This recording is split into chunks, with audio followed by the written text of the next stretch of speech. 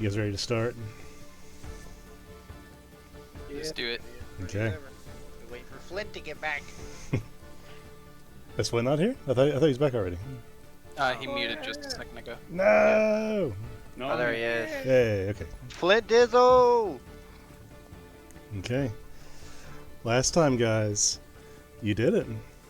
Through your actions, you were able to determine where Mother Night Whisper was, and you fought a couple of her elites, felling some, choosing not to engage some, while some managed to temporarily get away in the long run. And in the end, you're able to cover all of your bases and eliminated two of your former friends who served Salian out of both free will and some sort of enslavement, as well as her highest ranking and last remaining hag that you're aware of, and the Archfey herself.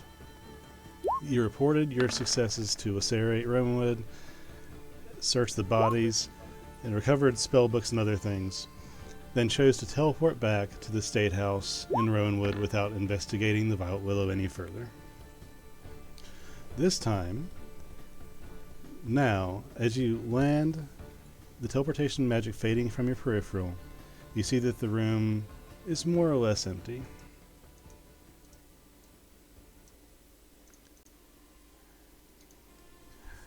And the reception desk in the State House that you've chose to teleport to, you notice that there has been an elven woman behind it, but the building is more or less empty other than her in the main lobby. You now stand in this building that you've been many times, some under duress, some of your own free will, serving the greater good. And as you land in this teleportation moment, the person behind the desk in the main room here kind of stands in a start, having someone teleport materialize in front of her, and realizing it's you, recognizing you through all of your events that she has seen personally. She puts a hand on her chest to kind of gather her breath, nods briefly, and then sits back down. She gestures towards the room on her right, which is the council chambers that you're vaguely familiar with. There, in there, if you're looking for the Sarah and Torin. And then she goes back to her paperwork. Got it. Let's go, guys. Okay. As you enter the council room, at the back side of the large round table where you last saw them, Lyseri sits with Tiergan, plates with remnants of salad on them from a recent meal. You see Willow sitting between her mother and uncle, still picking at her own food. And Torin is laying stretched out on the floor behind them, his eyes already on you as you enter, and his body still visible behind the high table. You come in to hear the adult elves talking about how long the restructure should take, generally, when your entrance stops them and Lyseri stands. Please come in. Have a seat. And she gestures towards the opposite end of the table where you're closest to. I'm going to have Vorik, since you're in here, buddy, and we'll go with Munson. Give me a perception check.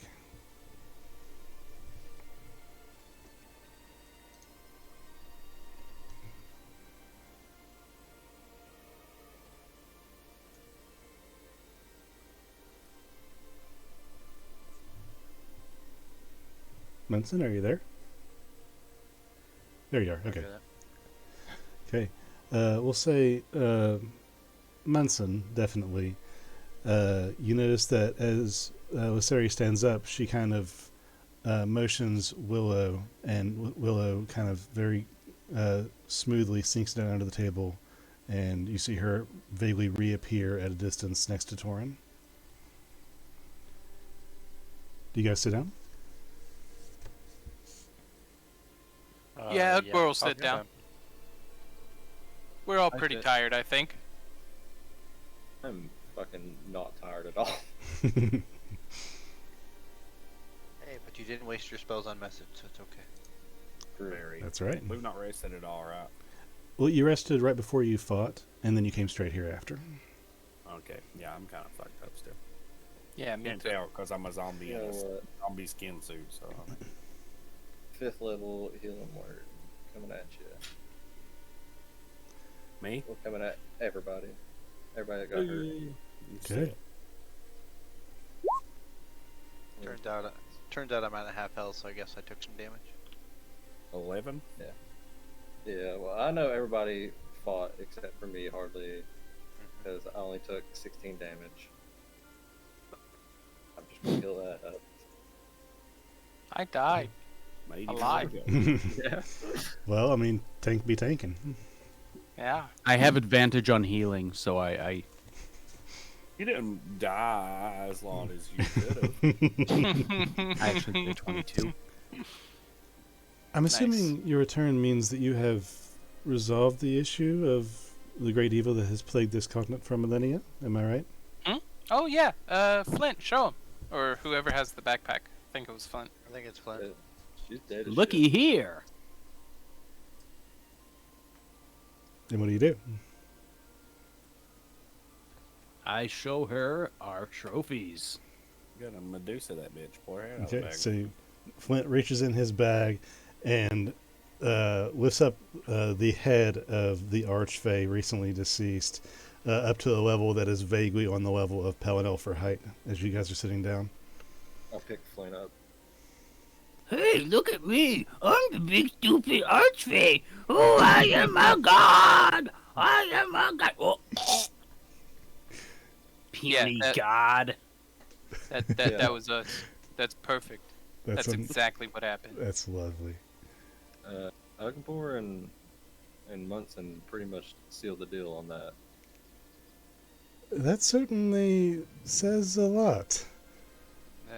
Just gotta have strategy sometimes. Yeah, the strategy is just keep swinging. It worked. All the same, we mean no offense, but given what we know of the powers of deception at play, would you be amicable to a quick telling of the facts under a zone of truth, just to make sure there are no imposters or betrayers among you? After everything that's come to light, we just have to be sure. What? Yeah. All right, but on one condition: when you do realize this is the truth, we get to keep the head. I see no major qualm with that. And we Good. are going to have like a big rager after this route. Ugbor, let's make a puppet. You can certainly do whatever Yeah. you wish to do within the bounds of the law. We'll make the puppet serve punch. Party watch, street-wide party, city-wide party. So Asari draws on the power of her runes, and as the energy swirls beneath her skin, the magic manifests around you. A bluish-white light that bubbles centered on Ugbor, and it bleeds over to, well, who would be sitting on Ugbor's left and right, if anybody? Zone of Truth is like a big zone. I thought it like a was, area effect. yeah, I thought it was 10 or 15 feet though. So I thought, I thought it was a 30-foot radius. let's go look. Let's be sure. Pardon me. Zone of Truth. Let's see. Zone of Truth, a 15-foot radius center on the point of your choice within range. Yep, I was right. So Ugbor plus 2, left and right. Who's on the left and right of Ugbor? Well, remember, it's a Depends on what- radius. It's a radius, so it's 15. Oh, 50-foot radius. God, I have such a hard Yes. time with circles. Yeah, Yep. yeah. So it's Dude, 15. don't we all? 15 feet from all directions See? from Ugbor. So yeah, so Yeah, she would point at the center of the group, and it would cover the entire group then. Yeah, I feel it. Why don't we just sit in the order of our main things at the bottom? Does that change? Sure. I mean, it doesn't change anything. That's where she would. That was her Oh, intent, was to do that. So you feel this aura wash over you, and you feel your speech being compelled and limited. Do any of you resist? Nah. Ugbor resists. Okay. I So attempt to resist just for the fact that I've been in this before and it pissed me off. It's a matter of principle. I don't expect to succeed the resist. It's just I gotta do it. I think it's only Sure. like a DC 25. I think you got this. Yeah, go ahead and roll a charisma check, a charisma saving throw for me, please. Charisma save. Let's do it. Bam. What you got? Boom. I'm the best. So charismatic. Vorik said you were too? Yeah. Did you roll? It didn't come through. There it is. Okay. So she knows who's resisting, and she looks to you and smiles kind of playfully at your failure, knowing what your intent, vaguely. I wink back. I wink at her. Like, what's up? Torin then stands from his spot on the floor and adds his own runes to Luceri's aura, and it just all blends together in that way that they are both dually powered. And a message comes through to Vorik at this. And Vorik, the message you receive mentally is, "Friend, stop. Please, for my pack's safety." You failed to save anyway, but this is the message you receive. Can I attempt to message back like that? You can. I just want to say, only kidding. Or done in jest, or however. I'll make it fit the era more. Okay. He kind of shakes his head exasperatively in your direction. And with that, Lysaria begins. "First and foremost, are you truly who you seem to be? Vorik, Pellinol, Flint, Ugbor, and Munson?" Yeah. "To your knowledge, were Mother Nightwisper As far as I know. and Salian Lyasatra, Archfey of the Unseelie Court, the same person?" Yeah. Absolutely. Yes. "Was Salian responsible for erasing the Phelan line and memory? To the best of your knowledge." Yes. Hmm. As far as I know, it's still kind of a bit confusing a little bit. She kind of nods Yes. and waits. Yes. To the best of our knowledge. Yep. "To the best of your knowledge, was Salian also responsible for the attack on South Sunder and the destabilization of the succinct districts?" 1000%. Yeah. I think Tuslavas had something to do with it too, but And she looks at Flint. "It almost goes without saying, but is Salian Lyasatra dead?" Yes. God, we hope so. And I just hold her up and like, Yes, she sure is. I love it. Her head springs back to life. Gross spider legs. Flint is getting so haunted. I don't know why that got me, but it got me. "Was your group responsible for her death?" Yeah. Ugbor died. Not as much as he should have. "To your knowledge, are there I wanna any high-five that others board. under her banner that are still at large and could be a danger in the future that you know of?" I think we killed like her strongest people there. There was the clone, Yeah. Foster, that got away. She nods. We come. Try scrying on him. Yeah. We kill Mugo. I think either Flint did or Munson did. Yep, I think it was Munson. I don't recall who, but yes, you did kill Mako. Okay. And then Samael. Yep. We did for sure. He was, I think, like my first one to go. Thank you. Fuck that guy.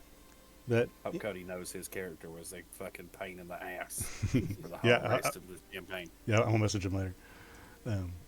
Thank you. That eases our mind. And she dismisses the magic with a wave. "Please, relax and eat. Tell us about your great victory." And at this, she waves to someone behind you, and the door then closes behind you, and after a few moments, reopens, and they begin bringing in plates of food. started eating.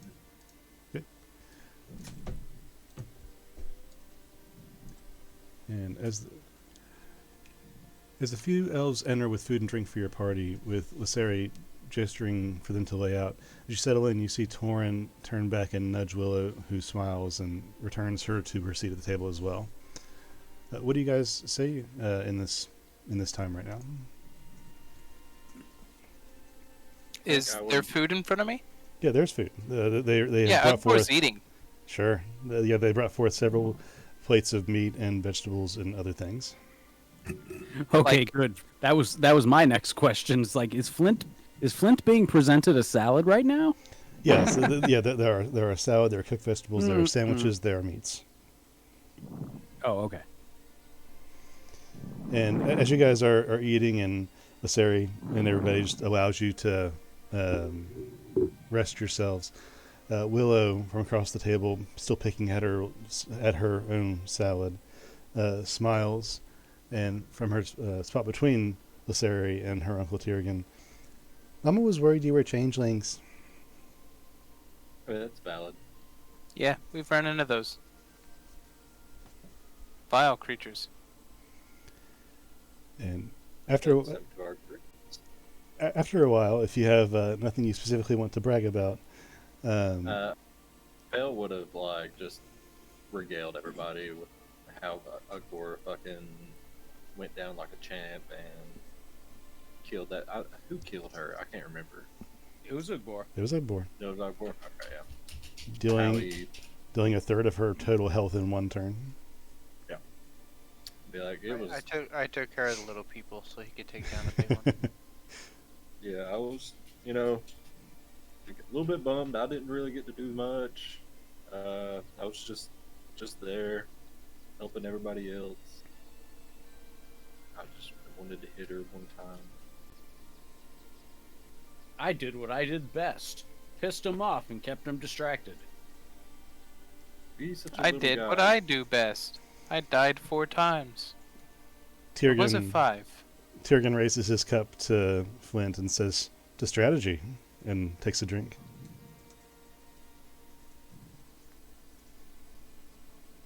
Flint will also take a drink. I'm sorry we weren't there to help you, but we understand why you thought we shouldn't go. And you seem to have done just fine by yourselves. It lasted like a minute. It did not take that long. The fray of battle seldom does. No. Such said she. And she was probably surprised by it, to be honest. She even looks had this, surprised. She even tried to put a bunch of weird thicket stuff down and these big ass wind walls, and we were like, fuck that. Yeah, we. God, I'm not a god. Yeah, show him, Flint. Tiergan addresses your group. In the immediate future, we will begin expediting meetings with heads of state to take a formal vote, and hearing of input with the High Council and other spokespeople of Rowanwood, as well as the peoples of Cliffcrag, Bayside, and Fiola. And if everything falls out as we expect, Lyseri will ascend as queen with Torin beside her. There will be a mutual understanding of respect and shared protection with the former districts, but Rowanwood stands as the most put-together territory at the moment, barring Cliffcrag. Regardless of anything else, together we will head the rebuilding efforts and of the other cities and their structures as best we can. What do we So know? I have a plan. I want to redevelop and create South Sunder. They just kind of nod, and Lyseri then speaks up. If we do indeed ascend, then the coronation will likely happen sometime in the coming months, and we would like you to attend as our personal guests. After the ceremony, our first address as rules will be to commend your group by name and for the general public for your success in protecting all the peoples of the district and possibly beyond. This will be done even if you are unable to make it, but if you are, we would like to honor you in person. We hope you will come, and we come to think of you as friends. You have done so much for us and our people, and by then we will have had time to do a more thorough accounting of what we can do for you in return. Yeah, I'll come. I don't have much going on. You will receive message magically when the time is close at hand. Unless there is anything else you want to discuss or tell us, I suppose that is it for now. You have our thanks beyond expression for what you have done. And as I've said, messages will go out regarding the time of the crown binding. Do you still have the sending artifact I gave you, that we may reach you more easily? Hell pulled out of his pocket. Good thing. Good, yes. Keep that. Do you intend to stay together in the coming times? At least for now, yeah. I don't have anywhere else to be. I like you guys. You're all right people. Then please, finish your meal, and you have the whole of the city to your celebration. If you do, for one reason or another, decide to part ways, just please, whoever has the sending stone, to forward the message to those who are absent.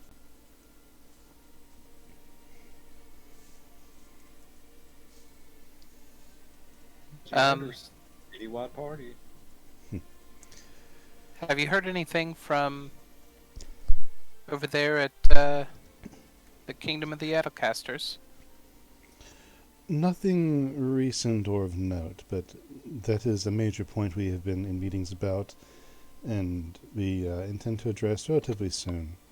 It will be more prudent, we believe, she looks to Tyrgan, for silence to be, how you say, no news is good news, and we intend to make a formal announcement after the time of the coronation in the immediate days to announce our status change and restructuring, and we will let the Empire know, and there will be a slew of more political meetings to discuss our continued truce and friendship amongst the powers that be, and so on and so forth. I am doomed to meetings for the rest of the year and beyond, I'm sure. I think that's one of the duties as a queen. It gets boring, I heard. Gotta pay the cost to be the boss. But I actually do have a few questions, actually. Was there actually, like, Empire soldiers while you guys were fighting the Dark Bay forces, or was it just the Dark Bay? We investigated the positions that you identified on the map that you shared with my father, and there seemed to be remnants of camp, but it was not clear. Typically, Dark Fae don't leave camp, so we are assuming, that it is indeed Empire or other camps for purposes unknown. There have been no incursions or other attacks, so it's hard to say. So the one in the desert we found, it was filled with, like, Empire scouts. I think there are people from the Kieran.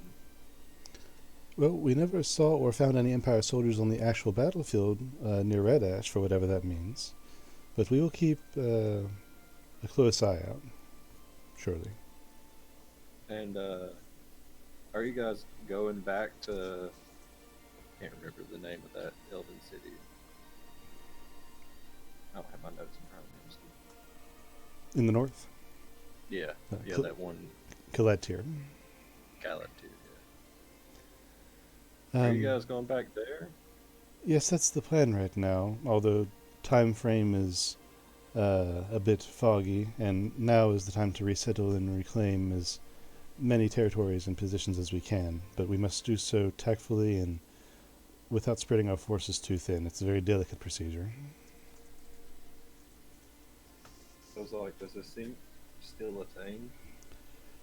At the current time, Rowanwood is mostly intact. Cliff Craig is mostly intact, but I have heard from Vongren, and I say this in company that I know he is friendly with, that he intends to retire as soon as things restabilize. And Fiola is still with a stand-in cog, as it were. Sunder is gone, and Bayside is mostly Sunder's not intact, gone. but we weren't very sure. We haven't made proper contact. Meetings over the coming weeks will determine if the other districts would prefer to stay separate or if they would want to assimilate into our own kingdom. Sunder still stands. It's just been reckoned. That is very good to hear. I've been there recently to visit my family who have passed. And what remains? We've not had any visitors from Most of the buildings are still there. Some have been damaged. I've lost about 80% of my people. We got about 20% left. A couple of our gladiators are still in the fight, holding, and I gave them my stone from Gurki to send for help. So in that regard, they are actually still holding on. That's why I will head over there soon and help regrow and make it great like it once was. Yeah, I think I have to have a word with one of those gladiators. Okay. We have made contact with, I believe his name was Wallen, with the stone you gave him through Gurki, but it's Yeah, been bastard. brief. Yep, it's still there, up and running. They need supplies and so forth, so I will do what I can to get her done. Right. Well, then please finish your meal, and you have the whole of the city to celebrate. As I said, we will likely be stuck in meetings again for the most of the day. But if we don't see you again today, then please have a drink for us.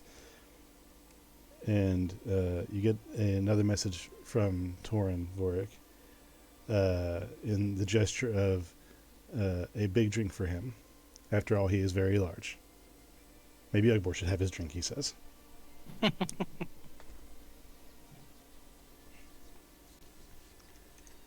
So, what do you guys... I'll Huh? take it.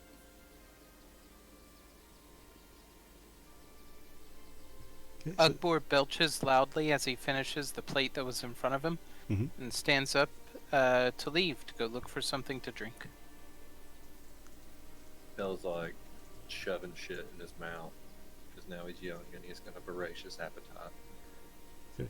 And she's like leaving and like he's like drinking on a cup and like he like keeps trying to set it back down, but then he picks it back up and takes one more sip and like sets it down. Torin, after Ugbor belches and stands up to leave, you get another communication for, yes, that one needs my drink. I'm gonna kind of reach for it and slide it towards Ugbor.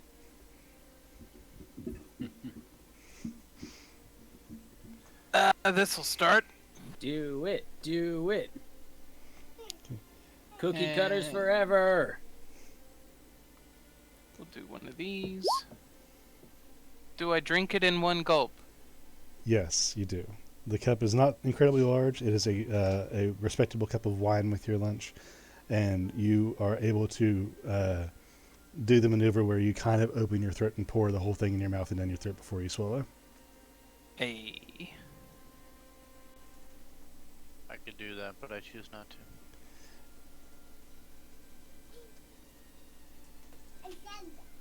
Okay, and what are you guys doing at this time?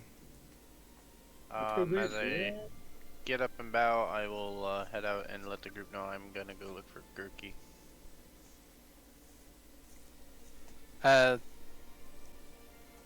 Sounds good. Should we meet up somewhere later, or will you communicate with us when you find him? He told us to meet him after we got back into town. I assumed we would do that before we got plastered. Ah, Bell, yeah, Bell I suppose we should. uses Gurky ring. Hey, boss man, we're done. What's up? And you hear a tired sigh as thoughts are gathered. I am finished with my research, as it were. Are you in Rowanwood again? Somebody message Gurky and tell him we are. Good. Then I will be towards the northern edge of the city, if that is amicable. He said he's in the Flint northern is still edge of the- sitting at the table, and he looks really, really put upon by this request. And he just starts packing. He just starts packing, like, to-go food into the Evie, stop. Into the bag of holding.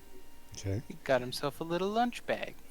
As you guys begin to exit the chamber, Ugbor, you actually get a message from Torin, a communication mentally, basically saying that the tavern on the northern edge has a really good fire whiskey. To ask for his usual, they'll give you a whole barrel. Tavern, Northern Edge, fire whiskey. Torin's usual. Okay.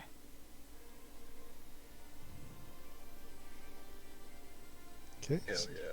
So with the communication from Gurki and that being your current destination, I'm going to have you guys, whoever wants to, roll a survival check. Just because, or God, it's Guidance. yeah. So we'll go with a 22 or a 29. Who do you guide, pal? Just at reflex. Because he got the highest. Oh, your score's better. There you go. Okay.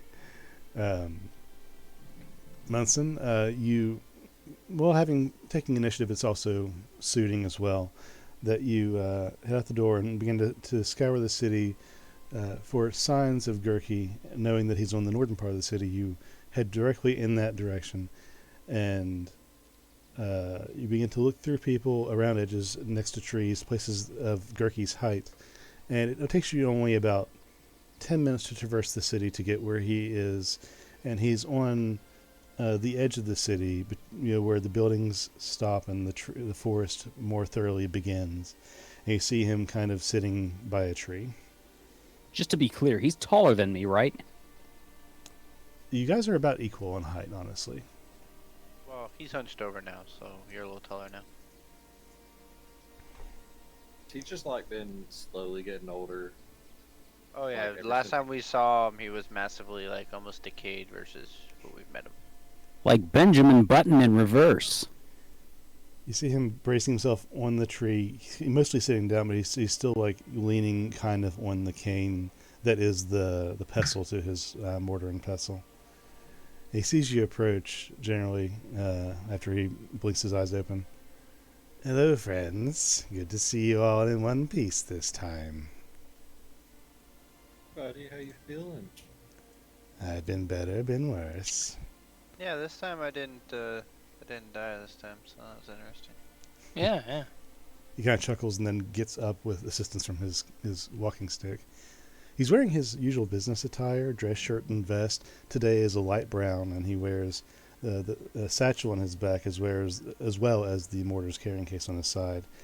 Does he look to be struggling? Like really, really badly, or just kind of? Just a little. He's not like falling over right now. He seems to be a little weak and tired, but that's about it. It's a little gray around the gills, but nothing dilapidating at the moment. He looks around for passersby and gives you a look and a faint gesture to mean wait a moment. And a few moments pass and you see that he's watching somebody in the distance, and they make their way out of you between a couple of buildings. So, for that favor, and he leans in to kind of even more quietly talk to you. How do you feel about archaeology? I mean, I like to dig sometimes. What is what is in the contents of what we're doing? Do you have any thoughts or major moral time limits on what separates archaeology and, say, grave robbing? I'm listening. As long as there aren't snakes. This particular grave site is about 5 or 6 years old. I need you to dig up the grave of Lacere's husband. I need his body, or even just a body part. A finger, some hair, anything that used to be Bringing him his. back, I gotcha. Provided I wasn't swindled out of the majority of my fortune, I didn't really ask. I figured that any curse in his body is probably gone by now, and this would be a good farewell coronation gift. That's pretty good. For you, Gurky? Yeah, Now, I'll try it. where is this body at exactly? So, the grave of his is. And he looks around at the surroundings again, make sure there's nobody listening. At the back of the cemetery, about a mile into the woods outside of the Bainbreeze home in the city of Craneroon, the official seat of protection. His plot is at the back right of the yard in a private alcove. His headstone reads, Darian of House Liananak. There's a guard that watches the front of the cemetery near the entrance of the path, and another that patrols the grounds in a counterclockwise fashion. And he pauses and reaches down into his pocket and pulls out a pad of paper that he looks at and reads for a second with his finger, then folds and puts it away. The positions are low energy and people come and go a lot, but grave desecration is a bad idea, let's say, especially in the military capital of the forest. You need to get in and get out without being seen, preferably without leaving any trace of wrongdoing on the grave.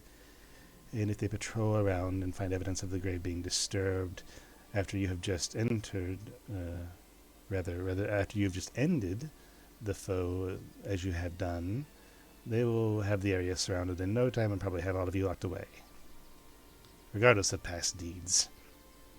Not to A mention, night job. Not to mention, if the common soldiers see a former man of station they know to be dead reanimate without cause or ceremony, they're going to assume he's an insurgent, especially given that this particular man was the husband of their coming queen. This has to be prayed precisely. Can you do it? Do you know if they I'd have wait. any magical source? Like guards. I do not believe the guards possess anything magical or to any effect of that nature that would, betray your mission.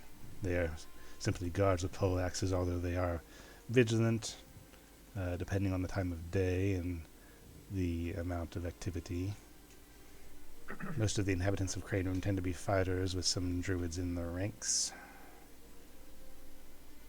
Oh shit, and they're all elves, right? Yes, heavily. Fuck, I can't put them to sleep. Nope. So, can I ask why you want the body? You may not ask. I am kidding. He's bringing him back to life, remember? One of the deeds Yes, he promised he's to do. to be reanimated if I can do it with what I have. Interesting. So, We could You- we could go get him his money and bring it to him so that he could, essentially afford it. But it'll be a surprise for Lacere and Torin. Hopefully she doesn't, or he doesn't, bite my head off for trying. And in the worst case, he was already dead. In the best case, I have done something I believe to be good. And, better forgiveness than permission, they say. I reckon. Well, you can't blame us when they're like, well, how did you even get the body in the first place? I will own my mistakes if there are to be any. I mean, I could probably do it solo. It's not that hard. Hell of a present. I have a question. Cause I just need a body part, correct? I can use anything, at least I've been told. I can use anything of the person's personal effects, anything that they had as a body part, a lock of hair, fingernail, toenail, any body fluids, if that's a gross option, or anything that they wore or held dear or used in their life. I use like stone shape on the ground. I don't think so from like reading the spell. Let's look at those details. You think That's we could just borrow something from Lasari? stone shape. A stone object of medium size. You could do it assuming the ground is stone. Yeah, that's what I was thinking. Well, I had an idea. You need to understand something, I think. The Sere tried to bring him back the instant he was dispatched. When she failed, she brought his body home, and the seat of religion herself tried as well. Both failed. They claimed that she would not be able to try again due to some curse that lay on the body, and I believe it will be linked with the enemy you just destroyed. Many things seem to be linked to that one, and it is my expert hunch that whatever was preventing this resurrection from happening before is now gone. At least that is my hope. Lysari, for her own sake, will not bring herself to try again, I don't believe, or take the failure if she cannot do it. It would be too much for her. She What do you need? What do you plan to use as the catalyst? Well, let's just say I have a thing. I know a guy. Yeah, he has a thing, Rookmore. And she That's cannot true. know until it has worked. Yeah. So If go it to fails, Zebra. we must recover our tracks as to not hurt people. And if it is successful, we must wait until it is successful. Worst case, I can't kill him again, at least. Dead. That's true. Unless they're Ugbor and you die once and twice and thrice. I died once. Word travels fast. Ooh. We all died here?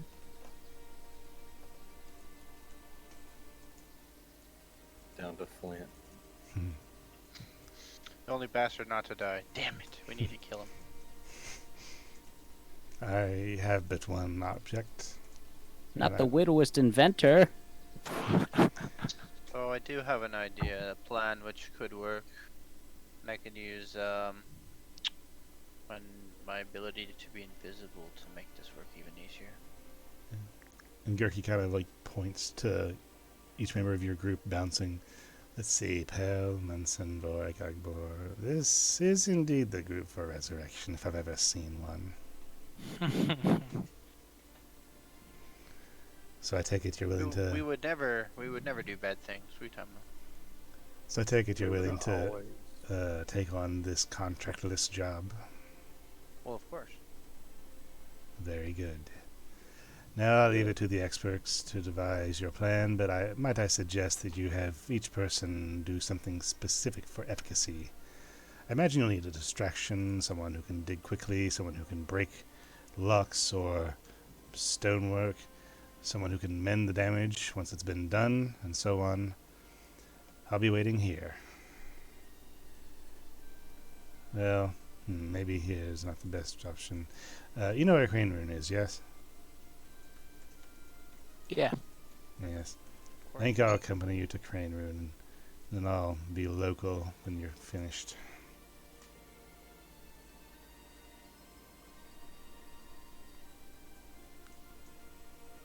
Would you need some time to prepare before you go, or plan? How are everybody's spells? Yeah, we we probably need to take a quick rest. All right, and Gurki plops down suddenly, and you see him wince as his butt hits the ground harder than he intended. Come I'll try to. get me when you're done. You alright? Something here. And he kind of grumbles, but generally affirms. Was short or long? Short. Just come get me when you're ready to go. He kind of leans back up against the tree and closes his eyes. What time is it? It is just afternoon. So I mean, Hmm. the long rest would probably be good anyway, so we could go Yeah. do it at nighttime, right? Yeah, I agree. So I say we do that. who's going to be distracting the dudes? I I still have figure a me plan. and Munson to go in. I still have a plan. Like I said, you guys could probably go party, and I could probably solo it. For the idea that we are accounted for at maybe an event or drinking, and we wouldn't be as easily caught. I have stuff I took off the Dragonborn that I can create holes and go through walls and all that things without actually causing damage. Ooh. And I can also be invisible while doing it all. I think I can use magical tinkering to, like, enchant some stones to make them just loud. Just some loud ass. Like we did for the rave. Hold on. Let's just make it loud. Well, my thought would be that I could deploy my homunculus servant. No, I couldn't. I could Well, deploy. you don't want to deploy anything that they may know that we own, because then that would give them details to give to Losari, and then they would know it was us. Well, the cannon would just drop the. Base. Yeah, essentially. it would drop the little rocks that would make noise. Hold on. Are we long resting? Right. Sheds a bright light and No, 5 we're short. foot radius. We're short resting. Short resting. I thought we were long because it's just like noon. That depends on what you guys do. If you guys want to just mill about town, that would result in kind of a Going short to rest. bed in the middle of the day and then party at night. I mean, I would say I don't know if we should take all of us per se, just because it looked kind of suspicious that we were supposed to be celebrating throughout the town with our glamorous victory, and yet we are all sleeping. May look a little. Hey, listen. I know how to break things. I'm probably not the guy to go. I'll stay and party. I'll take one for the team. Well, I know Flint said you can make distraction noise. Vorik, me and him could get through anything pretty much stealthily, quietly, and Pell, you just seem too honest. Make Just saying. dead things. I mean, I could technically make the graves come alive, but I thought that about might be- doing that too. might be a bad idea. Help! There's zombies. And disguising myself as like Shia LaBeouf. I'm going to have That'd be hilarious. Flint, I think, make me an intelligence check, please. Ooh, intelligence. He's the smartest man I know. Oh, he's not that smart. Okay. Not smart okay. enough. Well, you didn't fail. It was just a 10. But the basis He's smart being enough. the details of the task at hand. You don't know any details of how your target is buried. You don't know if it's in a sarcophagus or a mausoleum or a burial site. But you are tasked to retrieve a body, something that you're not at all opposed to. And doing so, you're thinking about what all that entails in your tinkering mind and the step-by-step process of having to go about this. And, once you get past the stated guards and how to get there, you'd know that you're going to have to extract a body from some sort of entombed box, whatever that entails. So it would involve an element of stealth or otherwise distraction. It would involve an element of either strength or lockpicking, or maybe some sort of other forms of extraction. But those are all ideas running through your head at this moment.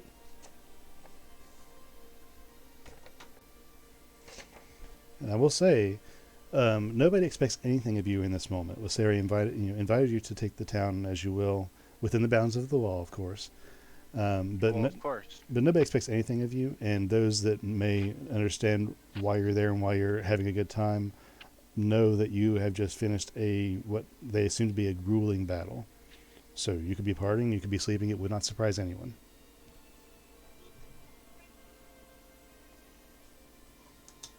Me and Nogor can go get drunk as fuck. Yeah, dude. Torin has this place he wants us to check out. I I also got a have feeling it's gonna be lit. I have my invisible hand as well that can do things while I'm invisible, so I can multitask pretty quickly. I could just be invisible. Let's just put it that way. Well, Akbar, we can drink as much as we want, and I will make sure we don't stay drunk. I like that plan. I have a lot of second level spell slots. Well, for short resting, I can gain. Let's see, what level am I now officially? So I get those back. I get one of those. Munson What the says, fuck are hit dice on here? And I get one of those. Munson says, I don't care how many bodies there are. I said fireball. I can pound that shit. No problem. What did you say, Chad? So where the hell are hit dice on here? You have to And go middle of the core. Oh, are you on roll 20 or the other one? Beyond. Beyond. up never at the mind. top. Just go to short rest, and it has like hit dice right there. Oh, Click in. I like this way, so if I click over here and I change the modifications on roll 20 and switch to my track hit dice per character, turn that on, and then I go over to where's it?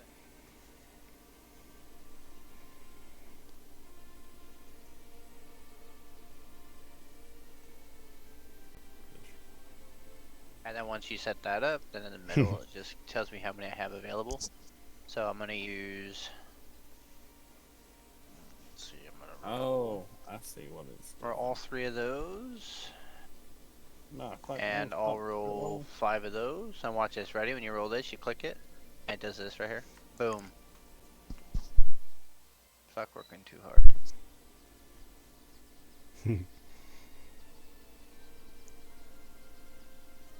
See, they changed it on roll 20 to where you can go into your cog wheel. You can go down to where it says track hit dice. Once you click that on, you scroll down and it shows temporary hit points underneath that. It shows what dice type you have, how many are available, how many are max.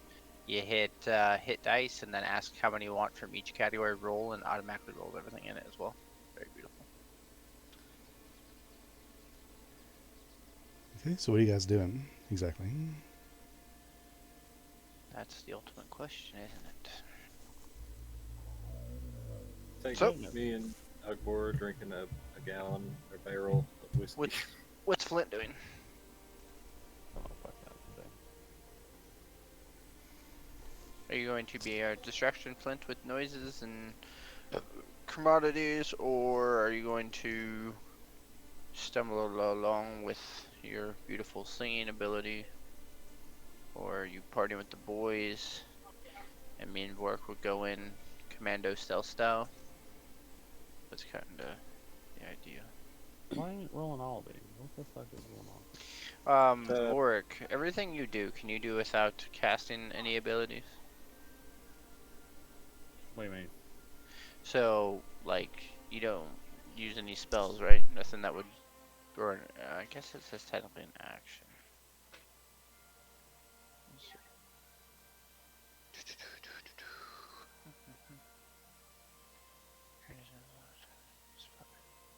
So the spell ends for a target that attacks or casts a spell. So I guess we don't cast a spell or attack anything. We could stay invisible.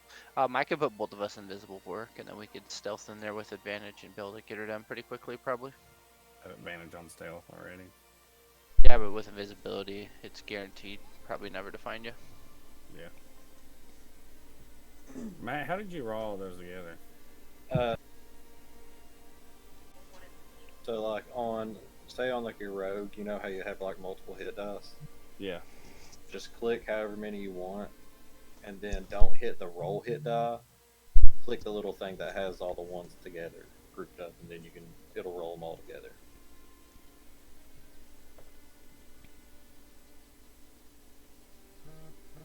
So pick the die. Like, hold on. Show you if I just do a video of it. Hold on, I'm out. What the fuck? Would we know of anyone or anything that would have any kind of possession or anything that would resemble any significant importance to this king, or would we believe that the only chance we really have is grave robbing? Well, he's not a king. He's just Lothario's former husband. King But- for me. Okay, sure. You don't know of anything. Honestly, you know very little beyond his name, and you don't even know where Lothario lives in Crane Rune per se. Was there any pictures of him anywhere in the castle that we were in, or the main rooms? Him and her together, or anything like that? No, nothing in the state house or anywhere that you've been. No.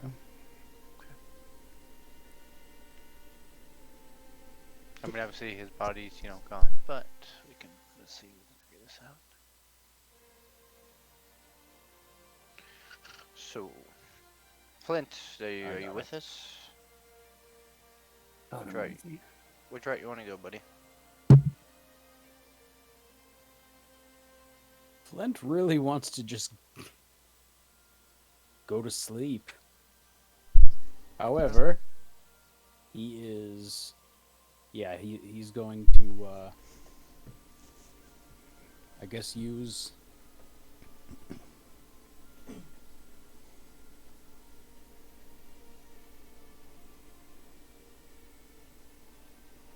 Yeah, I can use Clockwork Toy. What does that do?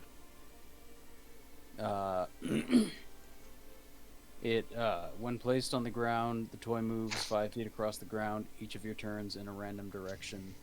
It makes noises as appropriate to the creature it represents. How close do you have to be to activate that?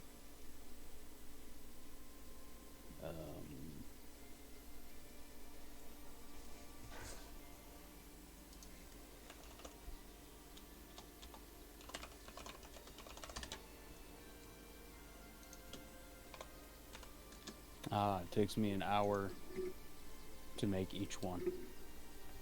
How many would you need? I can make up to 3.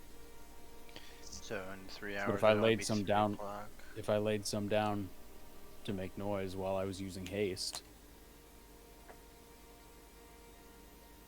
So basically, it's a wind-up toy, so it would require you to wind and place it, and it would activate as soon as you let go of it, basically. Do that thing where you just like make a fucking an object like do something, and you can make one like do a noise that just repeats like every 5 seconds. magical tinkering. Yeah.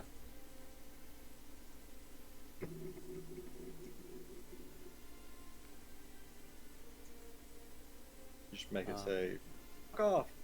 This place is haunted."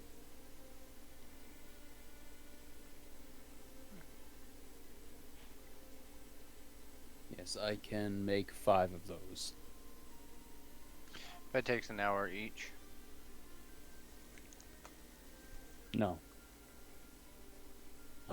Looks like it's instantaneous with magical tinkering.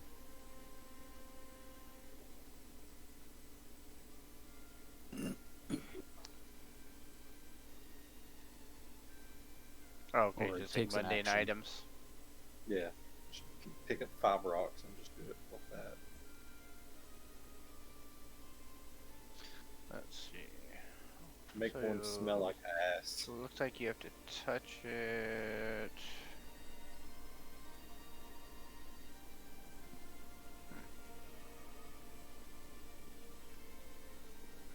Yeah, okay. I mean, that'd be a heck of a distraction, that's for sure.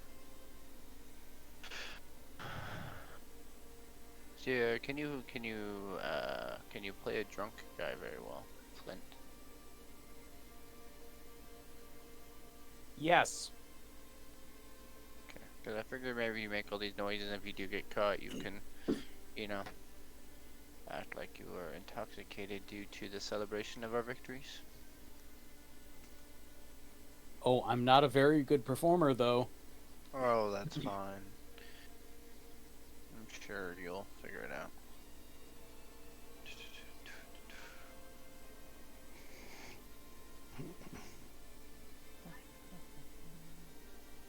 Right? Yeah, I would say let's give this a try and see.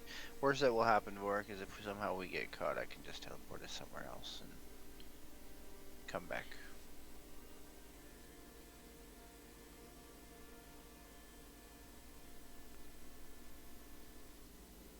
If that works for you. Oh, it's whenever tapped by a creature, though. What is? The emitting a sound. So it only makes sound when something attacks it? When taps it. Taps it. Oh yeah, yeah. You'd have to touch it, and you'd have to go run and hide or do something to get away from it. Okay. Alright, let's give it a go. What's worse that can happen, right? I'll have to get my dice after this shit now that we're actually getting some serious shit going out. Haven't even Okay, used them yet. so if I'm not mistaken, Wouldn't I?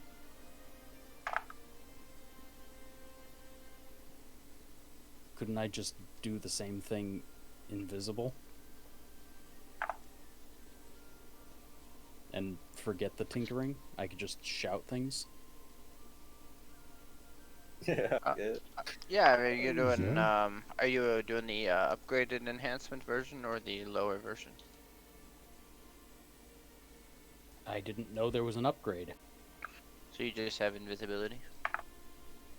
Yes. Okay, I've started to look.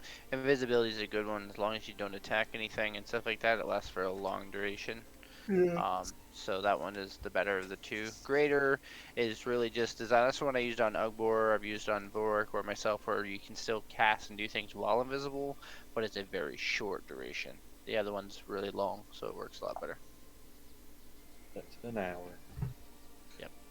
so if I'm not mistaken, you're having Munson, Vorik, and Flint take on this mission, and Pell and Obor are going to stay behind. We're gonna make a rager in the party or in the street. Yeah, we are. Okay.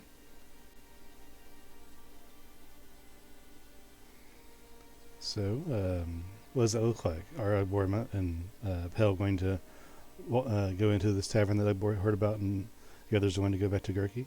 Or what do you? What's your plan? Yeah, dude. Let's go check out that tavern.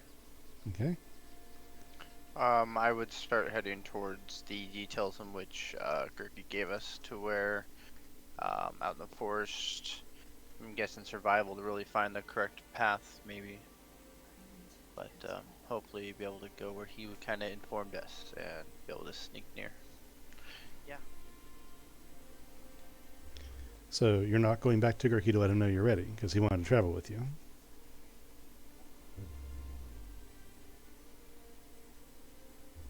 Is that right? You're going to go off by yourself? One sec.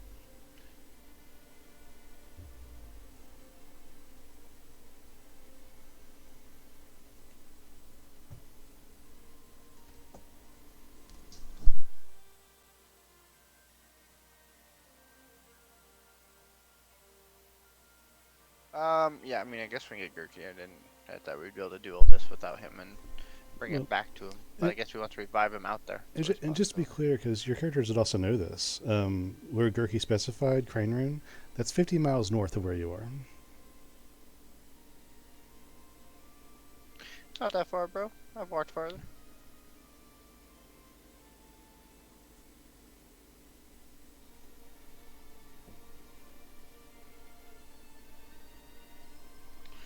So, let's see. Yeah, let's get Okay. Gurki. Yeah, we'll get the Gurk. The Gurk jerk. Okay. So you guys walk back up to Gurki, Munson, Vorik, and Flint, that is. And as you approach, he sees you and very quickly tries to stand up. Amos falls, catches himself, and then stands up again confidently and plants his feet. I was told very clearly that, and he raises his finger up, I have to have a piece of the deceased body. This mind. A being cannot exist in two places, and he's like going through his own mind, like I'm trying to quote somebody. And the magic will know if his body yet exists. Believe me, if there was an easier way to do this than robbing a grave, I know, friend. Yes, yeah, that's what he said. So we need definitely an odd body piece, not a piece of clothing or something. Where are the others? Celebrating our victory. Gonna go make a big party in the middle of the scene. We brought you the quieter, stealthier group to extract what you need. Well, I would feel more comfortable in something this sensitive if we had all hands on deck. On top of that, this will, after all, likely be my last adventure with you. And he kind of punches his hand through the air a little bit.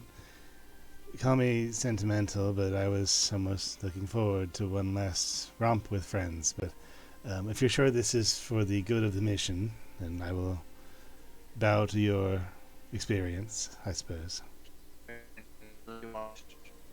Let's just. We're gonna kill people. You kind of broke out there, Munson. Say again. Oh, I said let's just say if we bring Ugbor, he'll probably kill people. And I don't think that's the plan. That's a fair assessment, I suppose, but disappointing all the same. Anyway, if do you think they know how long we'll be gone? Pell and them? Yes, the ones that are not coming. No, I don't. We'll Being as far out as it is, they're pretty much partying from now until they pass out, so they could be partying for 12, 15 hours. But I don't know if they know how long we'll be. But Pell can always send us messages and ask us questions if need be. Well, if we travel by foot, it's going to take us at least 2 days to get there, I think. It'll be suspicious if only 2 of you are seen in the city, would it not? Are you able to... See, you're not able. Are you able to teleport, Gurky? Not teleporting, no. I can travel with my own ways, and he pats the mortar and pestle carrying pouch on his side. But it's only big enough for me and maybe one more. We could use circles, but they are yet closed.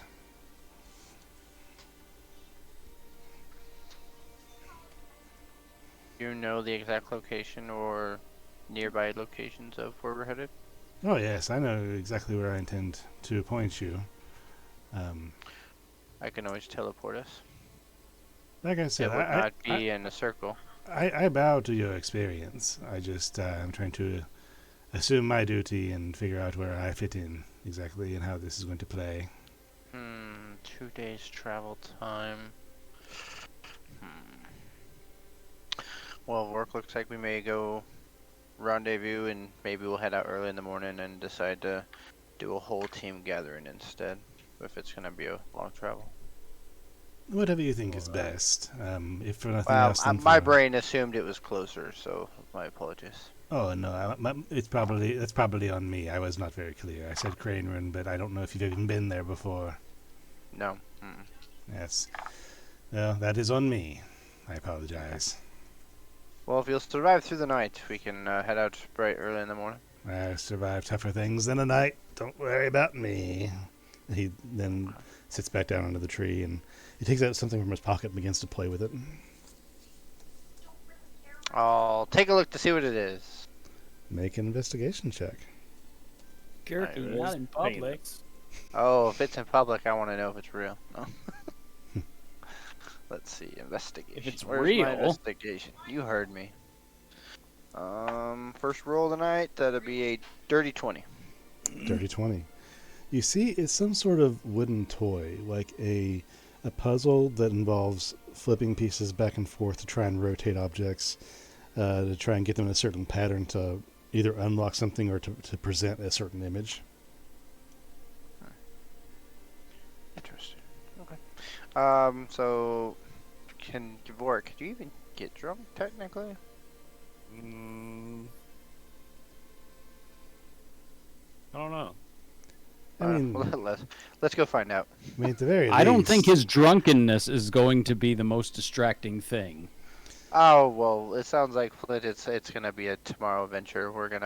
Let's go join Ugbor and Pell and celebrate like there's no tomorrow. I mean, at the very least, this way you can enjoy yourselves and you'll all be seen together. It would not be unexpected for your group to head your own ways tomorrow, if that was the case. But it just strikes me as a social accepted thing to do. But what I know about socially accepted scenarios. I didn't really start drinking or even want to until these hooligans came in my life. You deserve a drink. See, I don't think I have anything on me. Just drinks. During this time, Obor and Pell, you guys proceed to go down the street, more or less, the divide of buildings that are the sloping perimeter of the northern edge of the forest of Rowanwood City, and going through that backstretch of buildings, you're able to eventually find a sign for one building that reads Tanker Top Inn, and the inn part is scratched out, and tavern is written below it. The Tanker Top Inn Tavern. Nice. And upon entering, you find a pretty joyous, but mainly properly buttoned up atmosphere. People seem to be having a good time, but it seems to be one that's respectfully rowdy. Respectfully.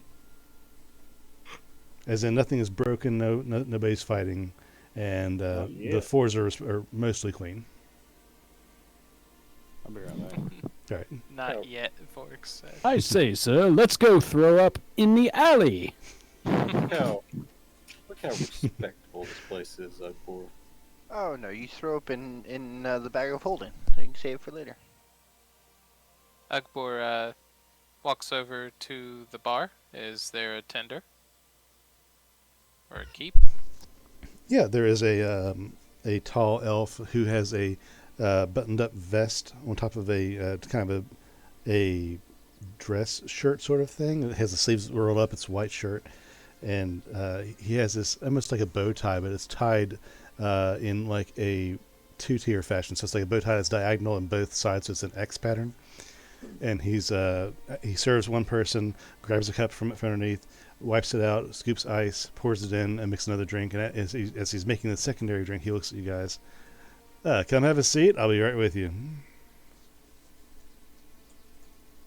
And you see at the bar, Ugbor follows the instruction. He sits down. yeah, at the bar there's it's a 10-top bar, but there's only 2 seats that are taken up right now. So the majority of the center and one on the end is empty. Dinner seat. Where do you want to sit, Pill? Dinner seat. Yeah. It's a dominance thing. Yeah, it is. Okay then. Pardon my. It said outside that, well, it used to say that this was an inn. Do you still have rooms? Well, the inns are currently taken up by storage, as it would say. The tavern did so well that the inn was not necessary. That the rooms, the few that we had, are now converted into tap storage. And you see behind him, as he's gesturing with his thumb, there are lines of copper tubing that come down from the ceiling along the backside of the wall behind the bar, and go down under a counter. And sprouting up from the underside of the counter is a series of taps that have handles on them, and sourcing to these taps are these copper pipes that have been routed up to the bottom of the taps. Oh, wow. That's fancy. Magnificent. I mean, the Treetop Inn is nearby, though, if you've heard of it. It's hard to miss. You guys want me to get you guys want me to get a room there? Same place? The prisoner's suite? The main tippy top. What can I get for you guys? Well, do you guys sell fire whiskey? That's one of my favorite whiskeys we got. Hey. Flint hears fire whiskey, sort of blanches, and starts heading for the treetop inn. Okay. Didn't Torn said get the usual? Oh, yeah, that's right. That's right.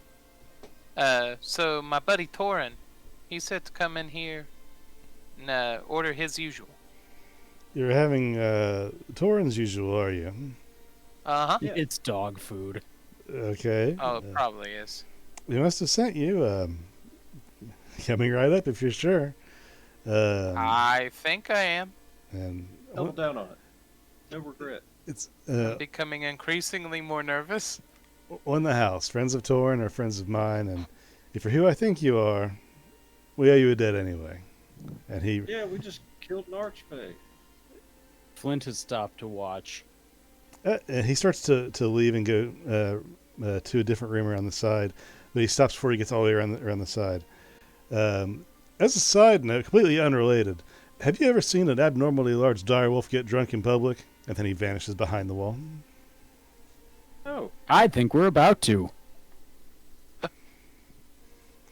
It takes him a few moments, and then he comes back carrying 2 casks, but they're like quarter casks. They're smaller. He has one under each arm, and he goes up to Ugbor and plops the casks down on the floor behind the bar.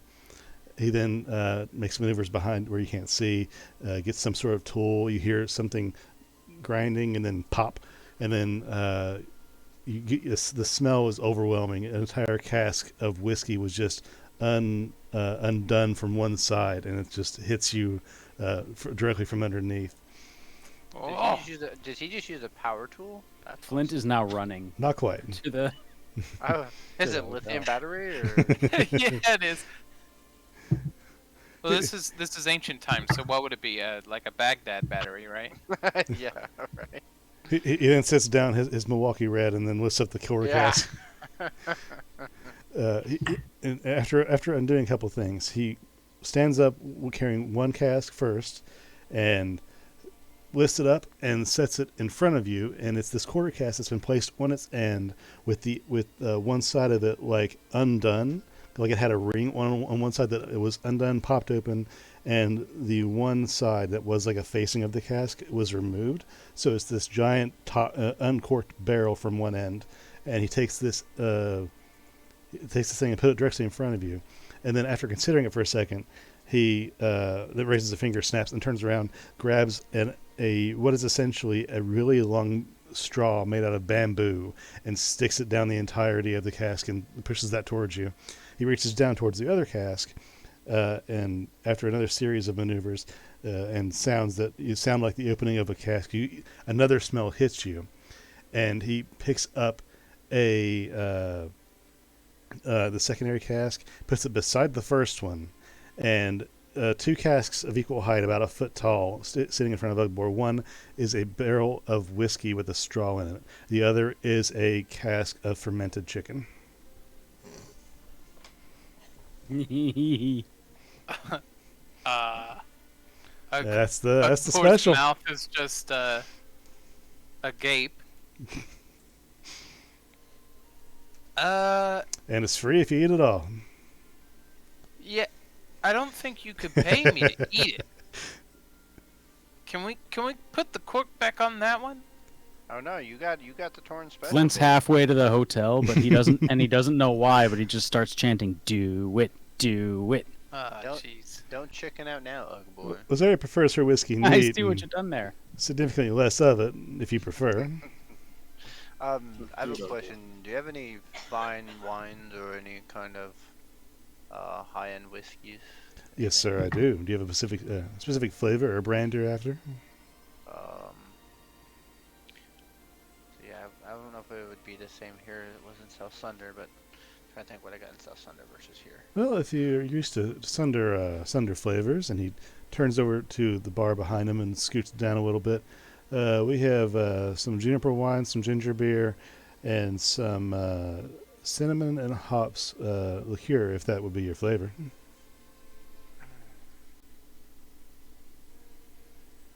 I think it's the last one. That sounds familiar. Hey, you can give it a shot if you Can I want. just get a whole bottle of that, please? Absolutely, sir. He reaches under the counter where the resupply is, opens a cabinet and pulls out an entire bottle, closes the cabinet, shines the dust off of it, and places it before you. That's 10 gold. All right. But for you, and he grins like he's jesting at you. Don't worry about it. I appreciate gesture. Well, look at that con save. Finally, you can roll good, like boy. Jeez. I know, right? So, I Is eat that the for chicken. the whiskey or the chicken? That's the chicken. My man. Oh no, you have I'll risk it disadvantage, on the bro. whiskey. I do have You're right. No, he's straight up right. Yeah, you have exhaustion. Yep. The only time this came up in this entire campaign. There it is. You're welcome. You freaking More frenzy barbarian. entertaining this way. Okay. No simplicity in this house, baby. Quickly, Flint, without any effort, you're basically able to secure the same room you had, given the wartime air about the atmosphere right now. There's not much travel and not much people going about or need for extra rooms currently, so you're able to get the room that you had before at a meager pricing. We'll say 2 silver for the night. And you are free to do as you will after. You are given the keys and released upon your way. Awesome. Flint will go up to the room and tell himself that he's going to rest his eyes for 30 minutes and sack out for a long rest. All right, legit. So, Vorik, you are at the bar with Borpel and Munson, having decided to rejoin the guys for the night, as was discussed. In case you missed it, I forgot. And Ugbor has been brought 2 quarter casks. One, this upon his request for Torrin's special, Torrin's regular, that is, and he was given a quarter cask of whiskey, of fire whiskey, and a quarter cask of fermented chicken.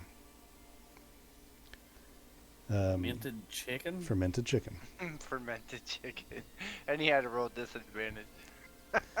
So, Ugbor, It was looking so good, and then it wasn't. how do you tackle this world's worst nightmarish bucket of KFC chicken? So Ugbor does the exploratory thing, and he just shoves a handful in his mouth. That doesn't go very well, though. That's so, how you explore things? Yeah.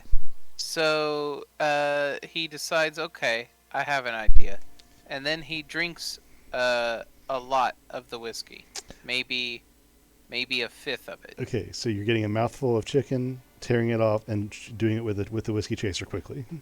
Yeah. Okay, and to be clear, because God, I'm going to be sick. to be clear, this chicken is fermented. It is not cooked. It is fermented in brine. Ah, he's fine. So With you nasty liquid chicken. take a rip of chicken thigh and get a mouthful of brined fermented raw chicken in your mouth. Swallow quickly and follow it with whiskey. With that Constitution save, you can tell it's going to go badly in about 5 seconds. Cool. Is there a spittoon? There is a spittoon that's very neat and kind of barely visible around the edge of the bar. This is not a place typically that has a spittoon, but it is available for when it comes up. Awesome. Can I wear the spittoon as a hat while I vomit? Are you going freaking Yes, south? you know, dude. You already know. Good reference. Sure. So tell me in the course of events what you do. Okay. I look in the spittoon. Is it dirty? Is it used? Let me roll some dice here. Hang on. Full to the brain. Where's my percent die? There we go. 2 check. Oh my god. No. Okay, it is 4% full. 4% full. Okay. So basically, just like it has just a coating in the bottom that's basically dry. awesome. Okay. So yeah, I put this thing on as a protective hat to hide the vomiting. It's not gonna do very well, but it'll stop it from getting on anybody else. So the spittoon is large enough that it goes over your entire head down to your chin, right? Right. Okay. Yeah, we'll go with that. So Go that drowned on your own vomit. you have that on your head, and then Now I could have just spat in it, but no, I wore it as a hat. with the spittoon on your head, you stand back, like you dip down and stick your head in the spittoon as you lift it up to yourself, and then stand up, and it takes a second. And everyone is staring at you with the spittoon you just put on your head in a tavern that you just walked into, and then you guys all hear a retching sound, and then you see like as Egbor puts his hands on the bar in front of him, just vomit, bile, and raw chicken just spew out from under the chin of the bucket, down his front and onto the floor, and just plops of meat.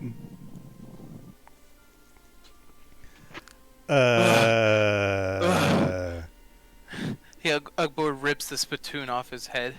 Your face and hair is covered and matted in bile. I I need more to drink. I'm gonna go up to the bar and I'm gonna be like, I wanna order a drink for Hell, but I don't wanna tell him what's in it. So I would like to order me a bottle of Elven Absinthe for him. Not a common drink. Hold that thought. Is your friend okay? Do we? Oh, he's fine. He's just being a bitch. Egbor, as you continue vomiting, you faintly hear a wolfish huffing laughter from behind you as Torin pads up, wagging his tail merrily as the door, kind of shuts behind him casually, and he takes over your seat at the bar, like just kind of like not even he doesn't just sit, he just walks up there and he's that tall, and so he's level with the bar, his chest is level with the bar, and he just with a glance at you, like grabs. But with his teeth, the edge of the quarter cask of chicken, and then turns wordlessly and walks out the door with the chicken.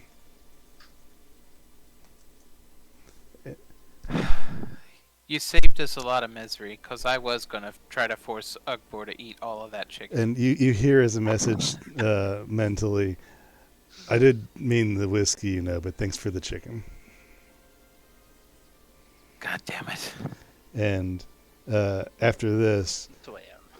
Lacere beside you pats your back sympathetically, you just now noticing her presence there. You were brave to have tried. Stupid, but brave, I guess.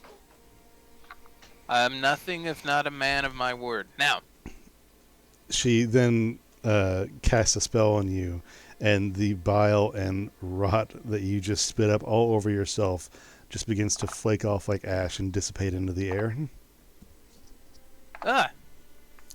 thank you.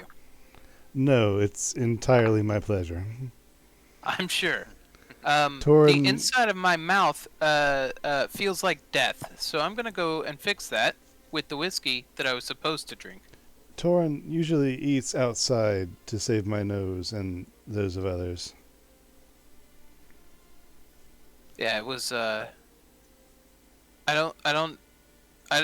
aren't many things that I wouldn't redo in my life, but that's probably one of them. Again, brave, but very dumb. And she walks up to the bar, and by the time she gets to the bar, the tender already has a very pretty crystal glass of scotch poured that's neat, and she takes it and begins to sip. Now then, sir, you wished for something. Let me get that for you. And he turns I just posted it for you. I must have missed it. Oh, there we go. It's just in regular game chat, yeah. Yep. It's basically a very, very strong moonshine, but it's an elven version. Yeah. But it's herbal and it actually tastes good, so it's not like, a knockoff. And, yeah. So you see him actually go over, and the bottle is on the tap. It's on the bar, but it doesn't have the metal pour spout on it because it hasn't been ordered in a long time. You see him actually go over and break the cap, install a new pour, and go and pours you a small, not quite a shot, not quite like it's an ounce and a half, and it's in a small glass, and he brings it up and sits in front of you. So you wanted this to? Oh, this is for you, buddy. Yeah, sure. There you Hey, go. thanks. And he just knocks it back. Pell, Boy. I'll have you make a Constitution save and a Wisdom save, please. Hell yeah. One of those I'm good at. Must be the Also- con save. Con save was a 19 altogether. Okay. Ooh, nice. Wisdom save is also a 19. Okay. So you Nice. both withstand the alcohol and the psychedelic effects of the liquor, and it is a fine, almost like a minty numbness that washes over your palate and through your mind and stomach as the liquid both heats and cools you, and Oh, it's a very pleasant feeling if you can withstand the negative effects. That is, which you have. give me another. One more. That was awesome. Yeah, Oh. see, I told you you'd like it. All right, one more, sure. And he pours another. He takes your glass and pours another ounce and a half in, and puts it in front of you. Make those saves again. The DC is now increased to 17 and 17. Yeah, there. 9? Okay, 9 for the Constitution save.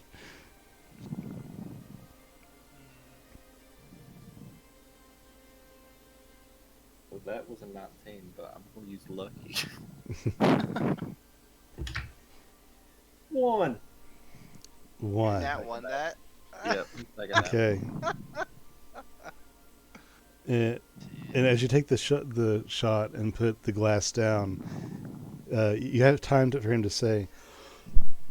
Excuse me. You have time for him to say, "Now, be careful. This takes effect quickly," and everything begins to slow down and get very after imagey for you, and you feel the alcohol burn more this time. And you haven't drank a lot, and your body size is pretty large, but that you are successfully drunk and have the poison condition now, and you have a hard time discerning what is actually true around you. We'll say you have disadvantage on any perception or intelligence-based checks at this time. I have an idea. I have an idea. Well, I love You that ever answer. You ever seen the short-term madness things? I have. We're not quite there, but good call. I'm just like staring at my hands like somebody that just done acid.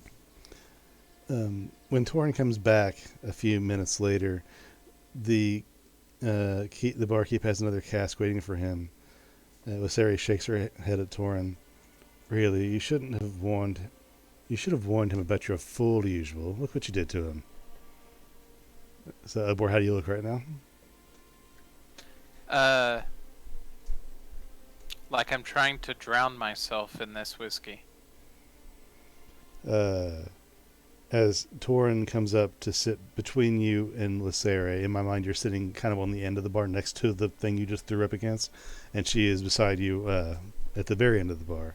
And Torin comes up between you and kind of sniffs you for a second, and then gives like a direwolf-sized lick across your face.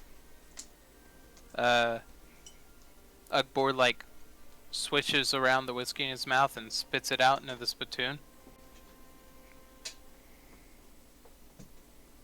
I will continue. Did he give me a glass or just the bottle on its own? He just gave you the bottle. You can ask for a glass if you Fuck want, it. I'm sure. No, fuck it. It's one of those nights. Oh, I'm not chugging it, but I will take a swig every once in a while and Ooh!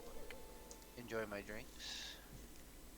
Ugbor will scratch the Torin's head. Okay. Around this time, let's see. Flint has passed out, and you guys expect him back, but you don't see him back. But it's hard to notice through the fun that you're having at this moment. Speaking of Vork, what are you doing with all this happening around you? Oh yeah, we gotta test to see if we can get him drunk. That's right. Vork, are you in? Huh? With all this happening around you, what are you ordering at the bar, or what are you doing in general? I just want to look and say, give me something strong. 'Cause I don't know What? if it'll work or not.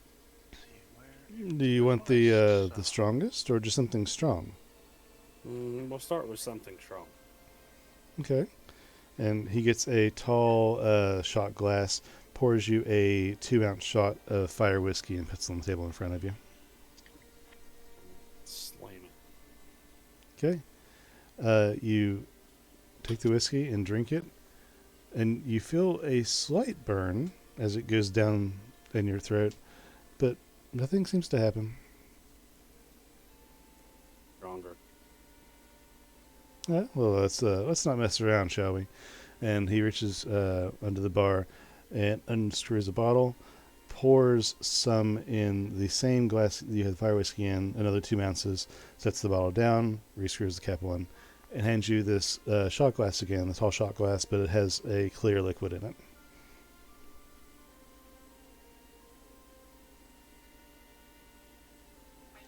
You can do it. Do it. Come on, take it. What'd you say? A shot or just a? It's a tall shot. It's a double. It's a Okay. double and it's clear. Slam it too. Okay, you drink it, and after slamming what is essentially Everclear, nothing seems to happen to you. Hell, Shit. So how do you feel there, Vork? I feel nothing. What? That No. sucks. I'm gonna lean over to the barkeep a little bit more and be like, "So, do you have any other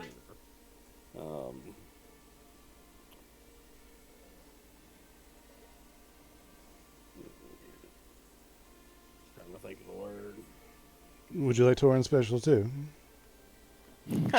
I mean, Drink what no. I Do you have any got. other? Not that.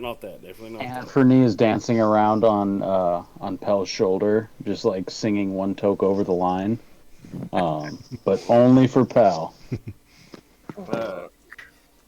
And Do you have any other recreational substances? Now that shit would be funny. Oh my gosh. quickly, after his suggestion of Torin Special, Lysaria says, "Oh gods, please no."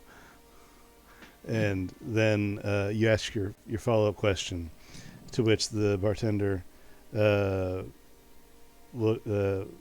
looks kind of speculative and quickly keeps his head facing you, but then flicks his eyes over to Lysaria and Torin and says, "No, I'm sorry."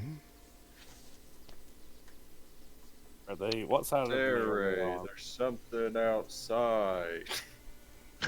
Hey, Ugbar, I got one for you.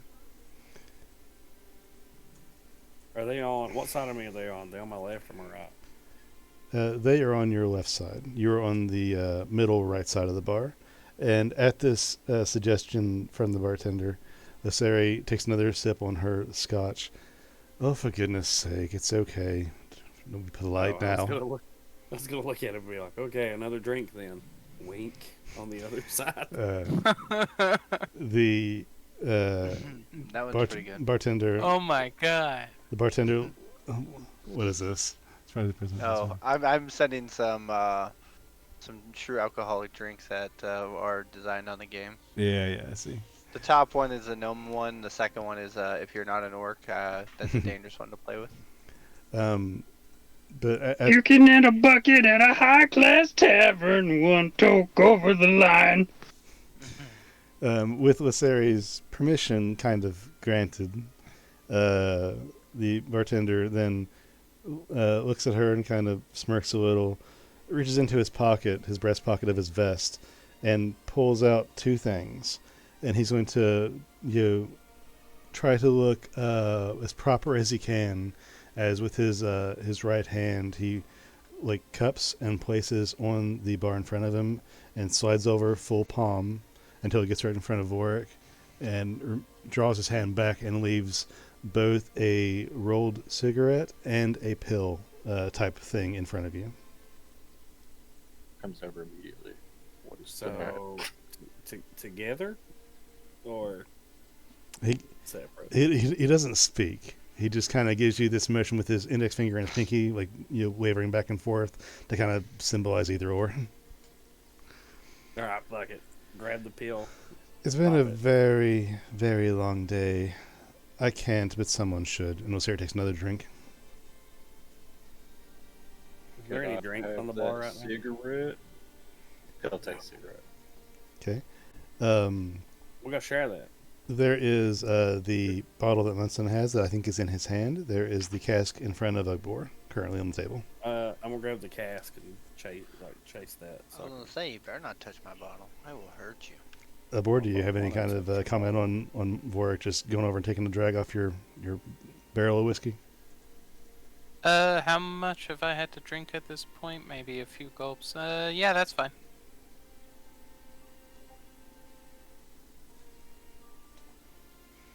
Yeah, pretty much. Teach you to go to bed. Hale pulls out his tinderbox and tries to light the cigarette. Okay. It takes a few attempts, Pell. We'll have you roll me a d20, please. No modifiers. Ding. are you trying to light something? Hold on. I got this. Are we talking Feels it. wacky tobacco, or are we talking about the green stuff? What is he using to light it? His tinderbox. So basically a flint and steel. You got a what? If he can't. 15. 15. You try and strike, and you're getting some good sparks, but in your current state, it's just sloppy. So it's just, instead of like a quick little, it's more of a shh, like it's just a long drag off of the flint and steel. It's going to work, but you're wearing your tools out very quickly, and you're not very accurate. But it's going to work after a minute. You're sure of it. And but before you have time to really get too far, from beside you, Larry just walks up, kind of with an exasperated look, shakes her head, and just with one of her runes flaring up slightly, she just flicks her finger up in a thumbs up position, and there's a small fire that emits from her hand, and she lights your cigarette for you. Hey, that's handy. He'll like light it and then be like, "Oh fuck," and he'll do it the same to his finger. I could do that too. Fuck. Torin looks at her and she fires back, "Oh, you would if you had fingers. No judgments after the day we've had, Torin." Thorin would make fire or take a hit off his thing. Yes. She looks at him, and he kind of looks like curiously at her and just kind of like just huffs. And she looks at him and then with a curious look back to you. Probably both. Oh, I want to take it from Pale and like just hold it for Thorin. No, you got a shotgun it. He has a thing about not having thumbs. And Or lips. you go to hold it. Lips. Wolves have lips. You go to hold it for Torin, and he looks at you and like, not out of like probably not wanting to, but more of a stubborn, I will not partake because I cannot do it sort of thing. Like because I couldn't light it, I'm mad. And he just kind of like turns and just begins to walk towards the door, and you get a message in your mind, Vorik, of, "I have a tail, dang it all." And he then walks out of the building. I want to message him back while he's walking out and be like, "Hands are overrated." Lysaire sighs, shakes her head, and finishes her drink quickly, lays the glass very politely on the counter. "I suppose we're going to rest then. I have meetings upon meetings, as I've said. Hopefully I can nap somewhere in the middle." Munson, what happened there? You have a stroke? No. Oh. I'm gapping it so I can post the next one that looks funny. Okay. I thought he was like, "God damn." No. Just gapping it. I was like, because if I keep going back to back to back, then it will just bury itself. So I'm like, Yeah, man. this one's just fuck, damn, goddamn, fuck. Just get mad all the time. If we don't see you again before the crown binding, and she is halfway to the door at this point, thank you again, and be safe. And she leaves, and the door. If I still have this, I'm gonna hit this too, and then I'll just pass it to Phil. Okay. You take a drag, and no saves required from you, but there is a pleasant burn that washes over your entire body and mentality, just a relaxation. So is that wacky tobacco or is that marijuana? Yep, basically. Which one? A or B? It is what Pell calls halfling leaf, even though it's kind of a racist term for it. That's fine. We have a. Do we have a halfling friend? Do we have a halfling friend? No. It's cool. We're racist, apparently. That's okay. Halflings don't have feelings. You can't be racist if you've never had one, right? In Falonkort, the common term is wheatgrass. So it didn't affect me, but made me feel better. It did have an effect on you. It's just very mild. No. What'd you say? It's called what No. here? Wheatgrass. WHITGRASS. Okay, so No. Vork is now prescribed medicinal wheatgrass. Let's go. Yeah, right. Okay. Flint's grandma definitely called it halfling leaf. Did the pill do anything? Nothing at all? The pill hasn't taken effect yet. Oh. Okay, besides drink and enjoy yourselves, do you guys have anything you specifically want to do in the tavern tonight? Unless we can get a bar fight going, then. Let's do it. Yes. Yes. Yes. I am very nervous about how that would go. Who all's in here? We seen like who's who? Well, looks like This somebody seems like a from- class When- A place. When you came in, there were two and the bartender, and there that's at the bar, and there was and there was one group of two seated at a table towards the middle of the room. After Ugbor's display, everybody at the bar left, and when Lysari and Torin walked in, their prestige following them, everybody left besides you guys. Just have to find each other. We have one more drink. Sometimes you wanna go where everybody knows your name. Hee We need a Are norm. these Flint's dreams we hear, or is this the jukebox? No, more just the soundtrack. Yeah, the jukebox, because they'll never forget you. Well, assuming there's no other business, you guys drink well into the night and enjoy yourselves. Consider all of the things you have done and things that you're going to do, and especially the events of tomorrow. Now, I assume that you guys eventually, one way or another, find your way outside. And Flint did not tell you that he successfully rented a room, but going off the assumption that he had, and the assumption that it was the only room that you're familiar with, we'll say that's where you had. But as you... Hell would have drunk texted him. Hey, where are you at? Help. Help. You up? You up? You up? Flint, So, I'd waste all my spell slots doing it. so Flint, you... Flint would come back. Flint would come back with just like the most dad response, like, you know, do you need me to come get you? And then I just tell him where I am. Ugor threw up. Is he okay? Do you need me to come get you? Yeah. Ugor's got a bucket on his head. I keep talking slow. The fucking young ass. stupid poor buckethead fucking jackasses.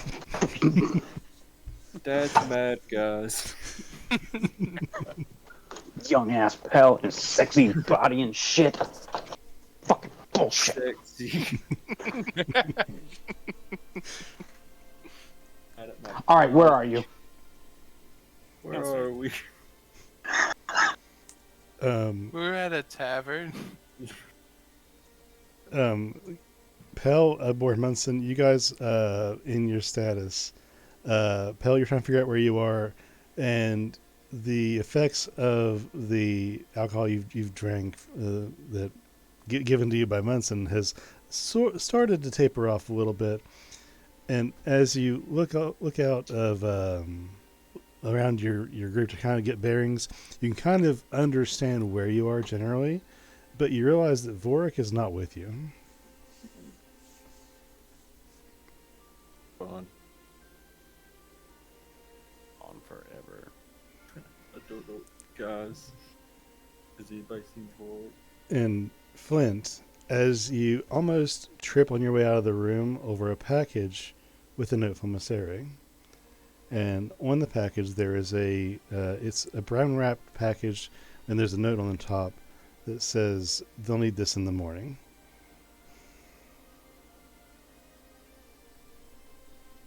Okay, I pick it up and go put it on a... I take it with me, actually. Okay. I go find my friends. Your children. Yes, my children. Going back to the last place that you were, you find them like outside of the tavern, and it's bordering on like a couple hours from daybreak at this time. And you come up to the group, and you see them like kind of stumbling around amongst themselves, all three of them, outside the tavern, and you don't see Vorik. How many bottles did I finish? You finished your whole bottle and a full another if you choose to order it. Of course I did. Okay. How much of that giant cast did Ugbor legitimately get through? There's no way he drank the whole thing, right? Pale helped you. Okay. That might be a little bit more survivable. We'll say roll me 2 percentage die, and we'll take the higher plus 40% if it's applicable. Yeah, you finished the whole thing. Oh shit. Okay. Between the four of you, you finished the whole thing. Oh, okay. A whole quarter cask of fire whiskey. Plus, Munson had 2 bottles of his own brew that he got, and the shots that were given Vorik, and everything else. Yeah, mine said dust on it. That tells you how many people order it. Imagine Flint came down in like a moo-moo, his hair up in curlers, and he's got like them flip-flops on that like all moms wear. He's just tapping his foot. You know what the hell time it is? No. Listen, that hits a little too close to home. There's Pal right there. Come on, let's go, all of you. What? We lost Fort. Who's at work? Well, I hope he doesn't die. He Yeah, I'm already with died. Munson.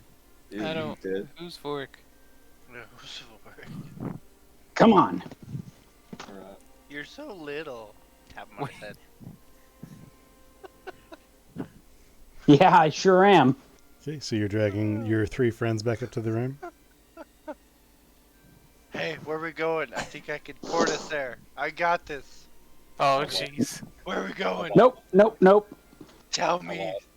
I steal the keys. So, Flint, you reach down and take both of Munson's spell books. Not hard to do in his extremely inebriated state. I sleight of hand it back. Okay, do so with disadvantage. Well, actually, I have 4 books. So which of the 4 did he take? Because I have 2 blank ones on me. Remember?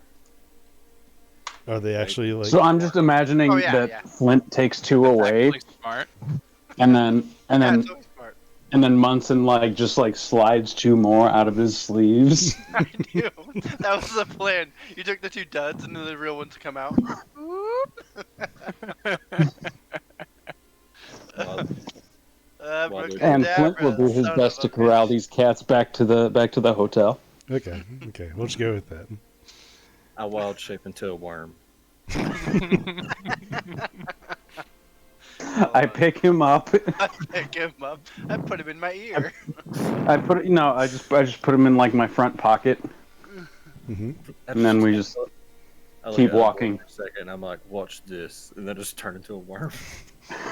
And Flint does not even break stride. He just picks him up and just keeps walking in the pocket. He's like, "Yep, this is my life." Okay. I disguise myself as Flint, walking behind him. I thought about it. No, let's get stupid. I just Too low pitched. Okay. Stupid. So eventually, through great effort, you lure all 3 of your friends up to the very tippy top room of the treetop. Yes, my section of the room has actually been it's like when the mobsters were in sheets. I've just got sheets all the way up to the ceiling, and clear barricades, and I have spent a spell slot to station Anthony to stop anybody from trying to get into my space. Because after this, I'm done. Understandable. At the door, I turn around and I'm like, "Oh, my poor Alfred Killer. Go to sleep now." And I summon my hound at the door. Shh, bedtime. Shh. Hell's laying there. He's like, would you guys still love me if I was a worm? Ugbo doesn't even answer. He just sort of makes his bed, and he ponders to himself when the last time it was that he actually slept in a bed, and then he face plants on the ground. Flint's like, "I'd love you even more." Shh. Can I technically, let's see, I don't know if I can do this. I'm gonna, I have this feeling that I could cuddle my hound, even though he's a phantom. But in my brain, I'm wrapped around him, holding him, holding the air as I lay there on the floor. So you think that you're doing this, but your body's doing the thing, on Family Guy when Stewie's trying to start. He's like, "Let me stand up to great you." There we go. But you don't move at all. I actually don't have the spell slot either, so I think I make him. Yeah. So this is your night, and you eventually all pass out, gaining a long rest. Your sleep dead and black, and you eventually wake up. By the time all 4 of you wake up, it is more or less not midnight. You started drinking around 2 p.m., right? You drank for a long time. And I misspoke earlier because I forgot what time it was. So you drink until very late night. And by the time you wake up, it is a couple hours after daybreak. And around this time, since this was the schedule you've chosen to drink and sleep, it's just barely daybreak, barely light outside. And Vorik, you come to consciousness at the same time. And you come to consciousness because of the daybreak. And the light is shining in your eyes. And as you rouse, your head a little sore, but not that bad because the drinks didn't affect you. But you wake up. The last thing you remember before you blacked out was your friends drinking and cheering. Lissarian Torin just left. And when you turn back to go take another hit off of whatever cigarette you had, that you blacked out and it's all gone. And you wake up now and you realize that you're at an angle, and the angle kind of you jolts you awake, and you wake up, and the shake of your body jolting awake causes you to slide a little bit, and you grab and hold on something. Make me a dexterity save. save.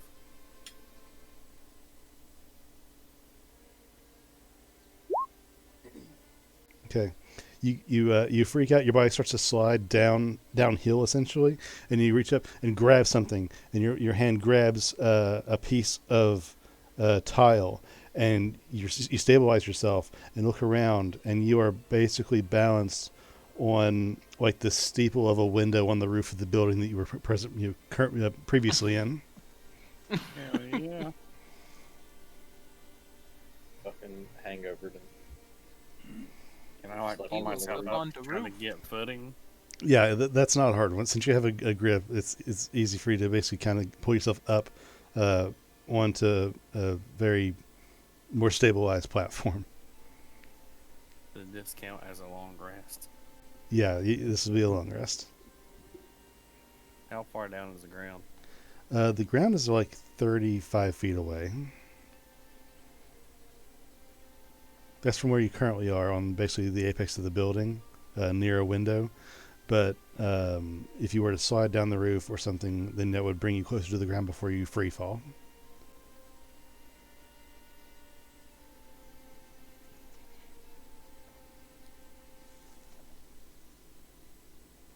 I'm just gonna throw a dagger at the ground. Okay. You spawn your dagger, throw it at the ground, and as it hits, you instantly disappear and rematerialize where your dagger was on the ground. A little bit of a thump, not painful though. Hey, now where am I on the roof of what? Like where we were at? Yeah, you were on the roof of the tavern that you were drinking in. Oh. Is this where everybody stayed? No, this is not the the treetop. This is the roof of the tavern. Your friends are back in the hotel. Wow. I guess start making my way there slowly. Okay. So you begin walking through the extremely early morning streets of Rowanwood before even the earliest of elves are up. Guys, what are you doing as you stumble to consciousness this super early morning?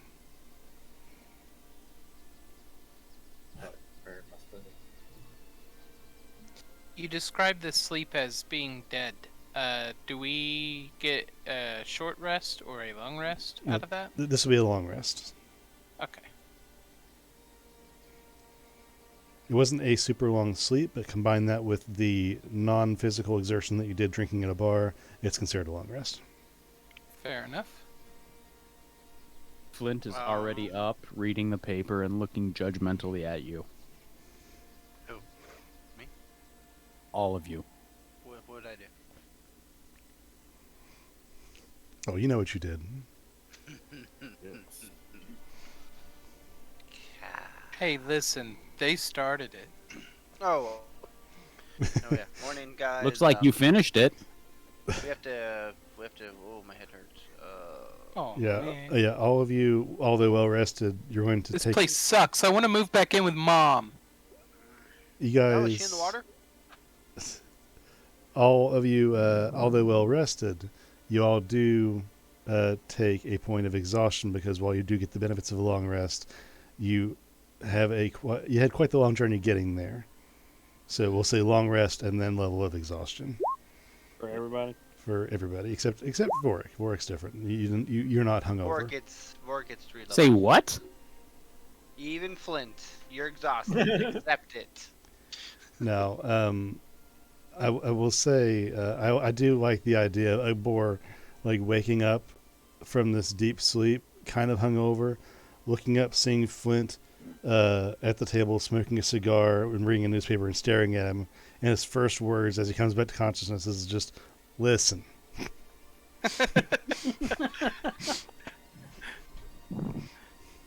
Listen, Flint, that shit was wild that we drank last night. Hey, pal. Don't you have that one thing to get rid of these headaches? It takes one of your spell abilities that I reminded you to keep on hand at all times.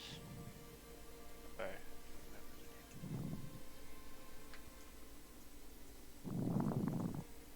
Yeah, I mean, I could do that. Doesn't that clear this headache and blurriness and bring us kind of back to normal? Yeah, I need diamond dust. I got plenty of that. All right. Then yeah, I will Just on me. I don't care about the rest. greater restoration myself and Okay. Yeah. Which gets rid of our exhaustion. Yep, that'll do that. How much is it? How much dust does it take per? 100 gold. Okay, I believe I'll have it on my character. I have it written here. Okay. Gold dust worth. I have 2 sets of 100, so. Okay, so I'll take all of that. All of it is gone. You just took all my dust. Oh, You said diamond, right? Or gold? Yeah. diamond. Okay, yeah, that was everything I had. I say I have gold now, but that's all the diamond dust I had.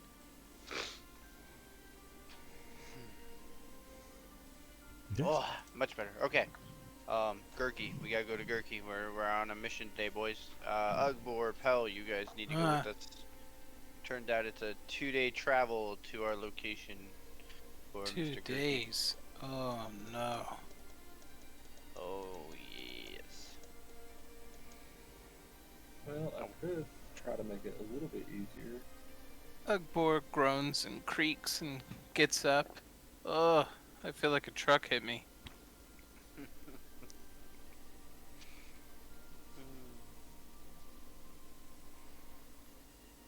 Okay, so you guys just get up and go, or what's your plan? I would say head down, eat breakfast before we head out. Okay. I think we owe Flint. We should buy him breakfast.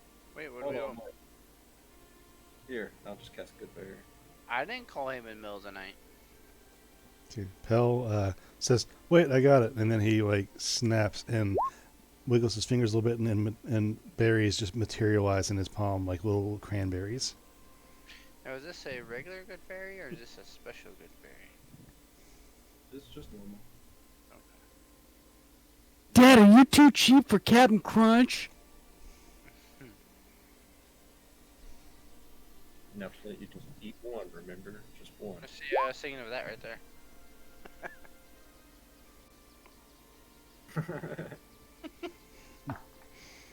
Well, as you guys consume your breakfast and begin to leave your hotel room kind of early in the day, Flint, do you take the package with you that was left for you?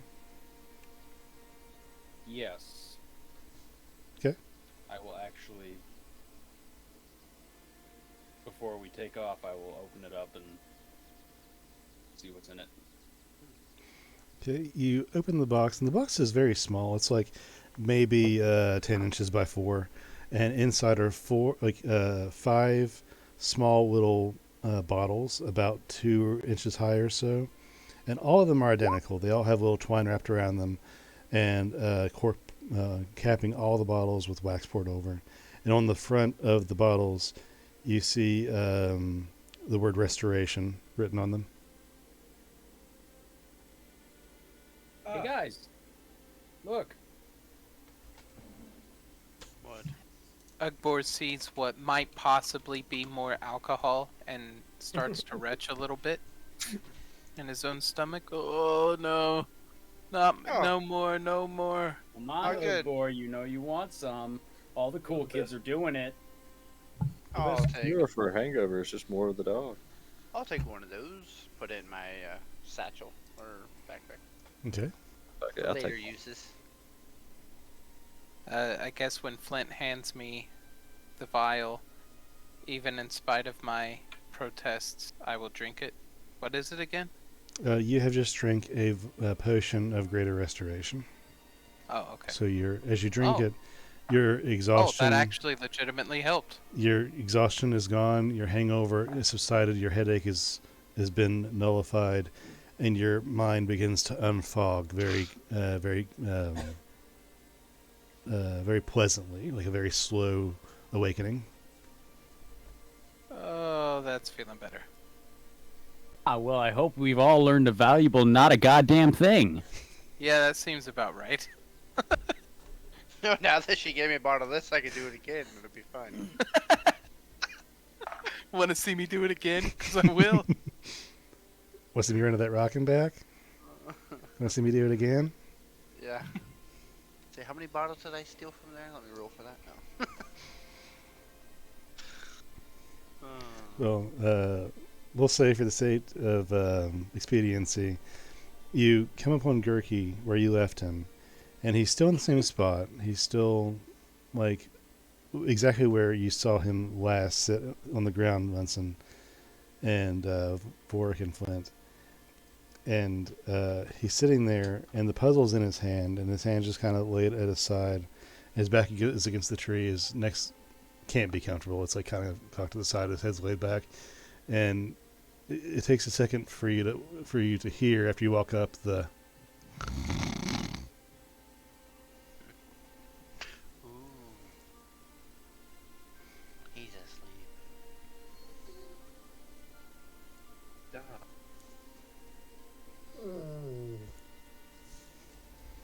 It's a hard to get out. That's true. I don't want to scare him too bad. Kind of like nudge him. Oh, no. Guys, I got an idea. Okay, let's see what's up. Somebody pull out some gold and waft it in front of his face. Like regular gold or gold dust? Little racist. Whatever. Okay. As the guys are at Gurky and they're about to perform whatever activity they're performing, Vorik, you round the corner trying to go back to the hotel where you think your friends are, and you see them in your periphery over at the edge of the woods. Want to try to catch up to him? Just Yeah, in you- time for the hate crime. Listen, Yeah. historically, Gurky has been driven by greed. We know this. It's because he's green, isn't it? I have two charges of gold dust worth 50 gold apiece. We could blow a charge in his face. So someone else wants to blow in his face. What's everybody else doing? Ooh, no. What you do is you drizzle it over him slowly, and it look like it's raining gold. Ugbor's just thankful he doesn't have 3 levels of exhaustion.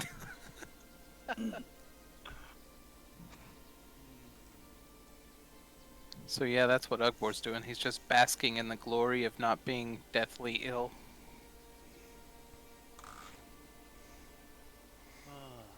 I think we should just gently wake him up. Okay. Yeah, maybe no hate crimes. He'll like nudges little toesies. What? Hey, buddy. Is Let's roll. it's early. Why is it so early? It's You got early. It's plaster. daylight.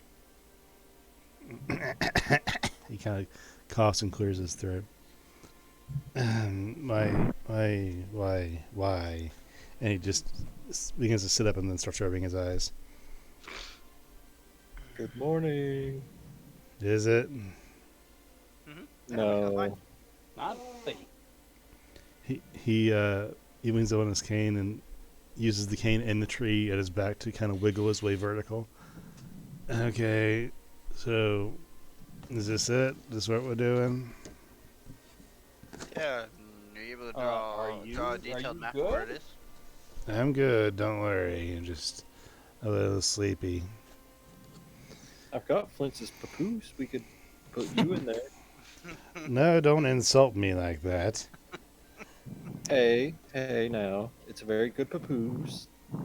It is. Just give me a moment. I haven't had any coffee, tea, or sleep. Go to Goodberry? Fine, sure. Here you go. He takes the berry and eats it. Any particular reason? Any particular reason we decided to start a 2-day trek across the wilderness at the ass crack of dawn? We decided yesterday, remember? Early morning. We leave to travel. Fine. You know, Gurky, I would describe early morning as being just after dawn. Yeah, we weren't even there, You wait until there's no paperwork to find the loopholes, I see. So, can you Well, just draw it out and then I can try to port us there? Would that be better? I'm not that much of an artist, but I could try. How dangerous is the effect? You may take damage if it's a bad one. I'm not convinced that's the best thing in my state. But it could, yeah, we can put you in a bag of holding and then do it. And then pull you out afterwards. Would that be effective? You wouldn't take any damage, too. Suppose it wouldn't hurt if you wanted to try. I like it.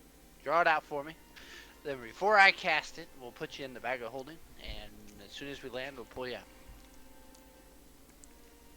Okay. So Gurky takes out a small piece of paper from his pocket. It was something else, but then he folds it over. He takes out a piece of like chalk or charcoal, and he begins to very lightly sketch and shade in something on the paper. And it takes him like 5 or so minutes to get where he thinks is complete enough to represent the image of what you're trying to physically go to. And with that, he hands it over to you, kind of not super confident. Okay, here, this is the gates of the cemetery we're headed to. I've drawn it kind of in the distance there, in the trees that I'm familiar with in this area. Are you sure? Oh yeah, of course. Okay, this should get us about a fair 200 or so feet away from prying eyes, I think. But don't try anything until I am within safety, or whatever it is that you're trying to do. Then I'll look at the map and converse map versus drawing and see here and point on the map where location exactly would be in your mind. It's about here, and he draws a teal dot on the map. Over there, that one. Yes.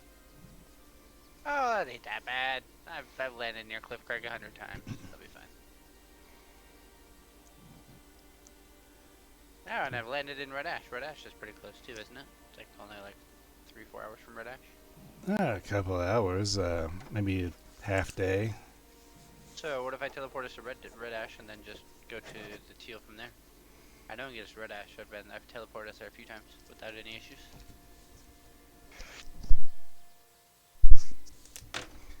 It's whatever you think most effective. Well, I have all day, so yeah, let's do the safety of no one getting injured. I'll take us to Red Ash and we can walk from there. Okay. Do you still have to roll for that spell? Hell yeah, I do. So I thought. I didn't level up. Let's see. So that would be that one there. That's a 17. First, I have 3 of them. I rolled them earlier. I have 3 total slots. First roll is a fail. Alright, I got this. I'm warming up. Had a lot of drink last night. That is a 18, so success on the second one. So I just wasted 1 slot, and the second one was successful. There you go. So with but a flit of effort and a failure, Munson repositioning himself, waving away the failure like it didn't even happen, and he casts the spell, and all of you guys, with Gurky successfully placed in the bag of holding, like he just kind of slipped in, and then Munson tried to cast the spell. You guys are lifted and dusted into nothing and brought back into existence in the forest right outside of Red Ash, where you're familiar with. He didn't have his bag of holding on him, did he? He did not, actually. Okay. You would think Gurk would be smart enough to know not to get into a bag of holding. With the bag of holding. No. At the earliest, if you remember, I said he had a knapsack on his back and his holder for his pestle. And that's all he has on him. Yep, I didn't hear nothing about no cool bag. talk of All right. holding. All right, Flint, pull him out. Out you come. Not so hard, please. And It's Flint. He's the weakest one we got. Just kidding. He's pretty strong. Flint, you pull Gurky straight up out of the bag. Gurky sets the bag on the ground and then reach down into the hole that is the bag and grab Gurky's arms and lift him straight up and then set him on the ground. Okay, I suppose this looks different, so this looks about right. Well, we were right outside of Red Ash. I've landed us a little bit out of the distance of there, All right. so we can go from here. Okay. Well, we'll say it takes you guys about a half day. So at about midday, you arrive with your keys leading to about where you think you should be. And you approach the city from the outside, not getting into the township. It's a small township, but you don't go in the direction of the actual residence. You go around the city, averting any prying eyes upon Gurky's direction, without any other issues, and you find yourselves facing what is basically a gated area. Let me get myself readjusted here. So, do that. So in the center of a clearing that is slightly sunken and nestled into the ground is this gated off area where the dead have come to rest. It's a large area that spans several acres and has many different type of burial sites that you can see even from your perspective. There are mausoleums, actual normal in-ground graves, and urns kind of affixed to different shrines. There are statues and decorative flowers and things. And from what you can see, there's a wrought iron fence that spans around the entire perimeter of the burial grounds, except for this front that you've been led to, where there is a gate that's rather large, about 15 feet wide, and a guard that stands outside carrying a poleaxe. Currently, it is a gentle, quiet space with only the two living beings populating the space that you can see. One who guards at the end of the trail, and you can see one more who seems to be lazily patrolling the grounds inside the fence. So, seeing this, Gurky kind of like nestles himself back against a tree and kind of hides from view. This is where I will be. You guys do what you need to do.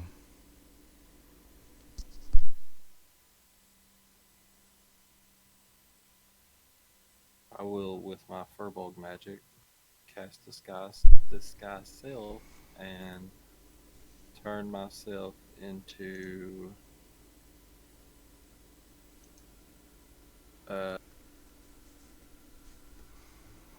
Elf Jonah Hill. Okay.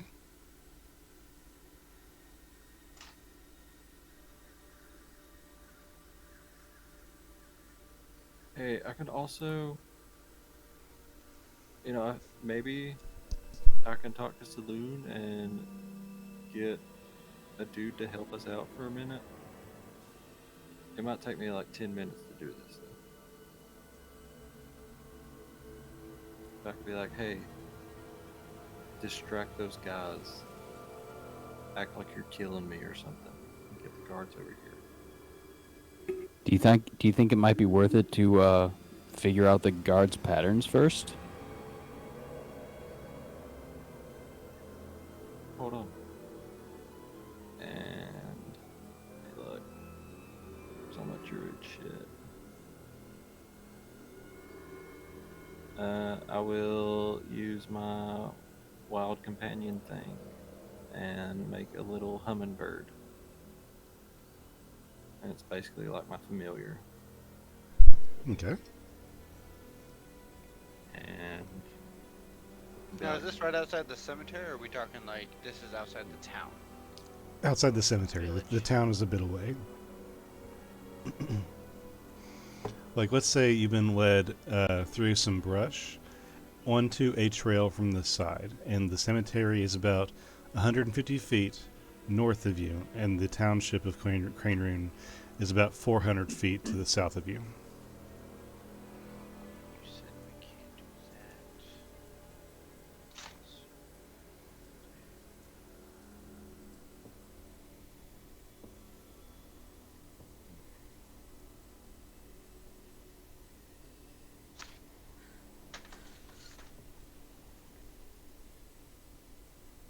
Would get that little hummingbird to just kind of go out and scout around though. Yeah, I still have my owl, so he'll fly up high as well and just kind of check perimeters. Okay. The cemetery is kind of broken down into like 3 sections. There's the entry area that is like a long rectangle in the front that the cemetery opens up from the bottom.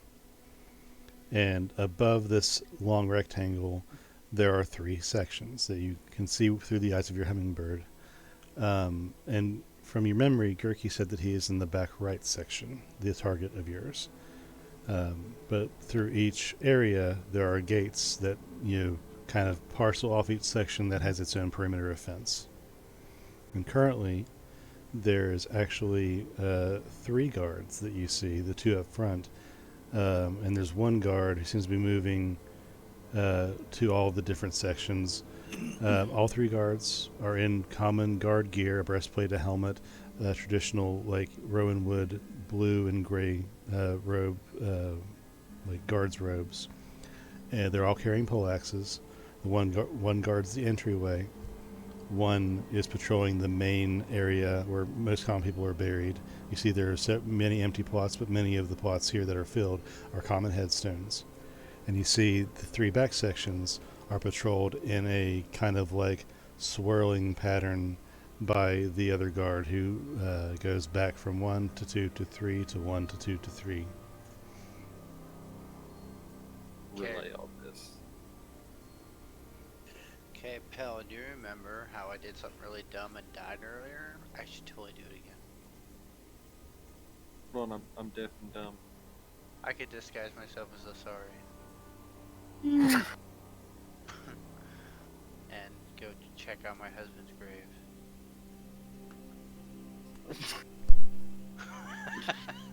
I want him back! Oh man.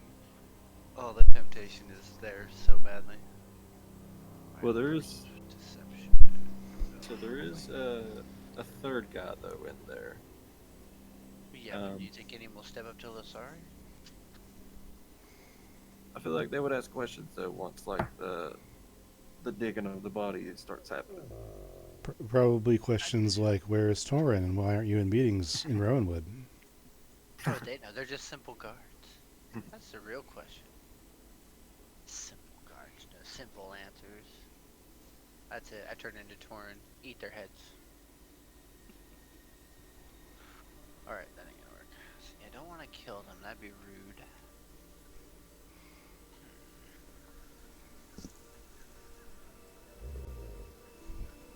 Just let me try this planner ally thing.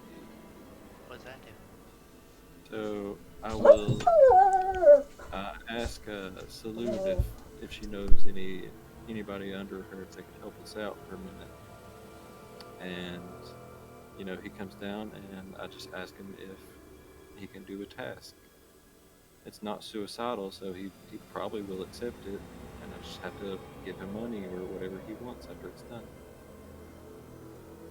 But I could get him to be like, drop down in the middle and be like, Sylvanas summons you 3 to battle, or something, I don't know. And you said my idea was bad. It's work. It's a work in progress.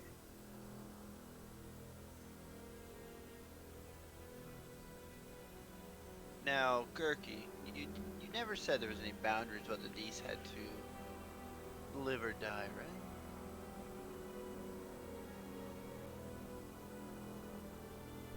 I would highly like you to not kill anyone. Definitely knock them No, we have Ugbor with us, right? I could have him go knock him out. Ugbor, what if I turn you invisible and you go up there and you knock each one out? Kill them all No, don't really kill them. quick. I can bring them all back alive. I think that could work. I think if Ugbor went in there and knocked each one out, I just put him invisible so you can just go up there and whap, whap, whap, whap, whap, whap, and then we can run in there, do our thing, and get out. Okay, let me run a really crazy idea by you. Let's say we go full ham, right? And you just murderize everyone. What Okay. are the chances you have the capacity to kill everyone, do our job, get out, resurrect everyone, and then wipe their memories? Well, I think just knocking him out was a better idea. I'm not saying you're wrong. I'm just running the idea out there since I know it's going to go there anyway.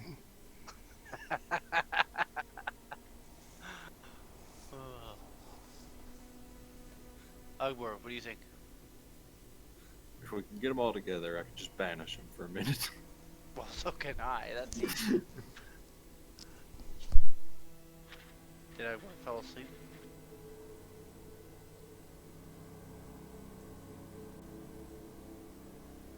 Gone. Gone from the world. I think we lost Ugbor, boys.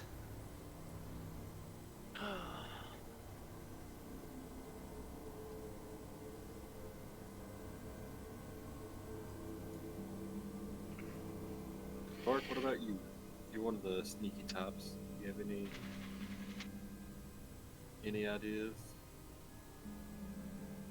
Other than just sneaking my way through, not really. We could do what we originally planned for.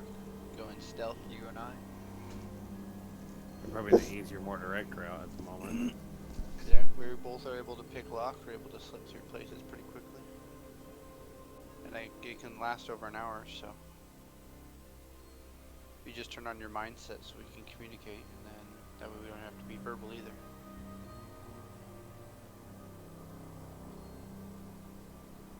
With Flint, you can do your distraction if you want with your noise little things, but there's not really much around here to hide around, is there?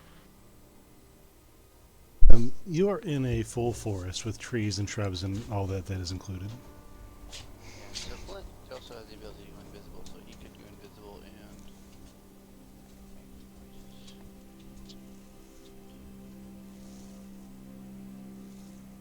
Yeah, just send me a message if you need a distraction. yeah, we can give this a route and see. Because, Gurky, do you need to be next to the body, or can we bring you apart? I would like to be left out as far as possible. You can bring me apart. Okay, perfect. Yeah, I will, if, Vork is ready, I can, upgrade to 3rd level, invisibility, me and him. It lasts for an hour. Okay.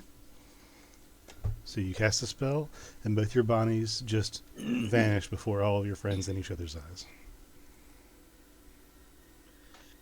Except for you, Munson. You can still see yourself and Vork. Yeah, of course. Vork, are you rolling your kinetic, brain thingamajigger? The whispers. Yeah. Yep. It's always the middle of an hour, right? What? It's I what? said it's a minimal of an hour, right? Yeah, I roll a D8. Oh, okay. I was like, I want to see these motherfuckers.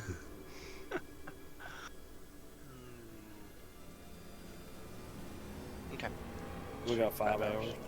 5 hours. And I can, I'm able to do it to everybody. I could have done it before we left. Just a quick 5 hour in and out. 5-hour energy drink. With a dog in the background. Mm-hmm. Let's see, do I have... These two. Okay. Alright, I would say, Vork, let's approach together. I'm next to you, Vork. I can see you. You can't see me. I'll have you guide, and I'll follow behind you, Vork. Okay. So you guys roughly kind of know where you're going. You've been told the back right lot. So with that knowledge, this is going to be a series of stealth checks as a skill challenge from Okay. Munson and Bork if you are going to do the stealth route. So Yes, I believe so. with that, you'll have advantage on your check, but you still need to make it because there is still sound to be concerned about. So the DC is going to be 15. Not hard for either of you to achieve by yourself, but it'll be 15 as a group. So Okay. I'll both of you roll the first stealth check. So is that please. average? That's an average. So you're okay. My first one is a 16. Okay. For it.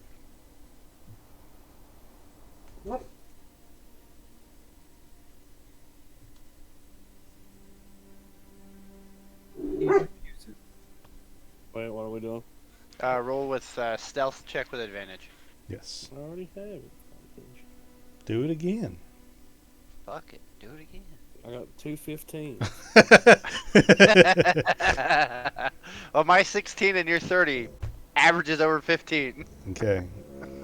So with that skill check, you guys quietly make your way past the guard out front, who is at attention. He's awake and holding his axe, but he's just looking around the forest and kind of taking everything in. He's not paying super attention.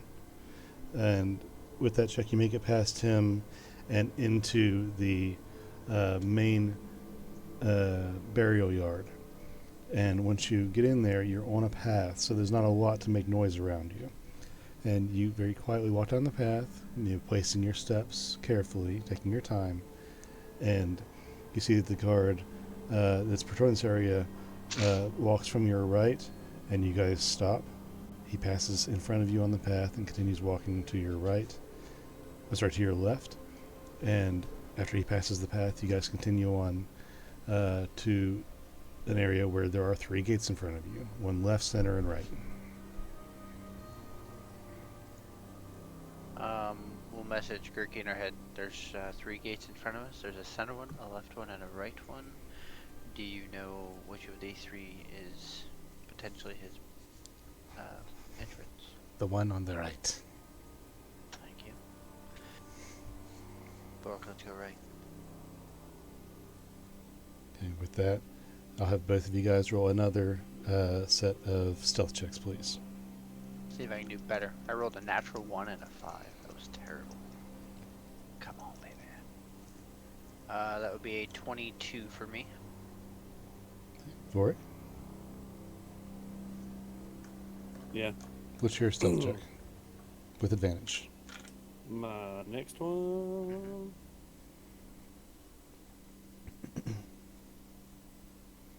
Okay. 33. Somehow that'll do. You guys managed to get into that yard there.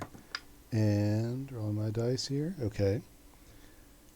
There is a guard there. And you guys are on this area here. You have, let me put my markers here. You guys are here and here. And as you're walking around, you see that there is a guard walking up through this area here. So tell me what you were doing. Now, each headstone has a name on it, correct? Correct. And we are looking for, hopefully, her husband's name, Mm-hmm. not a random one. And we're not sure if it's whether a regular or if it's a tomb or a casket. Mm-hmm. I'll ask Gurky. Gurky, do you know if he's in a casket or if he's buried in the ground? He's buried, but you have to go. Once you're in that third yard, you must go to the right, off the middle. That leads you to a small courtyard off to itself where his burial site is. Are we talking like halfway up to the right? Just follow the path to the right? Correct. I would say, tell work, I would walk the path that seems to be the least disturbing spot we could hit while we're invisible. You tell him this verbally? No, it's always in our head. Okay, making sure. Because we Are have, we we have talking like here? Yes. I believe he's saying, yeah, we go like this way, and it'd be like this direction. So why don't we go this way?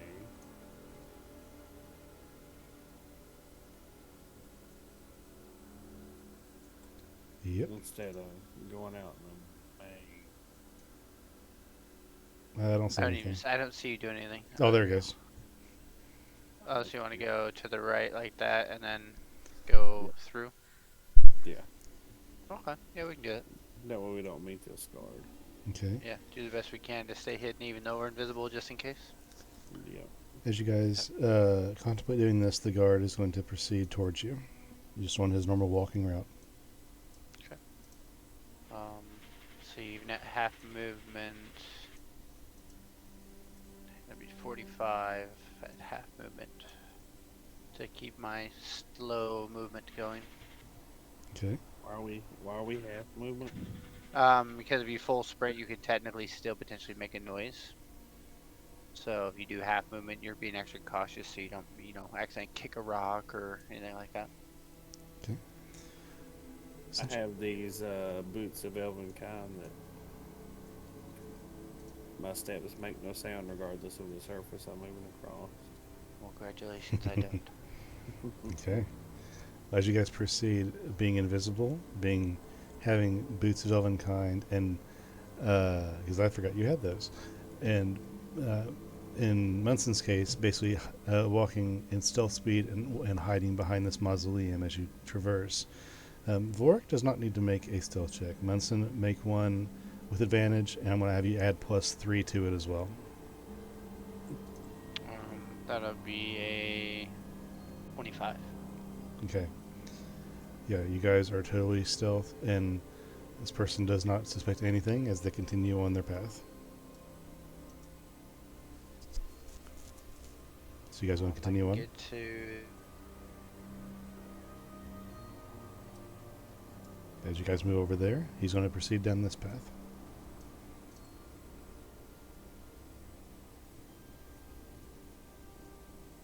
I'm dashing, by the way, as well. Sure. I'm Yeah. moving that far. I'm basically double dashing, but I'm doing it at half rate. So instead of 90 movement, I'm doing 45. And for our purposes, we'll say you guys make it to over there behind that bush. Yes, exactly. That small tree. By the time this guard has traversed on the other side of the mausoleum opposite you. I'll send a thing back to Gurki. We've taken the right corner. We've come around to a big tree. There's a tomb in front of us, and there's a couple graves to the left. Keep going through the gate. You're doing great. We go on through this way. So I'm guessing it's this way and to the right. Yep, I'll screen right. So as you guys traverse that way, making it to the back section of the cemetery that Gurki has told you, there are many grave sites, markers here too, and gravestones, mausoleums, but making it through there, there's an entrance leading to a smaller, more secluded space. This arch that you're passing through is actually a wooden arch woven from thick vines in a druidic fashion. Attached to the arch is a fence of similar nature that encompasses the space, and woven into the fence you see glowing blue inscriptions, and hanging from the center of the arch is a silver lantern containing an ever-burning blue flame. Within the space, your eyes are first drawn to the grave itself, marked by a gray headstone and matching stone statue that can only assume is Darien himself, carved leaning against its own tombstone and posed as if listening to a person in front of him. Behind the grave, you see a weeping willow that has been planted and has grown heartily, and which in the time since Darian's death has grown to nearly about 30 feet in height, shading the area around him in his final resting place. Fairy lights float in the swaying reeds surrounding the space, giving everything a soft, peaceful glow. But upon entering the space, you feel a strong warmth in contrast to the rest of the world that is in late fall. and the area seems to cast a strange aura that permeates your being as you enter. This area is also lush and green in opposition to the brown world around it. Can I Arcana check the area to see if there's any magical barriers or protection or runes around his grave or the entrance? Yeah, make me an Arcana check. I wonder, like, we'll trap something where Lasari will hear it. Oh, that was really good. 36. 36. Yeah, I rolled a 19 Okay. with my D4. I rolled a 2. There are no triggers or alarms, but the area is steeped in magic, creating the calm and peaceful surroundings that you're seeing right now. The things that permeate magic to you are the lantern, the runes on the fence, and oddly enough, some of the flora in the area. I'll relay that back to Vork. So, yeah, the statue outside with the runic capabilities, that's magical. The lamp is very magical. Some of the foliage is magical. This whole area obviously is created through some kind of magic, but it looks to be mostly safe, no obvious traps or triggers, so we should be able to proceed.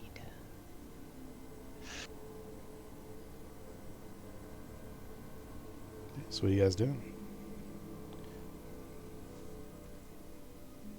I have a plan. I just don't. I want to kind of see the route of the soldier to see if they come all the way to his grave, or if they stop at the gate, or if they even come this far.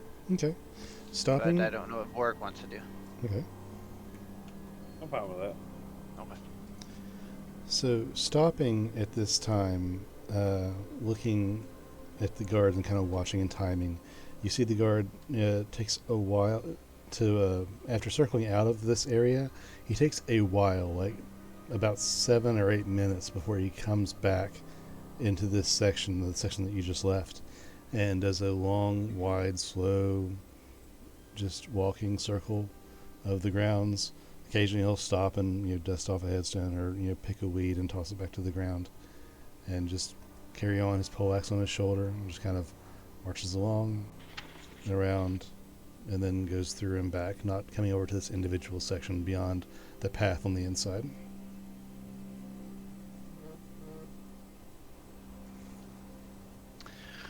So I have a plan. It shouldn't destroy anything. If we want to, if you keep guard for me, I can bring out my. I had this for a second here. Sure you did. I do. Calm yourself down. I'm gonna bring out the remainders of my marvelous pigments. Mm-hmm. And I'm going to create a hole in one of the corners where it's hid behind the statue of him and where it's not obvious when he does the walk around. So I can reach in, take a limb off, and then I can repatch it with the pigment and then remake the surface look like it was, as if nothing's been touched. You're taking a limb off of I didn't hear what you said, like a So tree? I'm taking the pigments to open up the top of the tomb to clear it open, and then go reach inside, take a limb off, like the body part, put it in a bag, and then use the rest of the pigments to recover the top to make it look like nothing's been disturbed. Okay, I want to clarify, because that's a little bit of my fault. The image there isn't exact. That block you see there is not an actual above ground sarcophagus. That is a grave marker. He's actually buried in the ground. Okay. So it would be.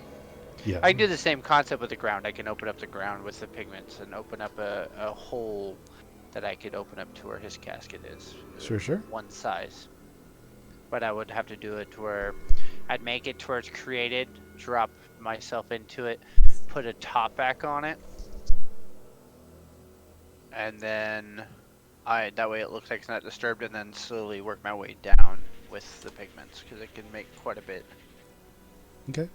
So not a problem. Just wanted to clarify. Yeah. So that is what you see on the when you get close enough to the gravestone.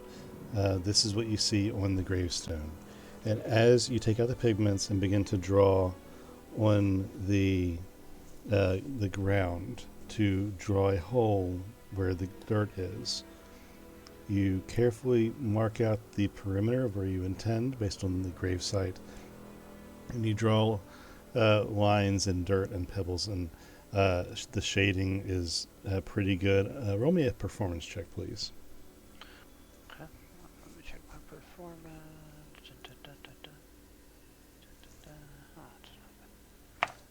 That would be a 19 on the die, so dirty 20.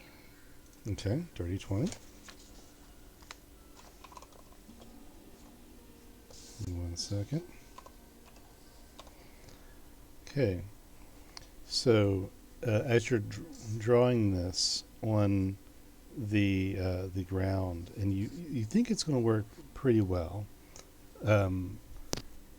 you get everything just how you want it from a certain perspective, and just as you're tracing the last little bit of shading and drawing the last line across to complete it, from your perspective, with your hands kind of on the ground, and you're drawing this, you see out of your periphery as you're drawing this last line, the same drawing has appeared on your forearm on the left, and with the completion of the hole, the paints make it so that this hole suddenly is in existence. When you shift your perspective, the painting shifts, and it is a real hole in the ground, as is the hole in your arm. And you're going to take 13 points of piercing damage.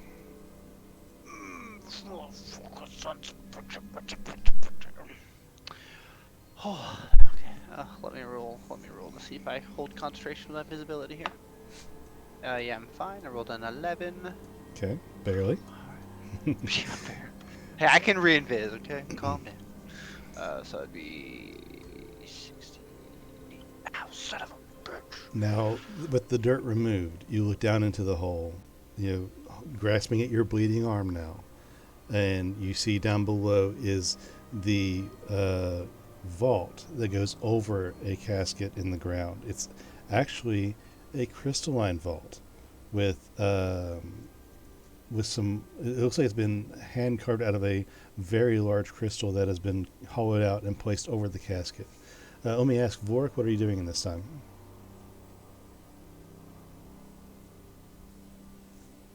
Vorik, he gone. Okay, so I would assume, because it's big enough, we both could drop down, and then I could put a try to pigment cover the top surface of us to look like that the ground is back to its normal self above us, but it's hollow where we're standing. Does that make sense? say it one more time. I didn't fully grasp it. I'm sorry. So I was able to build the hole to where we can get into it and check out the casket. What I would do is I drop in and do it to where like repaint over us the image of the ground, so it looks like it hasn't been disturbed from an eye's view walking by. Okay. So you're doing this while you're underground. Yeah, because so we're gonna be below. I'm gonna try to create it above us so we can still be in a hollow section, but the ground above us will look completed. Okay. So what exactly do you draw? Do you draw a flat surface of dirt? Because that might cave in on you. Well, the design it should hold. I'll It might. put. It's hard to say. I know it's questionable. The work was here. This be easier to decide. If I have anything, now that I'm in the whole page here, there's that.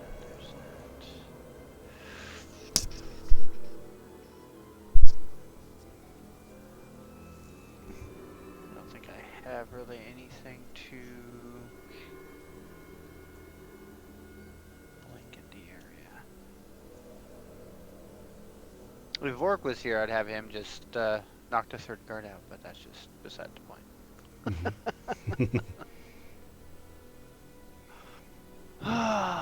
It's hard to Decisions. bury from underneath, I know.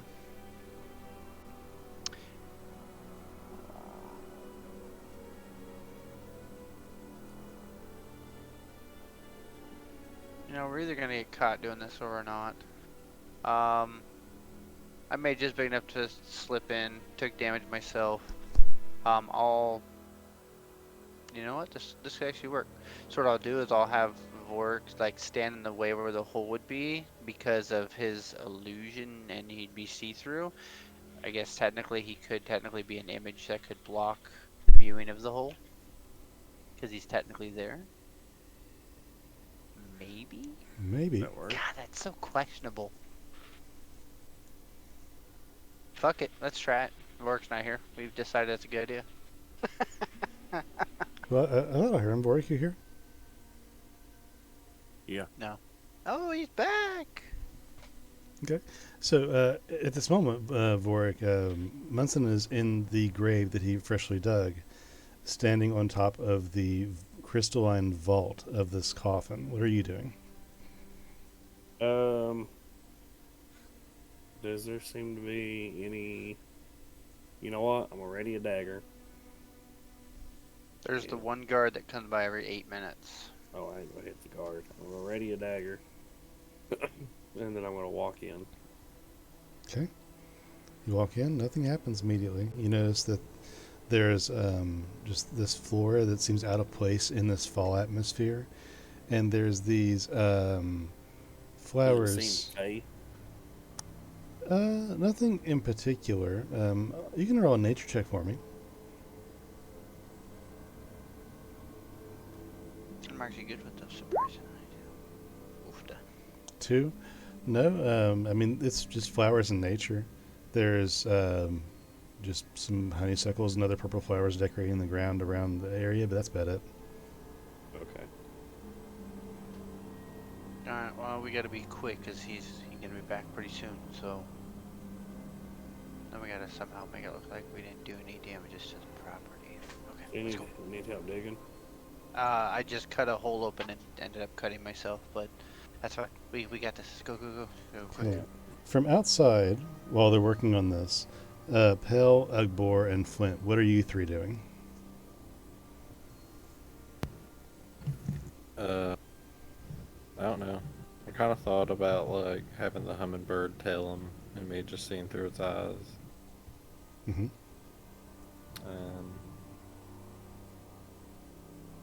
I guess I'm just going to be drawing little figures in this dirt. Okay, so Just drawing little moons. Pell's going to doodle and relay the events of what the guys are doing, where the guards are. What about Flint and Ugbor?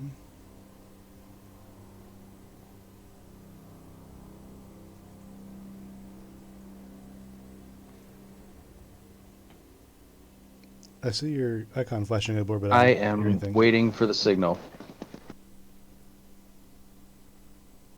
Okay. Well, what were you told was the signal? I told him to message me. Okay. Yeah. Yeah, I did the voice chat before. I would have said I did it before we split. Okay. Technically, they've heard everything we've talked about. Correct. And Ugbor, did you get your thing fixed? Seen this thing a lot up a second ago. Yeah, saw that. Maybe had technical issues. I haven't seen any typing anywhere else, so. He's T-posing. So I guess we're gonna go in Over. to the Dark Vork. I guess we could get Flint to start distracting, and get Pell maybe to activate his god to make a distraction in the third gate if he's watching us with his creature, with his what were we using? A hummingbird. Yeah, hummingbird. If you can start distracting a little bit so we can finish what we're doing. You guys hear Gurky ask, "What's going on? Have you found the right place? What does the headstone say?" Here lies Darren of House Lunanak, the ever constant and forever loved, born in Glamara in the year 762 PS, died in brave defense with the Northern Rowanwood in the year 965 PS. Yeah, that's correct. That's the right one. I Okay. dug a hole using magic, and we are now about to enter, looks like a tomb, Excellent. Be careful. or Be a quick. jet vault. We are. Distractions activate if you can, boys. So, Flint, what do you do?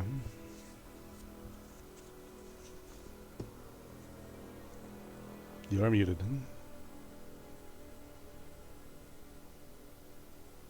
I will pick up a little twig and tap it with my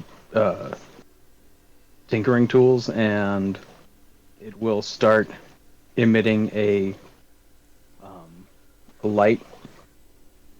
Like, I'll keep it like, hid under something. And then I will hand it off to Anthony. And I will send him off, just running away from us. And when he gets, about 10 feet away from me, he's gonna pull out the light, and he's gonna start singing "This Little Light of Mine" at the top of his lungs. Okay. So, no performance check needed, as Anthony goes through screaming the song, "This little light of mine." He bolts through there. The guard's attention is immediately diverted, and the guard who was starting to come back into the third section, along with the other two who are up front and immediately attend the situation. All of the guards come out of their boring state of tranced walk through this position that they've been so graciously granted, and they go out to see what in the world is going on. And they see Anthony just jetting in their general direction. Does Anthony stop in front of them, or does he go past them? Before he is within range, he is going to detonate. Okay. So nobody's gonna get hurt, but it's gonna be a big ol' explosion. So the singing and the two guards immediate close come out very quickly and watch them start to come up here like claptrap, and mid song the third guard, Let it shine, let it shine, let it shine. and after this this explosion just rocks the earth and creates a small crater in the dirt. The third guard comes out just in time to see the dirt just pop into the air, and clouds of dry earth just as bits of rock just start to rain down. And the guards are now very much have their attention drawn. So with that, Bunsen and Vorik, what are you up to? I have one question, Dustin. Yes. So, and it'd be really cool if you just let it work. Mm-hmm. So technically, like what I did is find familiar, Right. and through your familiars, you can cast spells and stuff, right? That's what I hear. Could I get that little hummingbird to fly by that other guard and be casting thaumaturgy and making it sound like, I have no idea, like the most horrible fucking bird of prey in the world, or like, what the hell does it even say? It just makes it boom, so it just makes a very loud tweeting noise right beside of it. Okay. So it like scares them off or something. It could be like, what the fuck? Now, assuming you're asking because typically the exact spell that you use doesn't allow for that, correct? Yeah. Okay. Yeah, that's not going to be a problem to do in this case. So you cast Sweet. you cast thaumaturgy through your animal, and this small hummingbird, who's going very in general close proximity to the guards, just starts emitting this almost robotic, deep pitched tweet, and just begins circling around them. So if their attention was only drawn for a moment, they now have an active target to fix on. So, Munson Vorik, you're up. I'd like to, on our way through, I'd like to investigate, make sure there's still no traps in the lower half. Okay, make an investigation check. You want to do investigation work, and I'll do like an arcana, make sure it's not magical? Or do you want to work together on this? We can do that split if you want. Okay. Cool. I'll focus Arcana. You focus Investigation for traps, triggers. Okay. Go for it, guys. That'll be a 30 for me. 30. Okay, investigation, you don't see any traps that are obvious to you. So you think everything's safe. With a 30, you looking at the crystal that encases this oak casket. The crystal, as you begin to work on it, you notice that on the very edges of the crystal, like of the mitered edges, because it's not just a perfectly square thing, it's like cut 45 at the edges and corners, and on those edges you see a faint inscription of magical artifacts, and you see this very faint shimmer go across the glass. As Vorks looks, I go to grab his back and go, hold it. Would I know what that light aura might be? Not exactly. It seems to be something of basically a ward, as best you can tell, but it's hard to get a specific bead on it.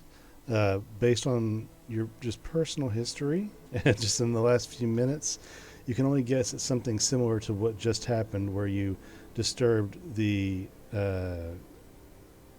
gravesite and something had the reciprocative effect on you. I'm gonna become invisible while I'm under here, but I'm going to focus on that scent and I'm going to dispel it. Okay. You cast Dispel Magic and place your hands on the object, and as the disillusion leaves your hands, it washes over the entirety of the glass crystalline casket, and it seems to be almost unaffected. Like the ripples of the magic that were already there just kind of let it wash off. So my magic seems unaffected, or the magic that I see around it seems unaffected? The spell that you tried to disenchant was not affected. And almost as if it were sentient, the magic begins to increase in volume a little bit. The shine becomes a little bit more active and brighter. Well, that's the most powerful thing I know that could get rid of that. That's a bad thing. Might have to take damage to do this, but let's see. I'll look to see, because the spell magic did absolutely nothing. Shit, can't do that.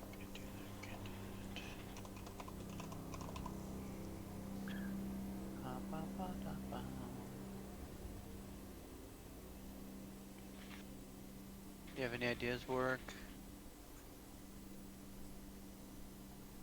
What's currently happening at the moment with this spell thing? I mean, I tried to dispel magic. It seemed to have a runic protection, and as I did it, it seemed to enhance it instead of lower its aura. seem to be coming from the runes, right?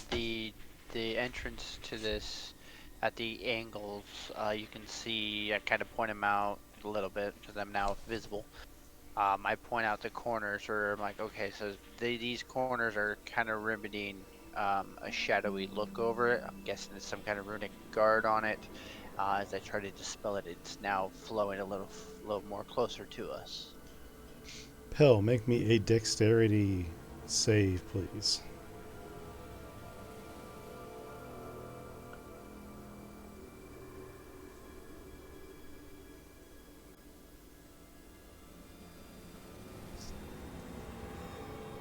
Pell, did you hear me? No, I did not. My bad. Sorry, make me a dexterity save, please. Lucky. That was a 5. That was a 5, but it's now 12. 12. A 12 is exactly what you needed to make the save. As the guard swipes for your hummingbird dips and moves out of the way and then buzzes off in a certain direction of the graveyard, and now all 3 guards are chasing after this hummingbird, being careful not to trample any graves or flowers, but they're actively running after this bird. and they all have their pole axes at ready. So, Munson and Vork, please continue. Fuck, there's another one I could try.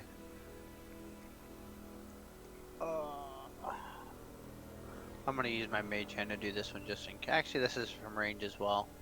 I'll try this. Fuck it. See if I can. Any kind of magical means that's preventing access. Hopefully, it can counter it and turn it off. Okay. You cast the knock spell, and you take your hand and physically knock on the object, and the knock reverberates just.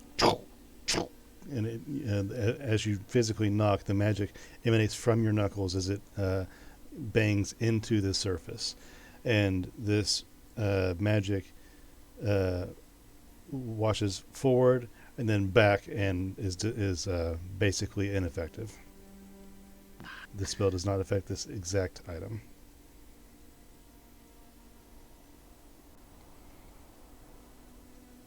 So his casket's locked, right? Nope. As far as you can tell, there is no lock or anti-getting into the box that is this crystalline. I forget what the name for it is now. Shoot. But the box that goes over the casket. There's no lock on it or anything. I think you have to consume damage to get to it. I think that's the only route left.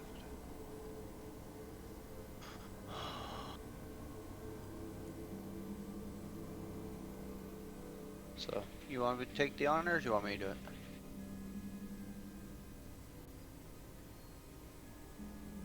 As you should be good for a minute. I got the guards chasing my bird. Don't waste any time, though. This won't last forever. Please hurry.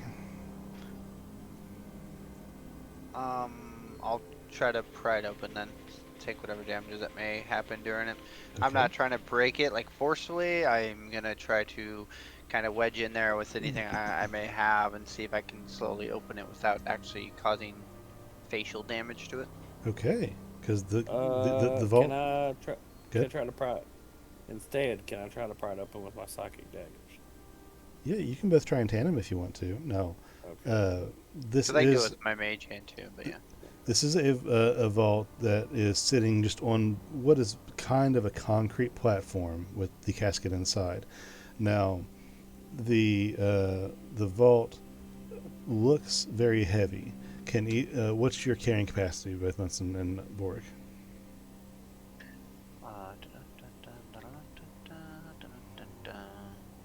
Let me see, what is mine? 150 is mine. Okay. You know where the hell to check that? It's your strength times 15. Your strength number. 225. My push, drag, or lift is 450. Okay, 450. Wait, 450? I technically, yeah, he has something that gives him much Jeez. higher, probably. All right. I also have, I'm also proficient in athletics, which gives me a +5, so technically it would give me an additional 60, so it gives me about 210.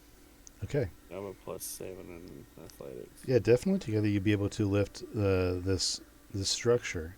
Vork is using his psychic daggers. Munson, what are you using to pry? I will use regular dagger. Regular dagger. Okay. If you guys wanted to try and lift this with your daggers to get it to wedge up a little bit, I would need a combined. We'll say. Let me see my check here. We'll say combined check of 40 to lift this up. Lift this up. Okay. Fuck. Let's see. One chance. Athletics? Yep. Yeah. Your athletics check.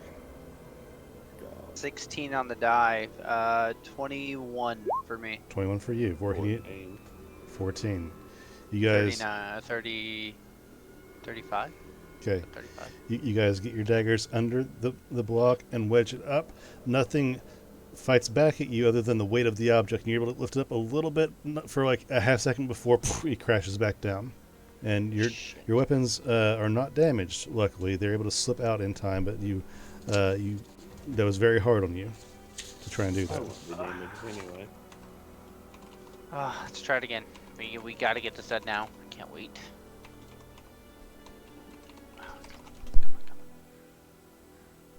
Now, work. as the vault though slams back down, the pure weight of itself uh, isn't a happy sound when it crashes back down.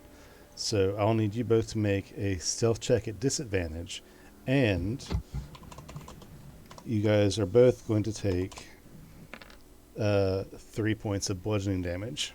As the sound hurts the object, it also hurts you. Disadvantage gives me a 22. 22. Disadvantage. Would his be straight roll then? Yes, this will be straight roll. 34. Okay. just for the fun of it, let's roll my dice. Okay. Yep. Not nothing. Okay. So yeah, the rest of you, Pelagor and Flint, you guys hear in the distance a very slight, and The hummingbird has started shooting produce flame everywhere. okay. Now They're just shitting it out. with Yeah. that, as this bird is doing these illusions, the guards are now taking swipes at it with their pole arms. So let me make those attacks. What's the AC on this little bird? I have no idea. Bird AC. Probably like 10. Hummingbird AC. Oh my god. Let's see. Hummingbird. I could have technically reiterated that, but we are too far gone now. When we try it again, I got a couple things to do. If there's Depends just on- like a bird, Depends on which one, because according to this one, according to fandom, there's a hummingbird with AC 26. So I'm just saying. holy fuck. I mean, it's going to be hard to hit, realistic. This one here says a familiar I mean, if intelligence 4, speed 50, AC 23, because how quick they are. That's 'Cause- another homebrew, so it's kind of up in the air. Is there I anything? definitely would have had it like out of range of getting hit. Okay. Oh wait, here's a And the- picture. Flame thing, like I just would have been shooting it like at their feet. Oh, here it Okay. is. Hold on. Hummingbird, AC 15, hit points 3, speed 100. It's an actual picture of it. Okay. So we'll say AC 15, but you're keeping it out of range. Even though they have pole axes, you're keeping it away from them, being fairly quick and high enough when necessary to stay within the fenced area. Correct? Yeah. Okay. So at least one of them is going to try to throw their pole axe at the bird. It's going to be a disadvantage, and it's not. And we'll say the guy didn't think about where it's going to land after he threw it. So he's going to roll. It's going to be a 9 to hit, not going to hit. And There you go. Hey, there it is. And the guy, after he throws the pole axe, it's going to fly through the air and whisk pretty hard like a javelin, but because it's heavy, it just falls down and then starts cartwheeling through the air like twice before it smacks against the gravestone and the gravestone falls over. The guy swears to himself and then runs over there and tries to correct the gravestone. Okay. Work on what you got. Try again, I guess. And nothing else we can really do about this. 40 you're saying? 40 total. 40. God, I wish I had advantage. Alright, let's go. 26 from Vorik. So I need a 14. 14. Come on. Also, hold on, also, Also? Yeah. Yeah. I can use this. Ooh, 18 on the die. That's Dude. 23. Okay. Well, Dude, anyway, well, Vorik. for the sake of it, what's your idea, Vorik? I have knowledge from a past life I can use. I can add a d6 to that as well. Go for it if you Okay. want. Fuck it. This is the time, baby. So it's 29 at athletics. And I rolled 23. Okay, so Vorik and Munson, now having a better angle on the situation, having experienced the weight of this thing, you now get your blades a little farther in, and instead of lifting by the point, you turn your blades so the wedges help you in a different fashion. And with your combined strength, you wedge it up on the blades just enough, and looking at each other in unison, You're invisible, but so Vork you can't see Munson. Munson you can see Vorik though, and Munson you take cues off of Vorik, and as he does it, you do as well. And once you're technically mentally count. Once your blades reach almost the apex of where they're going to wedge, you kind of let the blades drop and very swiftly stick your fingers under the vault and lift, and you're now holding the casket, both of you, at the same time on one end of it, on the long side, about an inch or two off of the ground. Can we slide it, or does it open? It's basically an upside down canoe, if that makes sense. That's the shape you're dealing with. It's just an upside down box that's been placed on top of the casket. So we need to lift it. But you know, if you drop it in any way, if this thing sustains damage, you're taking similar damage, if not modified. Shit.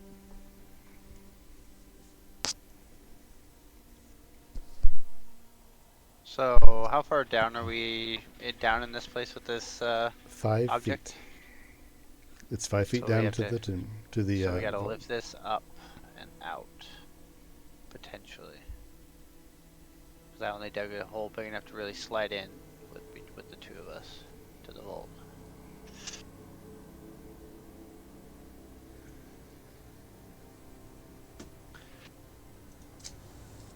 You know what? I'm going to say fuck it. I'm gonna drop our invisibility, and I'm going to give both of us fly, Okay. so we can pull it out and put it outside real quick. Be able to fly it out without having to restrain ourselves too hard. Okay. So you cast fly, and both of you now have a fly speed. Now both of you currently are on like the the shortest end of this rectangle. What do you do to do anything before you fly? I would say with our with my dagger and his dagger locked in place, we would try to lock it in to where we kind of put hard pressure to where it holds it, and then slowly, basically levitate ourselves out of the hole and try to lay it onto the ground in the grass. Yeah, I guess that would kind of work. I guess he could get below it after we get it out of the stationary area and actually grab the box itself from that half. Okay, so we'll say with some maneuvering. From below. So with some maneuvering, you guys get into a decent position with your knives and hands, and after you get into a position, you guys you signal each other mentally, and 1, 2, 3, and you begin to lift very slowly, fly vertically up out of the hole, off to the right side, and go down to the ground with it. Mm-hmm. And now this crystalline vault is laying beside the hole in the ground.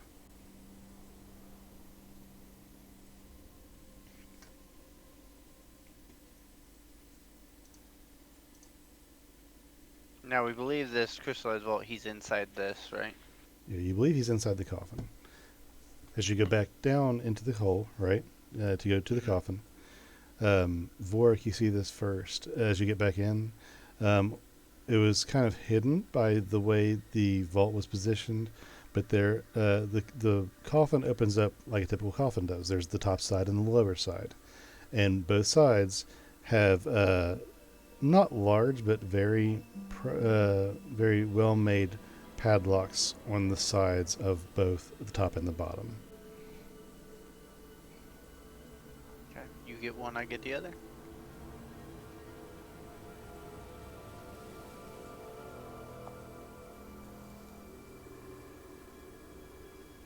Vorik, you here? Yeah. Okay. You get one lock, I'll get the other. Yep.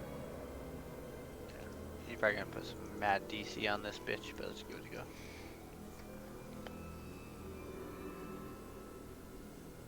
That would be a 25 for me. 34. 34 and 25. Okay. Now, both of you, as you get your lockpicks... I rolled sleight of hand, but Thieves' Tools is the same thing. Yeah. Same here. So, you get lockpicks, and you go in and maneuver the tumblers in the lock, and it's not incredibly complicated, but it is a 2-stage lock. you are successful in setting the first series of pins. But after you set the first series of pins and they lock, you then have to go back and try the back set of pins. So I need you both to roll another sleight of hand check or a thieves tools check. There's a D4. 33. That would be a 21. 21. That's Munson, that's one above what you needed. Oof. And both of you, with some effort, Vorik first, and he looks to Munson, who then, after a second or two, then gets his pin set, and both the locks fall open. Oh, don't judge me, Vork. Yeah, you did it with your wiener. I get it. Let's do this. The zombie wiener. Just the skin from the suit. Okay. Once you manage to get the coffin opened, you are greeted with bones, dust, and the remnants of clothing and armor. Around one wrist of the skeleton is a leather cuff, and besides that, it's just this skeleton dressed in whatever he was buried in, and that's it. So does anything look significant on the guy? I was going to say, does this shit look magical? He has a leather cuff on his wrist and his clothing, and that's all that's in the casket. Besides his bones. I would say it's bring the cuff with a bone.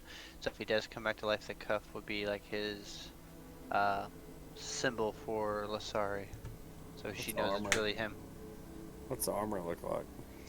I think it's just clothes. It's like dark green and light green clothes with like leather armor on top. Oh, gotcha. Is there any magical properties to that? Make an Arcana check.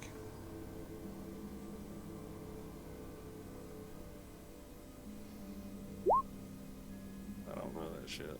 That's not my forte. No, it doesn't seem to be magical as far as you can tell. Hold on. Would you like me to take a look more? Yeah, sure, it'd be easier. That'll be a 30. 30. You notice that the clothing, the bracelet, they aren't magical, but you notice that the leather armor that he has on is actually +3 leather armor. So it's been magically modified to be a little bit better. Now is it wrapped around his bones or is it like folded? No, it's wrapped around his bones. He was wearing it. Do we want to be that guy? Do we want to be grave robbers? Well, do we want to? My idea is to grave rob, but technically we could. I was gonna say take it, and then when he comes back, we could give him this to give him his protection, or we could keep it for ourselves. Well, I was thinking keep it for myself. Okay. Well, as long as we don't get zoned to truth, I don't care. I mean, if we do in that case, we'll be like, just playing. I'll take like the hand bones and put them in my satchel while he's slowly taking all the armor off. Okay. Oh man, I forgot to give that back to you. My bad. I've just been wearing it, keeping it warm. It's like, yeah, man. Oh man, that's my slipped bad. my mind, man. Here, you want this? You want this zombie skin instead? And then I don't know how long this is gonna take to doff off armor off a dead person. Probably pretty quick. Sleight of hand that. Pell, we're gonna have you make another dexterity save, please. So am I using my dexterity or the hummingbird's dexterity? Either or, I'll let you say. I thought as a druid you use your. Ain't it? Well, it's yours if you're wild shape. If it's a whatever this thing's called, I forget. If it's that, then it's like the stats of that creature, typically. It's the familiar. Yeah. Oh, I'm using this because it's got a fucking +5 and I've got 0. Yeah, technically it's his, so yeah. That's a dirty 20. Dirty 20. Okay. And nope, that's fine. So the guy makes another swipe with his hand, trying to grab the bird, jumping as he does it, and he launches himself he jumps onto a large headstone and then launches up into the air trying to grab at the bird, which ducks out of his way, and he falls and takes 3 points of falling damage as he falls down onto his side and cracks his body against his own armor and knocks the wind out of himself. I got the hummingbird saying, "I will feast on your souls. Surrender yourselves, oh baby." Jesus Christ. So you say, "Oh baby." Oh baby. Jesus Oh my Christ. god. This is the most wickedest hummingbird I've ever met. Okay. He falls down, the hummingbird starts humping him in the leg. What? Who's your daddy? Who's your daddy? It flies away. If they ever get too close, it'll do like word of radiance and like just like energy will come from it, and it's like step the fuck back. Munson's I'll eat your heart out. Oh my god. So, with that, Munson, as you and Vorik pull the hand off of the body, there still is some connective sinew that hasn't fully dissolved. It's barely there, but it's still like keeping the body together. And as you just, go and snap that to break the hand off, you guys are also going to take that damage. And it's going to be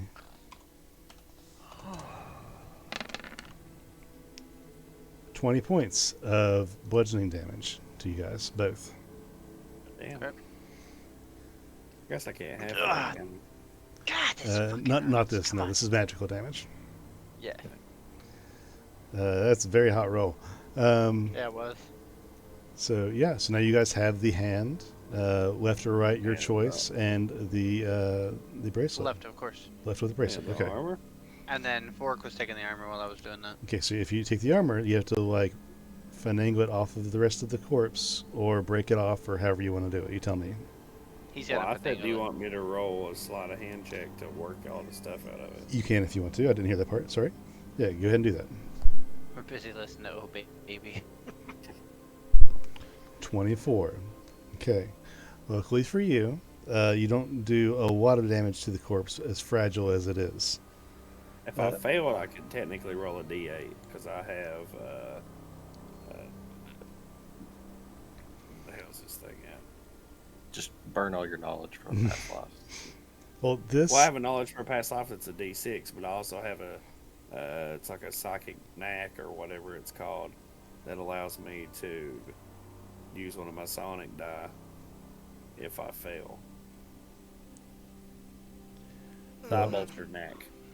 Well, If I fail a check. this is basically a partial failure. It's a staged platform, so you will take. Here's how it goes, right? Like you're trying to get the body out of the armor. The legs aren't that big of a deal. It's just some greaves, and you can get this off pretty easy. But the top, however, it's harder to get up and around the shoulders and the arms. And you get to a point where you're about to move it around the arm, but the arm won't move in a certain direction without some force. So you think that if you move the arm the way you need to get the armor off, that it's going to break the arm off or something similar, which will cause you some damage. But if you want to, you can use your wisdom to try and redo that, or your intelligence to try to redo that. D8. Use what? Your knowledge from past life, or whatever you want to do. Your psychic ward thing to give you that D8 to succeed. And I gotta say, this fucking rogue class is cool as fuck. It What? has been like the fucking whatever saw shit, because it has been like the most handy shit this entire campaign. I know, like this is probably going to end up being my favorite one. Looking at Phantom, I was like, hell yeah, it's awesome, but Phantom don't get shit till later on. It's not fun. Okay, so you're taking the damage, or you're going to roll your extra d8 that you have.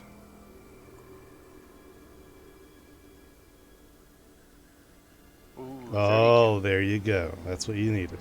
So you reposition, and instead of taking the armor off of the shoulder, you put the armor back on, and then raise the arm up and put the hand through, that way, then remove the armor. And then you're able to remove the armor without damaging the body. And one hand's missing, so that one was really easy.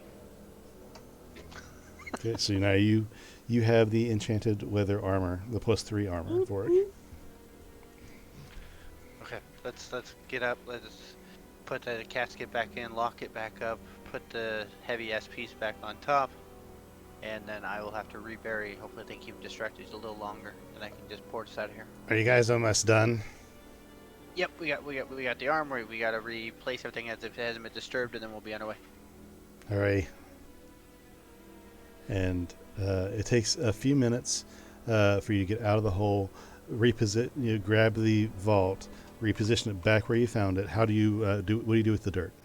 You Is paint that regular leather or studded leather? regular leather. Because it's pigmented, it would have vanished, and then I can just repaint it back on. Okay. So I repaint it. So you take a moment to repaint grass and dirt over the spot, making sure it's 15 is what I rolled. perfect. Okay. So you take, and it might not look great. It might be a little bit heavy on the greenery, the grasses that were there than it was before, but good enough for common eye. And you take your belongings, and here you are, fresh out of a grave robbing. Okay, and then I'll use a 3rd level spell slot to get the spells invisible again and head our asses out of there. Okay. As you're leaving out of the area, you notice that the of all the things in the area, the thing that catches your eye the most, Munson, with you and your Arcana knowledge and everything, the shine from the vault that you saw matches the shine that wafts off of these blue flowers on the ground as you leave.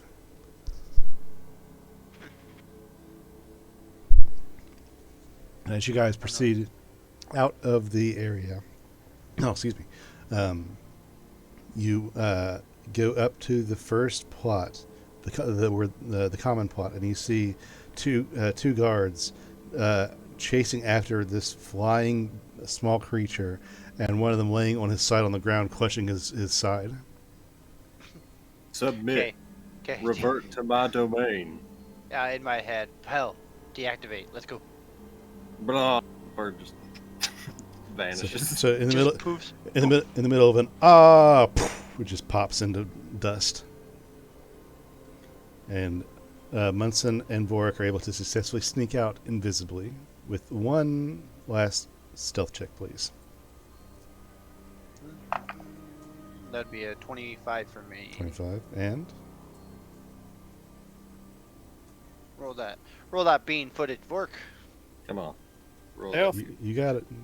You better beat me. That's all you gotta say. Don't let me out stealth ya.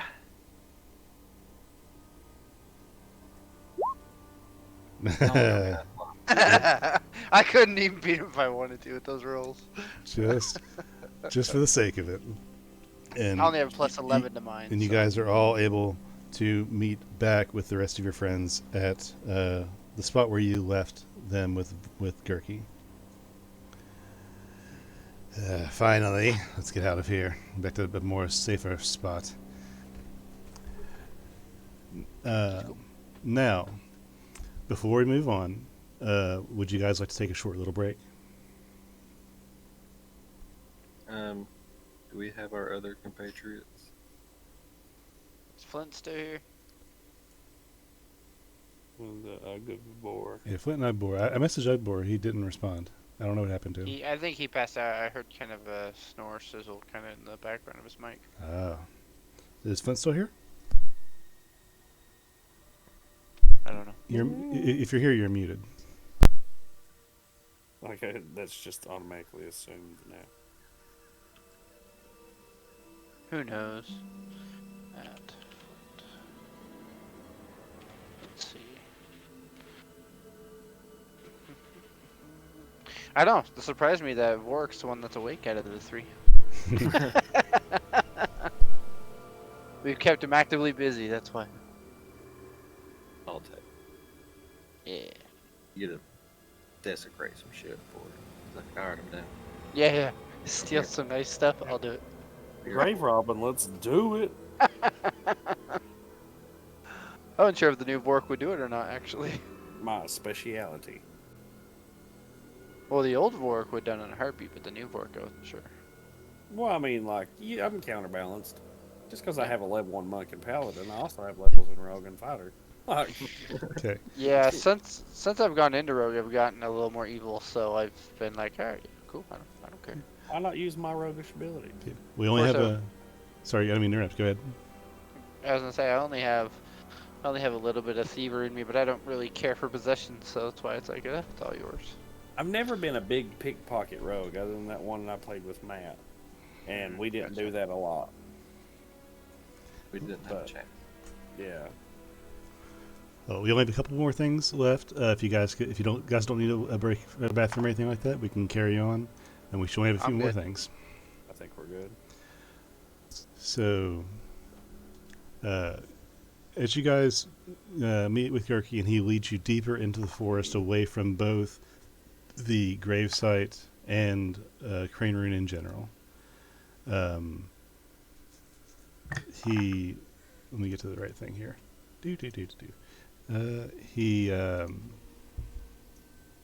He gets to a spot, like it's almost a clearing that's very small, just a spot between trees. And did you have any trouble? You mean what? Any trouble when you got back to the actual gravesite? Was there any issues? Is everything look as it was? Everything looks 92%. That's passing. A little greener than it was before, but have not.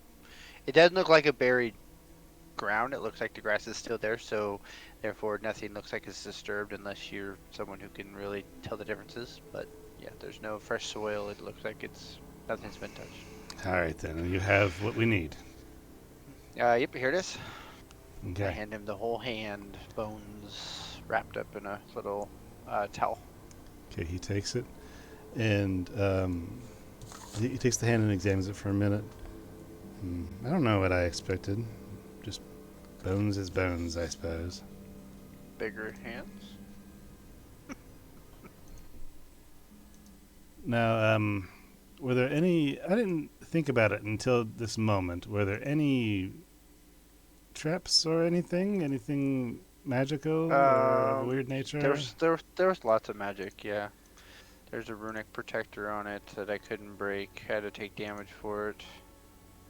I did not know about that, but in hindsight, I have no idea why I didn't suspect such a thing, knowing Lysere and Torin as I do. And then if you look in my arm here, you see this big, 1 inch by half inch rip hole in my arm. Yeah, that's gone right now. I see that. That's something. Yeah, it hurts. Just so you know. Yeah. I think they had like an alarm set on it or anything. Nope, no alarms, no triggers. It just seemed to be protected with runic powers that I couldn't even bypass. Well, I just had to take damage to get what you needed. well, you're appreciated. Oh Yep, wait, you're here I welcome. You gotta. I'm gonna cast heal on Munson Okay. and on Bork. So Munson, I know you're squishier, so you'll get the 7th level heal. Ooh, fancy. Okay. Yep, I'm good. And Bork gets this one. Yeah. Aborg, you with us? Yeah. Awesome. Oh yeah, there he is. So, Gerke takes the hand after examining it, and he flips the bag off of his back and puts it in front of him on the ground, and opens it, and still looks at the hand. I get 70. I spent an inordinate amount of money, traveled more than I intended at this age, but I felt time was in short order. I reached out to a contact of mine, and he reaches down into the bag, in the Yon Catral by the name of Savos Darlene. He always comes through when you throw enough money at him. And he reaches down into the bag deep and pulls up a scroll with a shaking hand that 4 of you have seen a copy of before. It's radiant white, presents with a crimson wax seal, and with an arcane inscription on it. He breaks the seal, and his eyes glide over the writings that glitter and flicker like hot white fire. And while holding the hand, he mutters syllables that Munson recognizes as arcane summonances. The spell's magic glows outward from the scroll, and tendrils of blinding light grasp the body part. The material stitches onto the hand, and Gurky releases it to float in the air. And the tendrils just begin to latch onto like small whips of white energy from the scroll. And as the light just imbues itself in waves and tendrils onto the body part, like a seed bursting to life, it just begins to grow, and in mass, and from the hand sprouts an arm, and then a shoulder, and you see the body just regenerate before you. And as it does, the scroll disintegrates in Gurky's hands as he reads down the scroll, the top disintegrating first, going down. And the brightness from the newly created being that was once almost too bright for you to look at begins to recess in intensity. And you see now a full body of an elven man, tall, dark-haired, with a fighter's build, dressed in green clothing. And Vorik, you notice that the armor you have on your side that you're carrying with you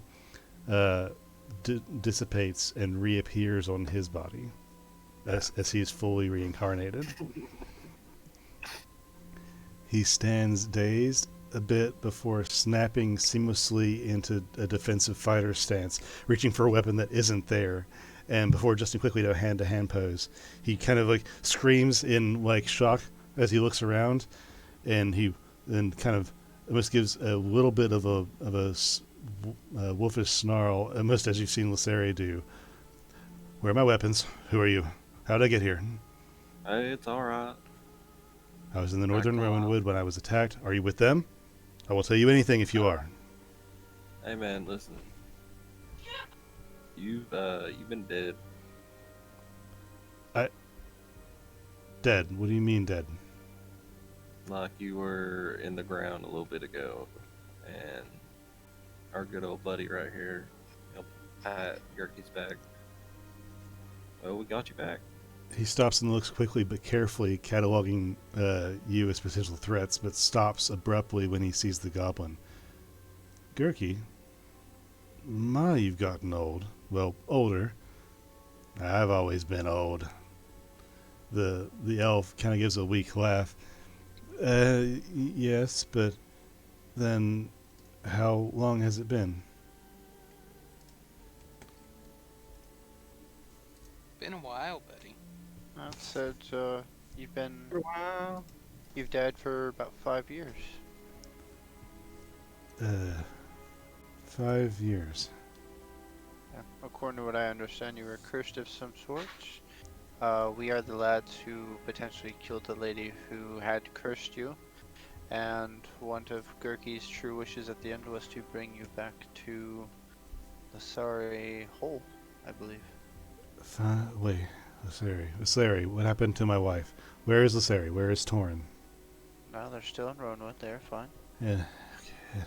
She's a queen now. And Not quite yet. She's gonna be a queen. he looks at Gurky. And the baby, did the baby...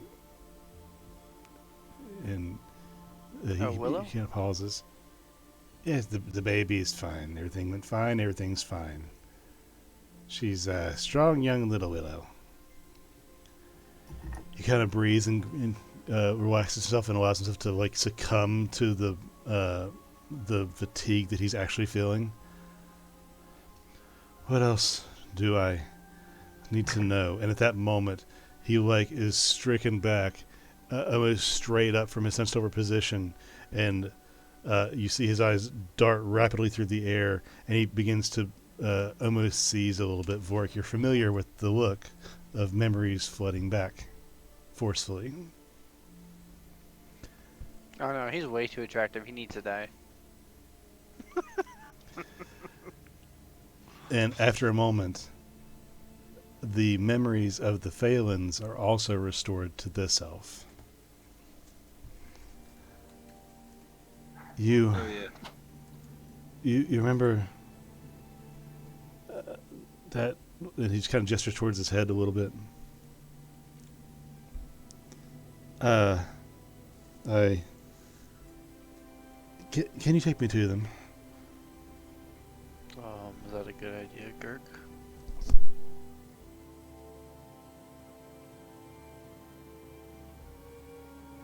Yeah, gonna like kick our ass or anything, right? She totally could.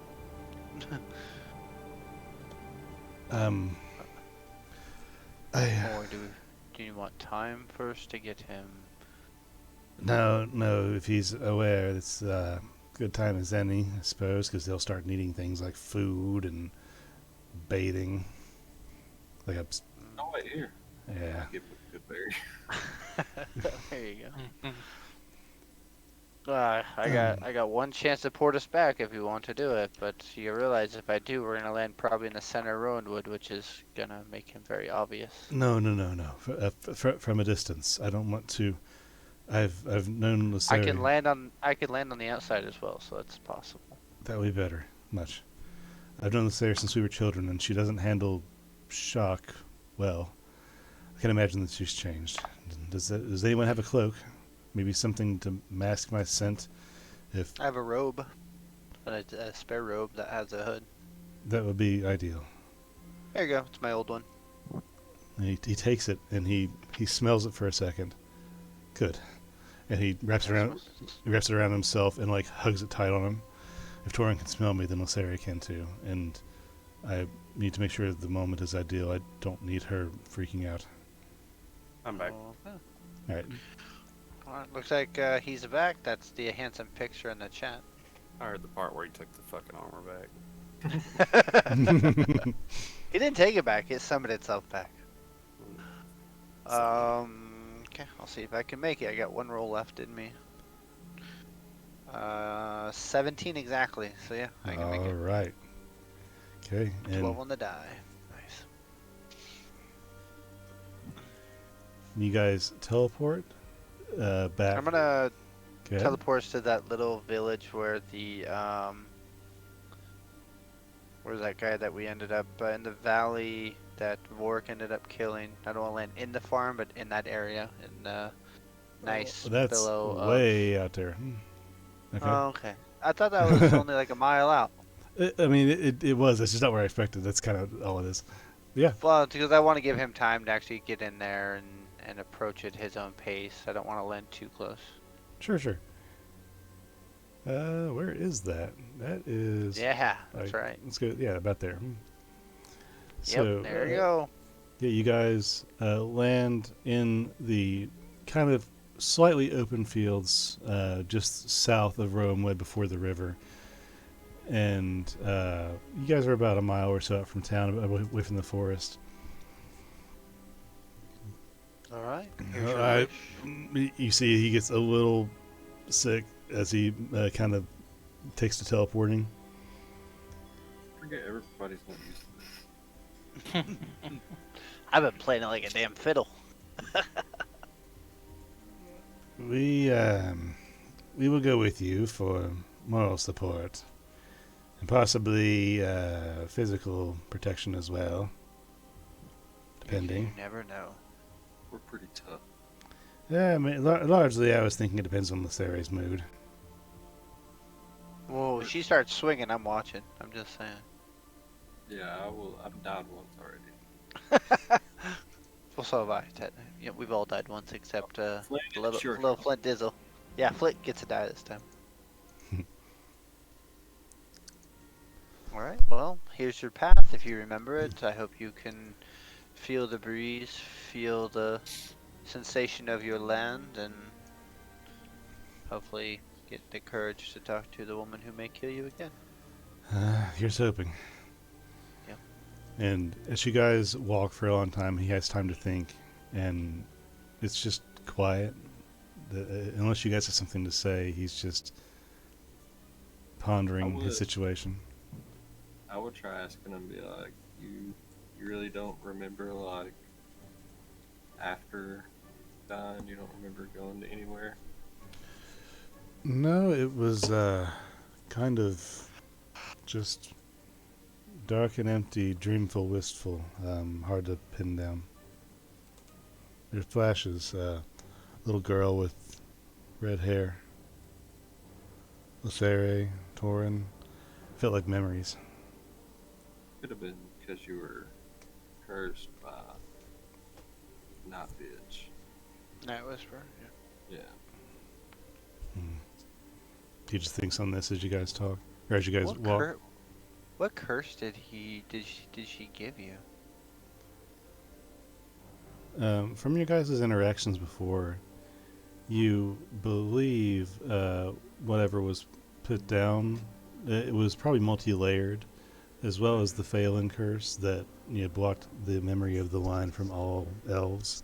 There was also um, the issuance put on by hags in individual natures that if a person is killed by a Wendigo, then if resurrected, then they will become a Wendigo. Gotcha. As you reach the edge of the woods, Darian comes to a halt suddenly. When you focus, you can hear just a haunting melody in the breeze. Can I get a history check from Vorik and Pell?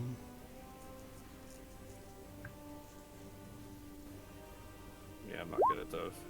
Guidance. God. Yeah, Ah. still not good at those. I could use my sigh, whatever, but I mean, I got a 10. A 10 is exactly what you needed. It's not hard, but you and Vorik are the only ones to have heard Lysaria sing before. When she sang the Memory Tree Lullaby, you see the elf standing with you take a deep breath and steady himself, then nods to your group as you all continue on towards the singing, off to the side of the city, not in the city.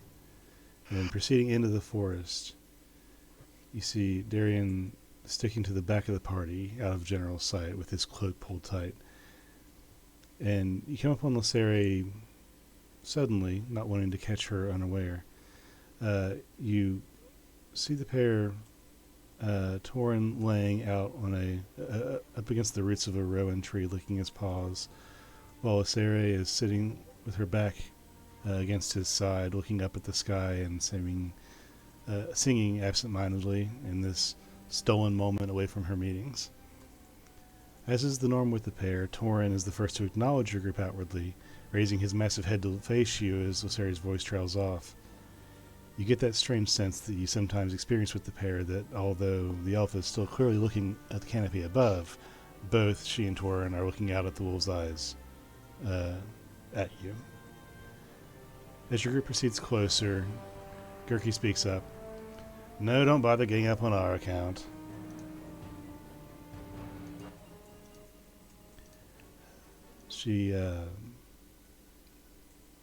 Her and Torin begin lazily getting up, having no fear of this brand of company.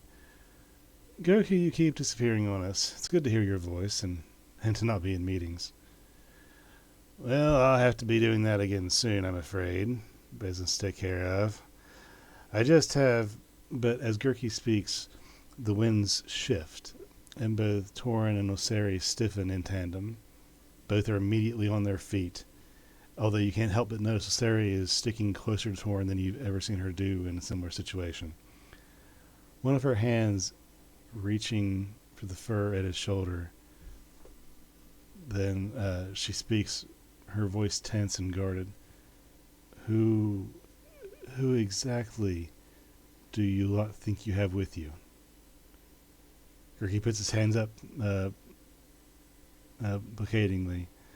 Now, Lysaria, you see the telltale silver smoke and blue edge of magic swirl beneath both the gifted pair's skin. And Lysaria cuts in. Gerke, who do you think is with you? Because you should know that it can't be who it seems. As she's speaking, Darian gently nudges the two of you standing in front of him and steps forward slowly towards his wife. At the side of him, you see something in Lysaria break, but she stays in her defensive pose, eyes wide and runes glowing mad as she stares at the figure in front of her. In her stress, her body language grows steadily more and more wolfish, stiff legs, whites of her eyes clearly visible, and if she were able, you can only imagine her ears would be flat back. Torin, for his part, seems more confused than you've ever seen him. His scruff raises, but his tail wags. His lips raise to bare teeth, but then lower again, like almost unsure of what he wants to do. Now, you do understand that we've taken out all things that have caused the problems to your potential eyesight. Um, why would you not believe this is not possible? You With see, a group that has given you so much already, and have proven that things are possible. Torin looked between his bondmate at his side and Darien in front of him, and he just doesn't seem to know what to do. As a wolf, his senses of sight and smell are clearly telling him that this is Darien, but as an intelligent being, mind-bound to Lysere, he also understands her clear doubt and the knowledge of the curse that made Darien's resurrection, and therefore his identity of the man in front of them impossible. Lysere takes a moment and is able to speak up. Because I've tried to bring my husband back myself, and I couldn't be done. Not by me, not by my family, not by the seat of religion. Yes, but you have to remember that these are all attempts you've done before all of these curses were planted and thrown around your Rowanwood and your family. We have crushed every curse out there, at least we believe we have, which gave us the natural ability to bring him back. I mean, we went and actually got him himself. So we know it is him that we brought back. Darien, for his part, has eyes only for the quiet woman in front of him, reaching a hand out to motions Munson to be quiet, continuing to move slower, closer, as he approaches her carefully as one would a wounded wolf.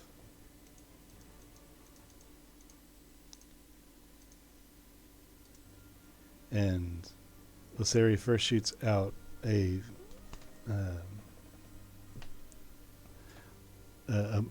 before she does anything, Lysere begins to speak a little, just kind of in a hushed tone. But he stops her. Then Darien speaks. Lysere, it's me. I'm home.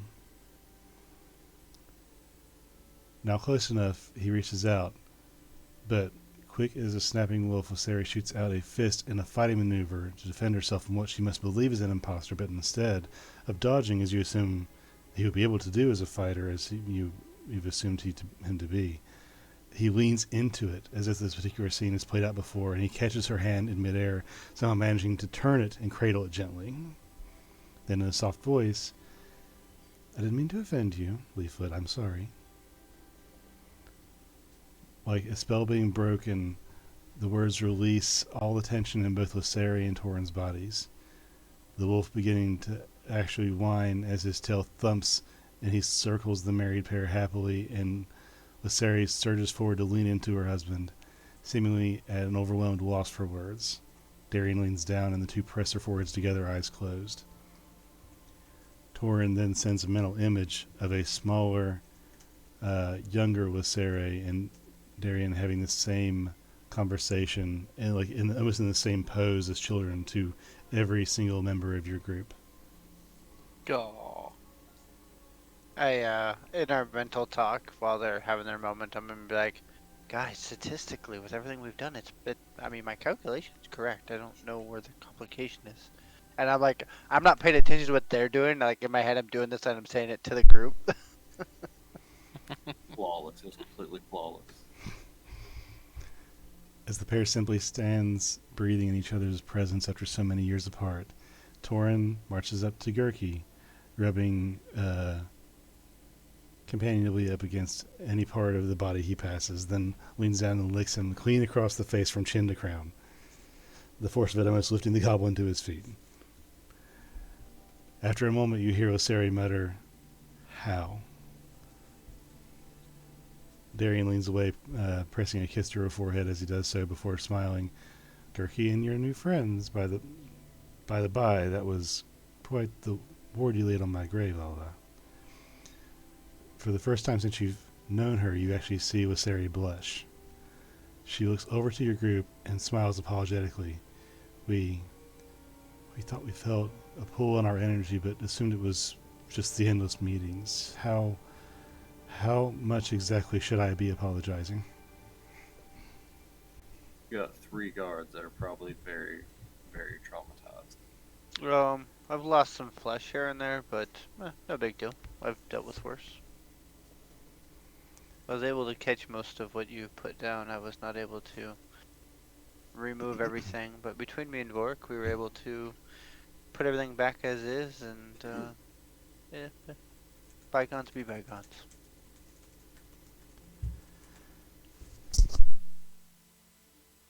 Yeah, I say if we're not in trouble for breaking into the cemetery, then we can just call this even. I will never be able to stop thanking you. Because at this moment you hear footsteps approaching. They don't seem to be trying to be quiet, their approach at all. After half a heartbeat, you hear, Mama? Mama, Torin. Darian looks shocked for a moment. He turns to Asari. Is that? And Willow is suddenly there, skipping into the clearing without a care. She stops upon seeing your party, tilting her head as she takes you all in, and then her gaze catches upon the man with her mother. Daddy? Is that you? Darian's head cocks in a mirror of his daughter's before nodding very slowly. And even though the girl is the image of her mother, the similarity in manners between father and daughter is undeniable, despite their having never met before. After half a heartbeat with a look to his wife, he steps toward Willow, Wasari's hand following him. The little girl giggles excitedly and rushes him, arms wide, to hug a still shocked Darian. I've never seen you outside of my dreams before, Daddy. Do you remember? You're always there when I sleep. And then like a light bulb is flashing in his mind. He relaxes his arms and closes around his daughter gently. Of course I do, sapling. Even death couldn't keep me away from you. She nuzzles him happily and turns to her mother. Mama, Uncle Tiergan says they need you back at the meeting, and he knows that you and Torn are hiding in the woods. Wasari comes back to herself and then shakes her head. Tiergan, wait. Willow, did you come here alone? No? Torn grumbles and Willow grins. Kriana was with me, but she walks slower than I can run. And with a shaking head, Wasari comes to her daughter and husband and falls to her knees, embracing them both. And Torin comes up with them to lay his head atop the small pile of family. And with that, what are you guys doing after that in this moment? We'll just let him be. I'm just trying not to cry. It's late evening, so I'll probably have to go back to sleep before I cast off. What are your guys' plans from today on? Do you guys know? Not really. I've, I kind of like going around and doing weird things. You guys are really fun, but, I know we all have, like, mature things to do, but, I wouldn't mind going around seeing the world a little bit more still. I got this whole new life ahead of me now.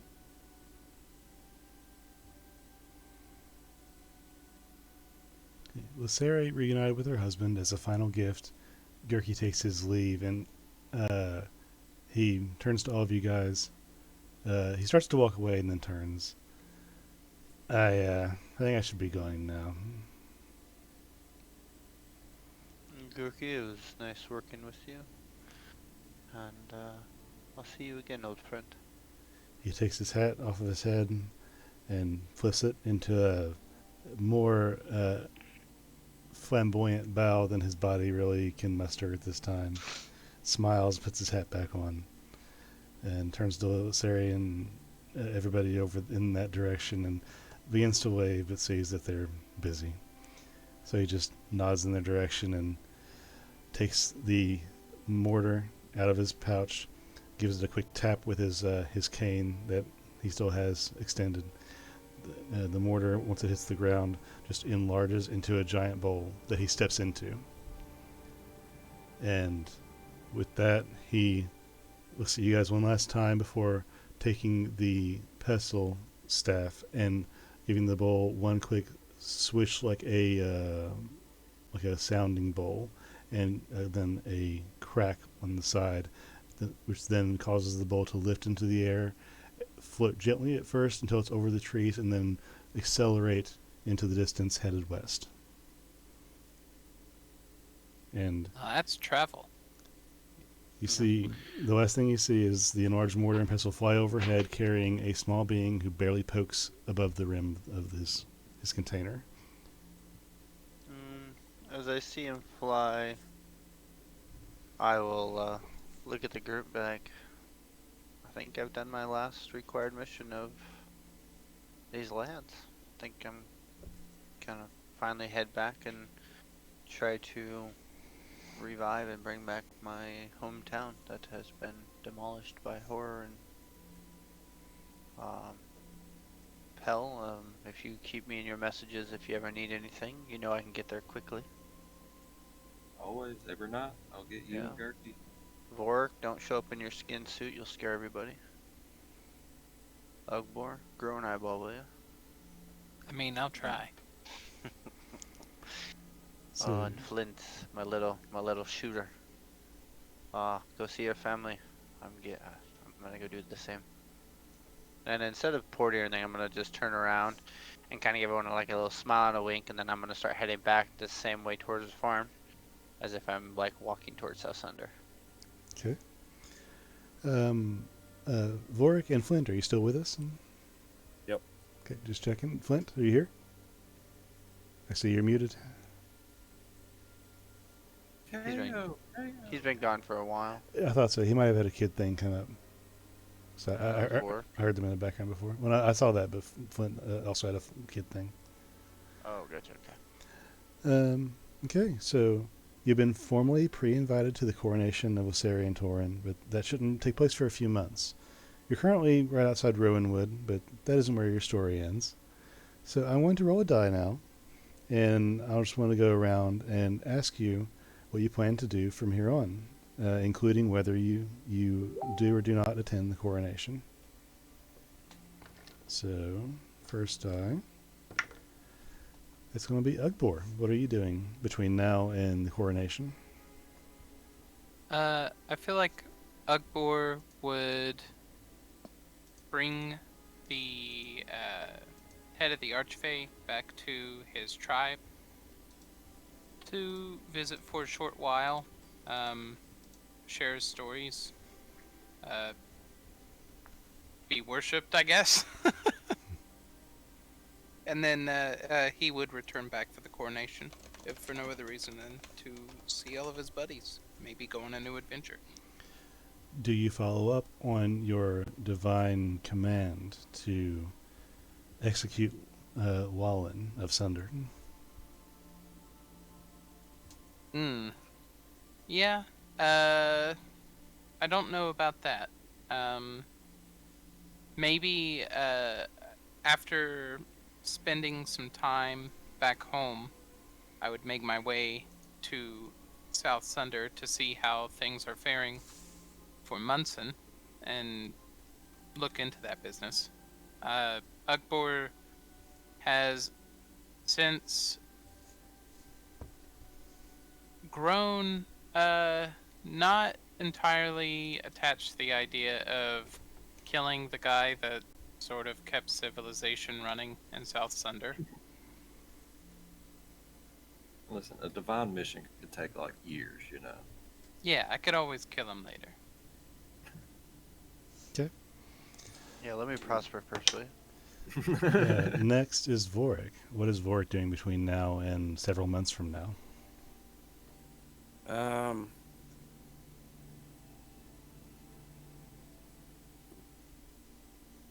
Where's that place that my dad was, that Laszlo was? Steve. Probably go there for a little bit and then back to South Sunder and work on getting me A ship. Okay. Already did that. Nope, not Ogbor again. Stop being Ogbor. Menson, what are you doing between now and a couple months? I would be heading back into South Sunder, meet up with Wallen, knowing that the magic left in South Sunder is almost gone, and I would probably be the most powerful creation left over there. I would help guide, reactivate the teleportation circles, do the building, and basically over the next month or two, I would basically take lead, govern of South Sunder the best I could, and guide the people to prosper. And of course, I would come back to Rowanwood for the ceremony, um, and just basically live my life in South Sunder and make it grow better than it was. Create bigger defenses, better protections around teleportations, train people, get more casters who have see and viz, and basically make it a protected land. Okay. So, progress is progress. Hell, tell us what you're doing. Would first go back to his house that he's not been at in fucking months now. He'd tidy it up, make it look a little bit better. Then he'd sit around and miss all of his friends and get depressed. Then he would send messages to Gurky every day, to Munson, to Boric, and if he could, he would upcast one to send them to like Flint and Ugbor too.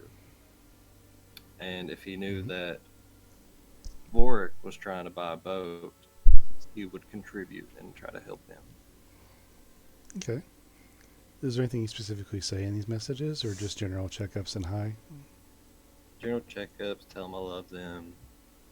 If they miss me, do they want to hang out? To be fair, I could teleport to you. If you ever did, my house is like Bilbo Baggins' house, but big for Pale. Exactly, I could teleport there, have tea with you for the day, and then go back. I would make a word of recall in my house. So anytime we could go and hang out, and I'd be like, hey guys, you can come back, poof, back to my house. Yeah, that's true. I could recall your location and make that my with your god. I don't know. I'll think about it. No, I got it too though. Oh, And I got okay, like a good, little shrine at my house. But yeah, I would spend like all my money. I would sell like all my diamonds if I had to try to get a boat for Boric. And we could just go and be sailors now. Okay. Last call for Flint. Are you here yet, Flint? Okay. We will hear his story hopefully shortly. For now, you guys all receive a message eventually toward the late beginnings of springtime, letting you know that the ceremony is beginning in a week or so at the Violet Willow at the northern reaches of the North Grove. And if you can come, your attendance would be appreciated. You all received this message first by the sending stone that Sari sent you with, which I believe is with Pell. Right? There. It's happening.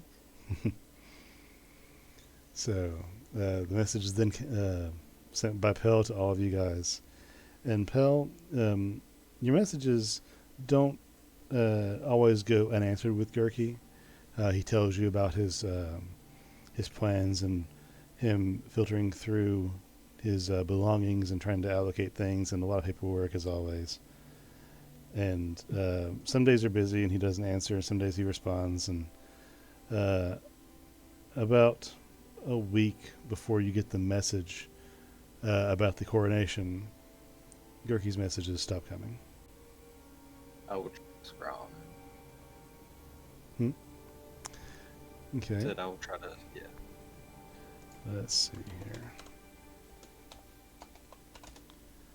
Let me check the things.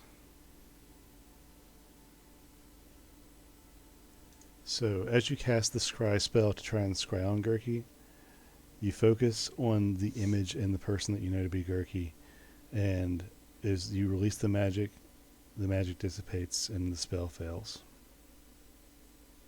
Would ritual cast commune? Okay.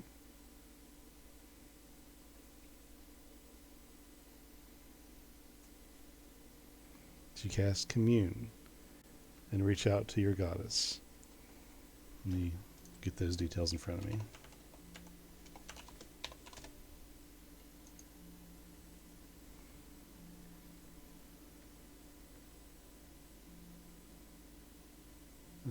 Okay, so you have 3 questions that you may ask that may or may not receive an answer from Saloon. Did Gurky die? So pause before you eventually receive a quiet yes. Has he been reborn yet? The message you receive is unclear.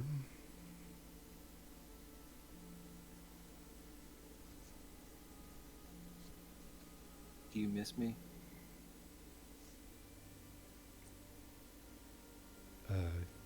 The message comes almost with a quickness that surprises you a little and makes you chuckle a little bit as yes. Okay. Well, that's sad, but he's got time. Also, Gurky died. I'll send that to everybody too. Sorry for the bummer. Oh man. But he's not been reborn yet. We'll find him then. By the time the ceremony turns around, the greens of the world have begun to grow, and the cold is briskly being whisked away by slightly warmer winds. Do you guys all attend the coronation? Yeah. Yeah. For sure. Munson? Vork? Yeah, I'm trying to find Yeah. the right robe. Okay, I think that's what I'm gonna be wearing. Hold on. Vork? Looks evil as shit, so I'm rocking it. Vork, do you attend the ceremony? Yeah. Okay. And dressed in your best, Dope.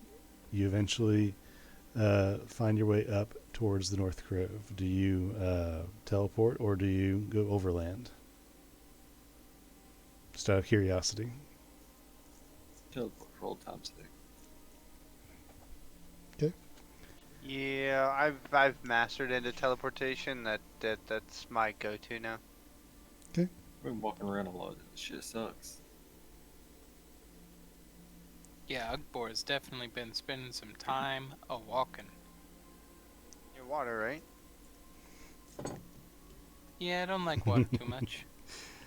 Water's bad. As you teleport in, the ceremony is very higher end than you are used to having ceremonies that you attend.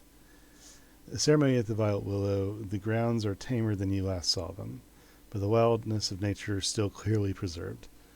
Decorations and structures erected for comfort and visual pleasure, in case the weather gets a little bit too bad, and just to provide some sort of structure to the area in the midst of the early springtime forest.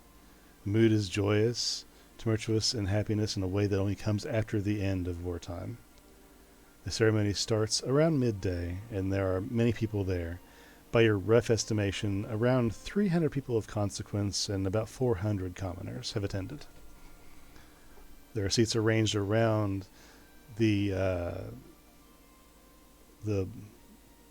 tree that kind of are in lines spanning out from the base of the tree, which seem to have been healed. The tree seems to have been healed from most of the blasphemy that has affected it once, and the ice throne that was there, if you guys were able to see it from before when you battled Salian, is now gone. A long aisle leads from the back of the tree, and the canopy over the last couple of months has also seemed to have recovered quickly and is covered in violet petals that seem to occasionally drop softly from their lofty height onto the spring grass. The seats closest to the tree are reserved with name cards on them, and after some viewing and hemming and hawing about, you eventually get some direction from one of the council members that directs you one by one as you arrive to the seats along the row in the front. Seats with all of your names have been lined up, and beside yours on the aisle is one labeled Gurky. What are you guys doing? If I could find Lacere, I would tell her that Kirky won't be making it. You don't see Waseri at this time. And if, I would greet and do hugs and, Ugbor and all them, ruffle his hair a little bit and just be, kind of childish self again that we haven't been the last few months. mm-hmm. As would I. I'd be sad to see the empty seat. Okay. Ugor, you look like you got a beard growing. Yeah, I do. Do got a bit of a beard now. Me too. I'm growing it back out. After some time in chatter, the ceremony seems to be conducted by Lady Alaratha. She wears ceremonial robes of green and white and the symbol of the Oak Father on them. She beckons everyone to be seated and for the ceremony to begin. Take some time, as is expected with the size of the group that you're with, and as you get seated and look around, Gurky never arrives, and the seat remains vacant. Lilting music begins to waft on the breeze, and Oseri and Torin appear at the back of the crowd. Oseri is for once in a dress, a green flowing dress that bears all of her runes, with a cape of the same color trailing behind her. Intricate designs embroidered both onto it and the dress, with interwoven wolves and trees and crescent moons, Pell. The sword you recognize as Eldrinir hangs at her side, and her head is bare, in preparation for the crown that is to come. Her long hair falling in waves down her back, and Torin's dark fur is shining, having been recently brushed. His 7 silver runes are prominent as they can be against his fur that is as black as it is. After a moment, the pair walk regally up the aisle to the tree together, step by step, as they've always been, to where the 7 seats of the High Elven Council wait, their individual heirs standing behind each seat. Lady Alaratha stands directly before the Violet Willow, with Darian behind the side of the priestess, and Willow, dressed in a dress similar to her mother's, stands excitedly beside her father. Lacere and Torin look into the crowd as they pass, and you see their eyes finally find your group, but Lacere's smile fades slightly as she scans the line of seats. And Vorik, you get a message come across your mind. Friend? Do you respond? Orin? Mm-hmm. Yes.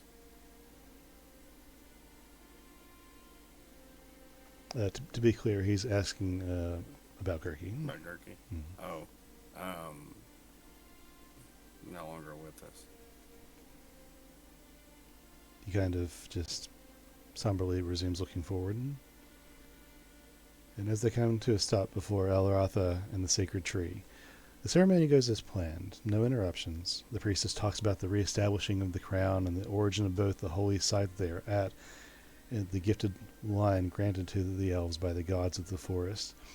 She then takes the obsidian crown from Darian, and Lacere and Torin bow to the new responsibility with great care. And Alaratha places the crown finally on Lacere's head. She then speaks of how, even though the crown rests on the elf, it is and was always meant to be worn by two, and so on. The ceremony continues with an anointing of oil made from the sap and petals of the violet willow, and the oil, as it is touched to the obsidian crown, then Lysari's forehead, and then the forehead of Torin. There is a bright green energy that springs gently forth from the crown and wraps around the bodies of Lysari and Torin, binding the crown to their very beings in a blinding display of divine power. Pel, from your time in Sylvanas' realm, you recognize this energy as belonging to the old Oak Father. At long last, the High Priestess presents the newly crowned pair to the realm. There is thunderous applause as everyone stands and welcomes their new rulers, but Lysari then silences the crowd with a hand wave after a moment. Torin stands tall at her side. Please, find your seats, but for a moment more. And everyone sits back down. There was, as we all know, a great evil afflicting this land. Elf, dwarf, human, and every other race on this continent has suffered at her hand, whether they knew their suffering came from her at the time or not. She was the archfey Salian Lyasatra, pale princess of winter, and a power among the Unseelie court. She saw to instigating the first great war between elves and humans on what we now know as Falonkort, trying to erase the Phelan line and the Gifteds from history, and for millennia she might as well have succeeded. But even that was not enough for her, and she tried to divide us and erase us again, first filling our friends in South Sunder, then attacking Rowanwood directly. Her plans fell short, however, thanks to the efforts of 5 people. Through their efforts, we received information early enough before the invasion that we might prevent the bloodshed of innocents, helping to pinpoint the location of the heart of the enemy after breaking her curse on the gifted line, and at the last they traveled there alone and courageously defeated her and her elite. They are the reason we stand as whole as we are today, with our memories and histories restored to us. They will always have a home in our court and a voice in our council. Stand, Vorik, Munson, Pelinel, Ugbor, and Flint, and be recognized as the heroes that you are. What do you guys do? Alright. There's another wave of applause, just as loud as the first, and Torin's proud howl joins the throng of sound. The realm thanks you for your service, no matter how much you stumbled your way to get there. You are part of the reason that the realm is in the state that it's in. Not because you are the most powerful individuals in it, not because you are the richest or had the most influence, but because you were the ones who stepped forward when destiny called. Is there anything more you wish to do as the coronation concludes here at the Violet Willow in the far reaches of the North Grove?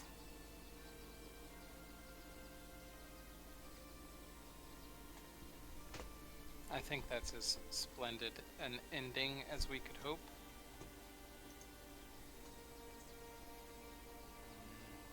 Nope, I have everything I need, and South Sunder is flourishing again. Since our Great War, since our success, we're turning leaves over again from places where leaves have fallen. Trees are now growing, and without the guidance of Rowanwood and Lysari and the family of the woods, this world would be much lost. So I give my gratitude to everyone here as well, as we may have saved lots of innocent lives, we may have helped make this world great, but without all of us, it would have just demolished. Before you go, as the ceremony disperses and people mingle and then eventually travel on foot and teleportation out of this area, before you go, Lysari and Torin track you through the crowd. We can never truly repay you for all you have done for our people, or for us personally. And here she looks over towards where Darian stands. Now that we have officially came into power, we can finally begin to try. We want you to know that we meant what we said in our speech. You will always, always have a home in Calatir. and a seat and voice in our council whenever you wish. Additionally, and she kind of beckons you over as she walks towards the council group. And as she reaches the group, and I'm assuming that you follow, we want to offer you each individually your choice of homes in any of our cities, and 15,000 gold pieces as well each. Ooh. Absolutely. If it is at all within our power, we want to ensure that your needs are always met for all the needs of ours that you have granted. We will always see you as friends, and you will always have our thanks truly. Is your northern kingdom up and Pierce? Have you started developing? It is in the smallest of processes. When that finally develops, I would like to place a additional home there if I could. Easily granted, of course. Other And than that, I will be in South Sunder. understood. And there is no rush on these selections if you wish to think for a while. Honestly, that place was kind of pretty. I kind of just want to place there too.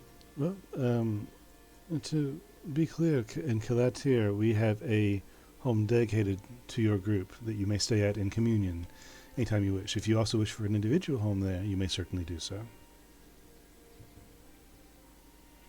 Oh hell, I want a home in Sunder. Consider it done. And as the rest of you maybe consider your options, is there anything else you wish to do before we conclude this scene? I'll probably put a home in Sunder too, just for the sake of it's surrounded by water. It's easier to deal with ships. Okay.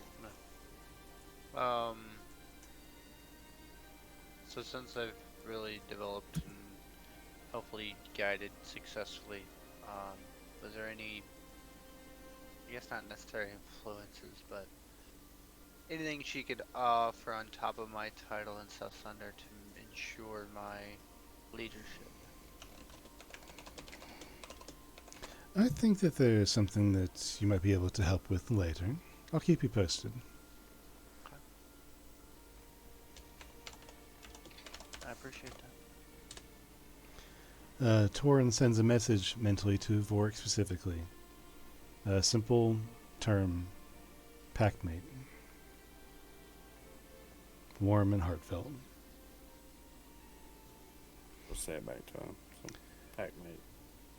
And if there's nothing else that you guys wish to address, then let us continue for a moment.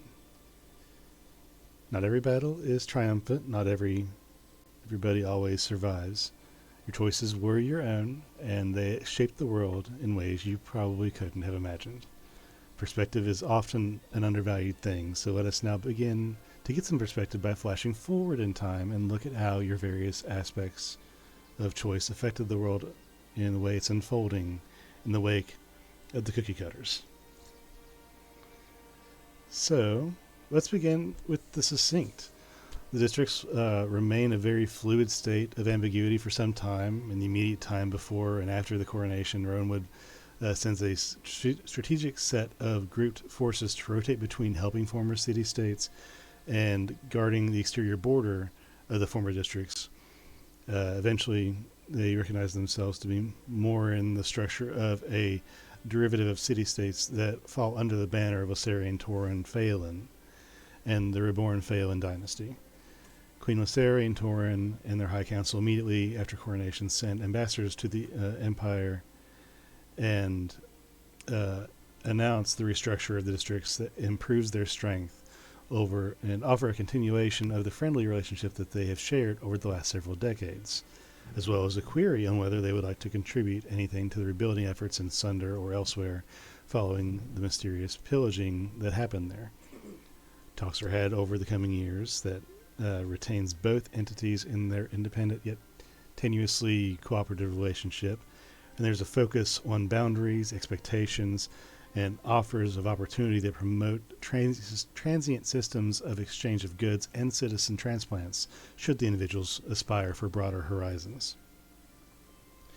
The Empire having contributed a non-small amount of lumber, paid labor, and the agreement of mutual respect, or at least mutually assured destruction, after learning about the power the districts have established, the Adelcaster Empire cedes citizens in South Sunder, Bayside, and even help establish new settlements in the intermediate space between the city-states under the banner of the Phelan dynasty to help bolster the continent as a whole in this required friendship.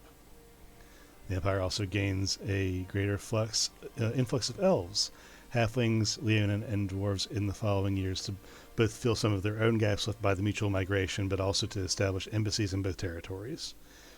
The camp of rebels that was based in the Somberfrost is squashed quickly once Mother Night Whisper's forces withdrew, and the distanced nephew of Emperor Ander is quickly disposed and imprisoned for treason deep in the bowels of the castle in Mount. And his forces that did not flee hastily enough were captured and publicly executed. Now, beyond that, is there anything you guys specifically want to hear about?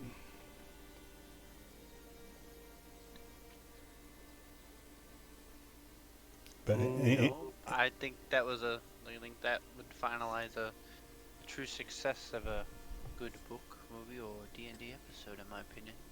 okay, I can go through this and we can talk about it, but I do have notes if you wanted to discuss in length now. I know we've been at it for a while, but I have notes on Treston, Cliff Craig Sunder, Fiola, the Memory Tree, Brewster and Bayside, Captain Jonathan Rose and the Dromedary, the Kobolds, Rove, Foster's Fortress, Shale, Lysarian Torin, and Gurky. Okay, where's Smirk at? How's he doing? Okay, that would be in Steve. So we get to Steve. Where did that go? It's there it is. The small township of Steve continues to be a quiet township that, thanks to the quickness of your stopping Salient before she could mobilize on getting data on where these people were, the Summerfrost Rebellion being snuffed out before it could grow in mass and force and enlisting the citizens of Steve. Spaghetti, Freckles, and the others are well taken care of, and they outlive their caretaker by at least several years, and live out their days as sort of guardians and the shop dogs of the town, as it were, of Steve, where they remain taken care of by the community at large.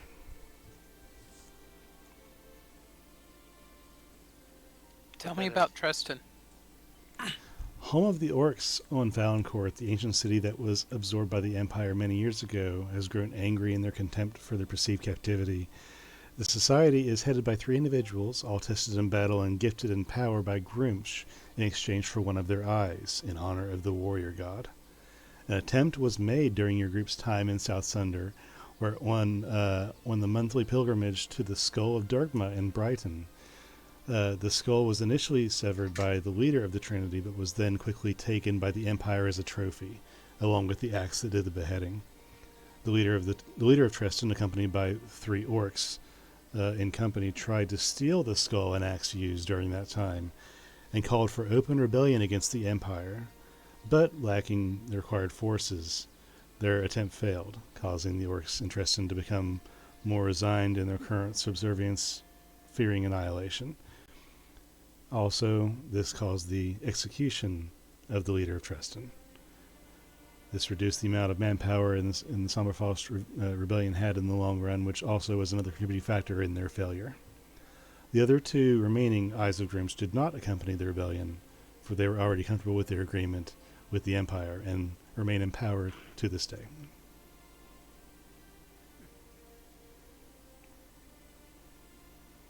Don't worry, guys. Smirch lives.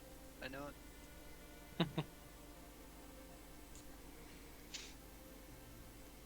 If you guys don't have any major questions about anything else, I at least want to go over 2 more things here for Lysarian Torin and Gurky. Yeah, let's do it. For Lysarian What Torin. about Brewster? Brewster, I can do Brewster. Let's go up here. Then what do they? The Were-Rat human known as Brewster, Tavoric, and the city of Sunder are doing rather well. The city, similar to Fuel, was largely unaffected. And the desolation assumed by Vorik earlier in life was simply a misunderstanding that the lycanthrope group that Brewster was a part of, one that he had planned and primed to help grow Vorik's abilities with and offer him a new family of sorts, was wiped out. The group not having assistance or backup from your group was not exactly a match for the invading group of Dark Fae and Wendigo that came towards Bayside from the north. They were unable to stop them all, and the group known as the Blood of the Moon all lost their lives. Brewster himself stayed back, not having expertise in fighting, but after seeing a group of 4 Dark Fae returning instead of his family, he fought vengefully and slaughtered them all, most by dagger, and not without heavy blood loss on his side. But thanks to them and him, Bayside's people were saved the worst of it, but all of the Blood of the Moon lost their lives, and Brewster lost yet another group he called family. After saving Bayside, he messaged Vorik telling him that they're all gone, but getting no response, he assumed that one way or another Vorik was lost too, and he threw a sending stone into the ocean. I would try to find him when I go back to Sunder and offer him a place on the ship, as well as offering the help. I'll help him start that back up if he wanted to. Absolutely. I mistyped there earlier. I realize that now. I meant to say Bayside. He's in Bayside still. Oh, well, then I would go to Bayside and find Yes. him. And he can join all that. Same thing I said, just Bayside. Understood. For Osiri and Torin. Osiri and Torin are well loved and well received as rulers. Name's memory remains to help guide them through the first years of their reign, teaching them all the things that her father once taught her and Dara, and of the history of their family, the gifts of the runes, the gods, and of their kingdom.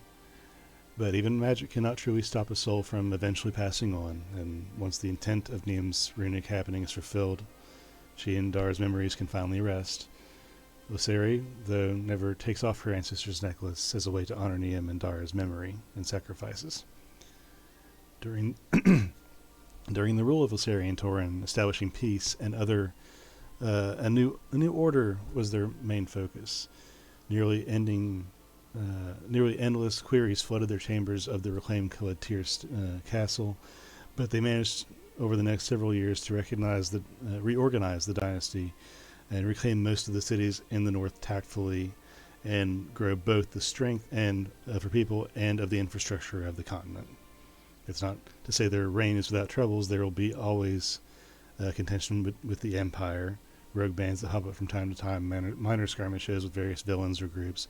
Once or twice, there's even a group of Dark Fae that try to avenge Salian, but Osiri and Torin rule, though, is with wisdom and strength, born from both war and peace, and the power granted them by the gods and the forests for centuries to come.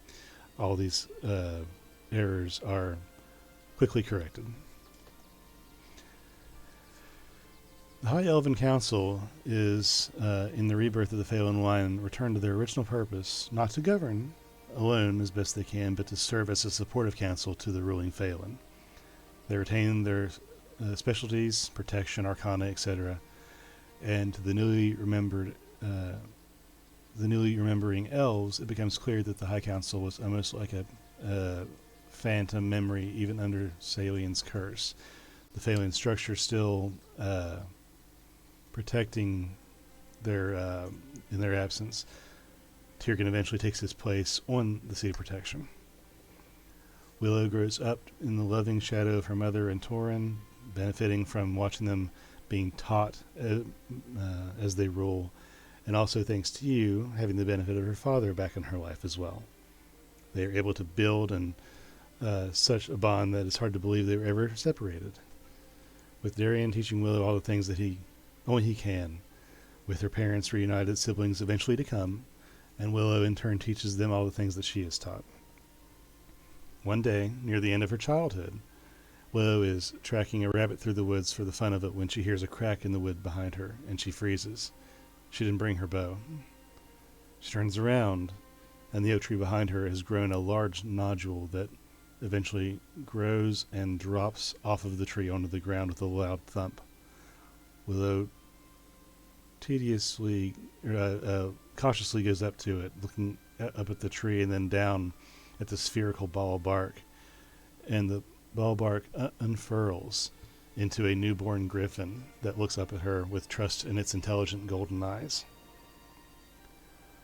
Although all Viserion Darian's children grew up to be gifted, it is Willow who, upon reaching her adulthood, chooses the adult name Isara and her griffin Ayurin, that are the pair who one day find themselves before the runestones and who will one day rule after Lysera and Torin, continuing the line of the Phalans into the future. And for Gurki, after bidding farewell to your group, after the resurrection of Darien, Gurki left you all bidding farewell to his friends, the only friends he believes he has in this life. He flies due west in the mortar and pestle that he stole from Henniker Gax. The goblin known as Gurki is never seen by anyone ever again. The shops that operate under his name thrive, overtaken by those who are left in its charge. Gurk One Imports in Alakra, in the Merchant Isle District, the shop labeled Gurki in Hellwell Harbor, and who knows how many others trek on through time successful in the structure that was established for them. And as we zoom in for a moment, in this last bit before we close out, at the end of the night, some years in the future, the closing manager of Gurk One Imports in Alakra closes and locks the front door, waving away the last customer, inviting them to come again. He turns and rubs his eyes, tired after a long day. He opens the till, counts the coin, jots numbers in the logbook, and then he takes a calculated portion of the gold and puts it in a sack and heads to the back. He opens a large iron safe with a magical word. It empties the sack into a chest within. He then reaches down into the chest, pulls out yet another calculated amount of coin, and reaches up onto his shelf within the safe, and drops the small amount of coin for the day into a small green bag with a golden G embroidered onto it that never seems to get full, and closes the safe.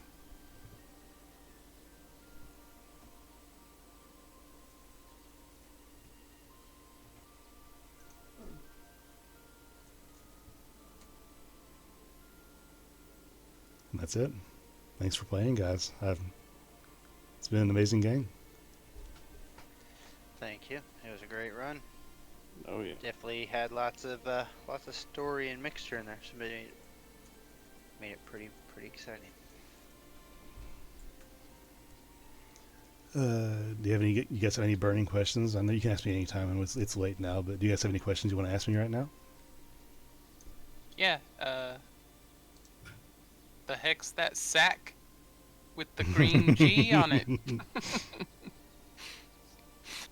I mean, Man, I don't even know, guys. This has been a quite the experience. Been over a year. Yeah. Yeah. Let's see the question. Anything from the reincarnation from Foster? Foster has not seen in Falonkort since he left that day. Like since you ended his spree there, the little bit that he had. You guys, nobody's seen him again in Falonkort.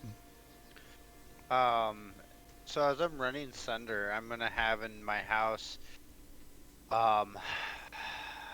it's gonna be in the corner. I figured I was gonna mention this earlier, but it got into story mode, so I kind of faded away. But over the time, which I figured you knew I'd go down this route sooner or later, Mm-hmm.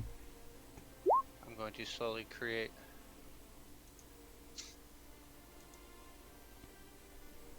An additional, Gotcha. Munson Part 2? just in case. Trick Boogaloo. Yep, I learned how to do it. I know how to do it. I had all the components, and I figured over the years we'd level up to be able to do stuff like this. So. Well, I want to show you guys one thing definitely before we leave for the night, and that is Lysera and Torin. That is my wife and Dog's characters from our home games that we run, and I built them into here, and that's just what they became. for those of you that have not had the pleasure of being in the presence of that dog is huge. You can put a saddle on that thing. Oh, mine's huge too. Maybe not that big. That's what but- they all say. Yeah, anytime you joked about flirting with Sarah, that's my wife's. That's pretty good. That's funny. Oh yeah, yeah, yeah. No wonder why she didn't like you. That makes sense. It makes sense. How heavy's the dog? And if I'm not mistaken, I think Blank blatantly asked for permission to sleep with Lasari. So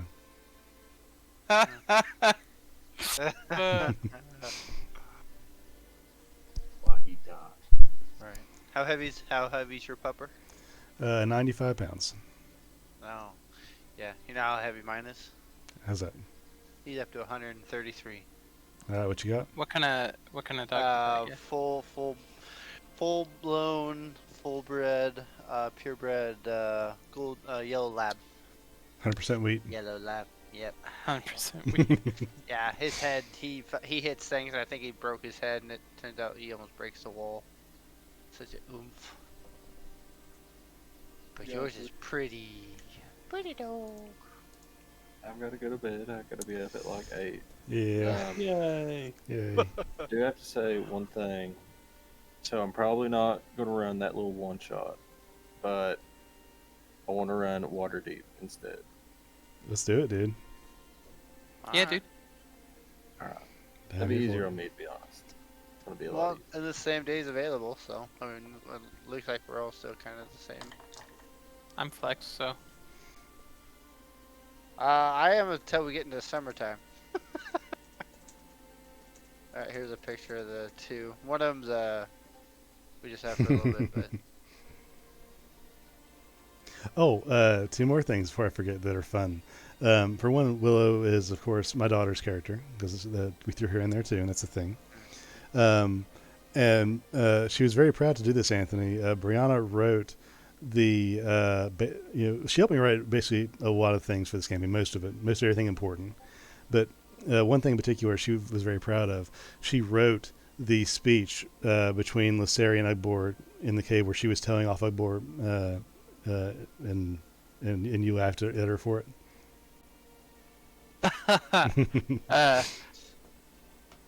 my apologies. It's okay. Good stuff, dude. Love it. Okay. Oh, yeah, so Alright, everyone guys. wants a husky. There's a free one right here. Yeah, it's on the left there.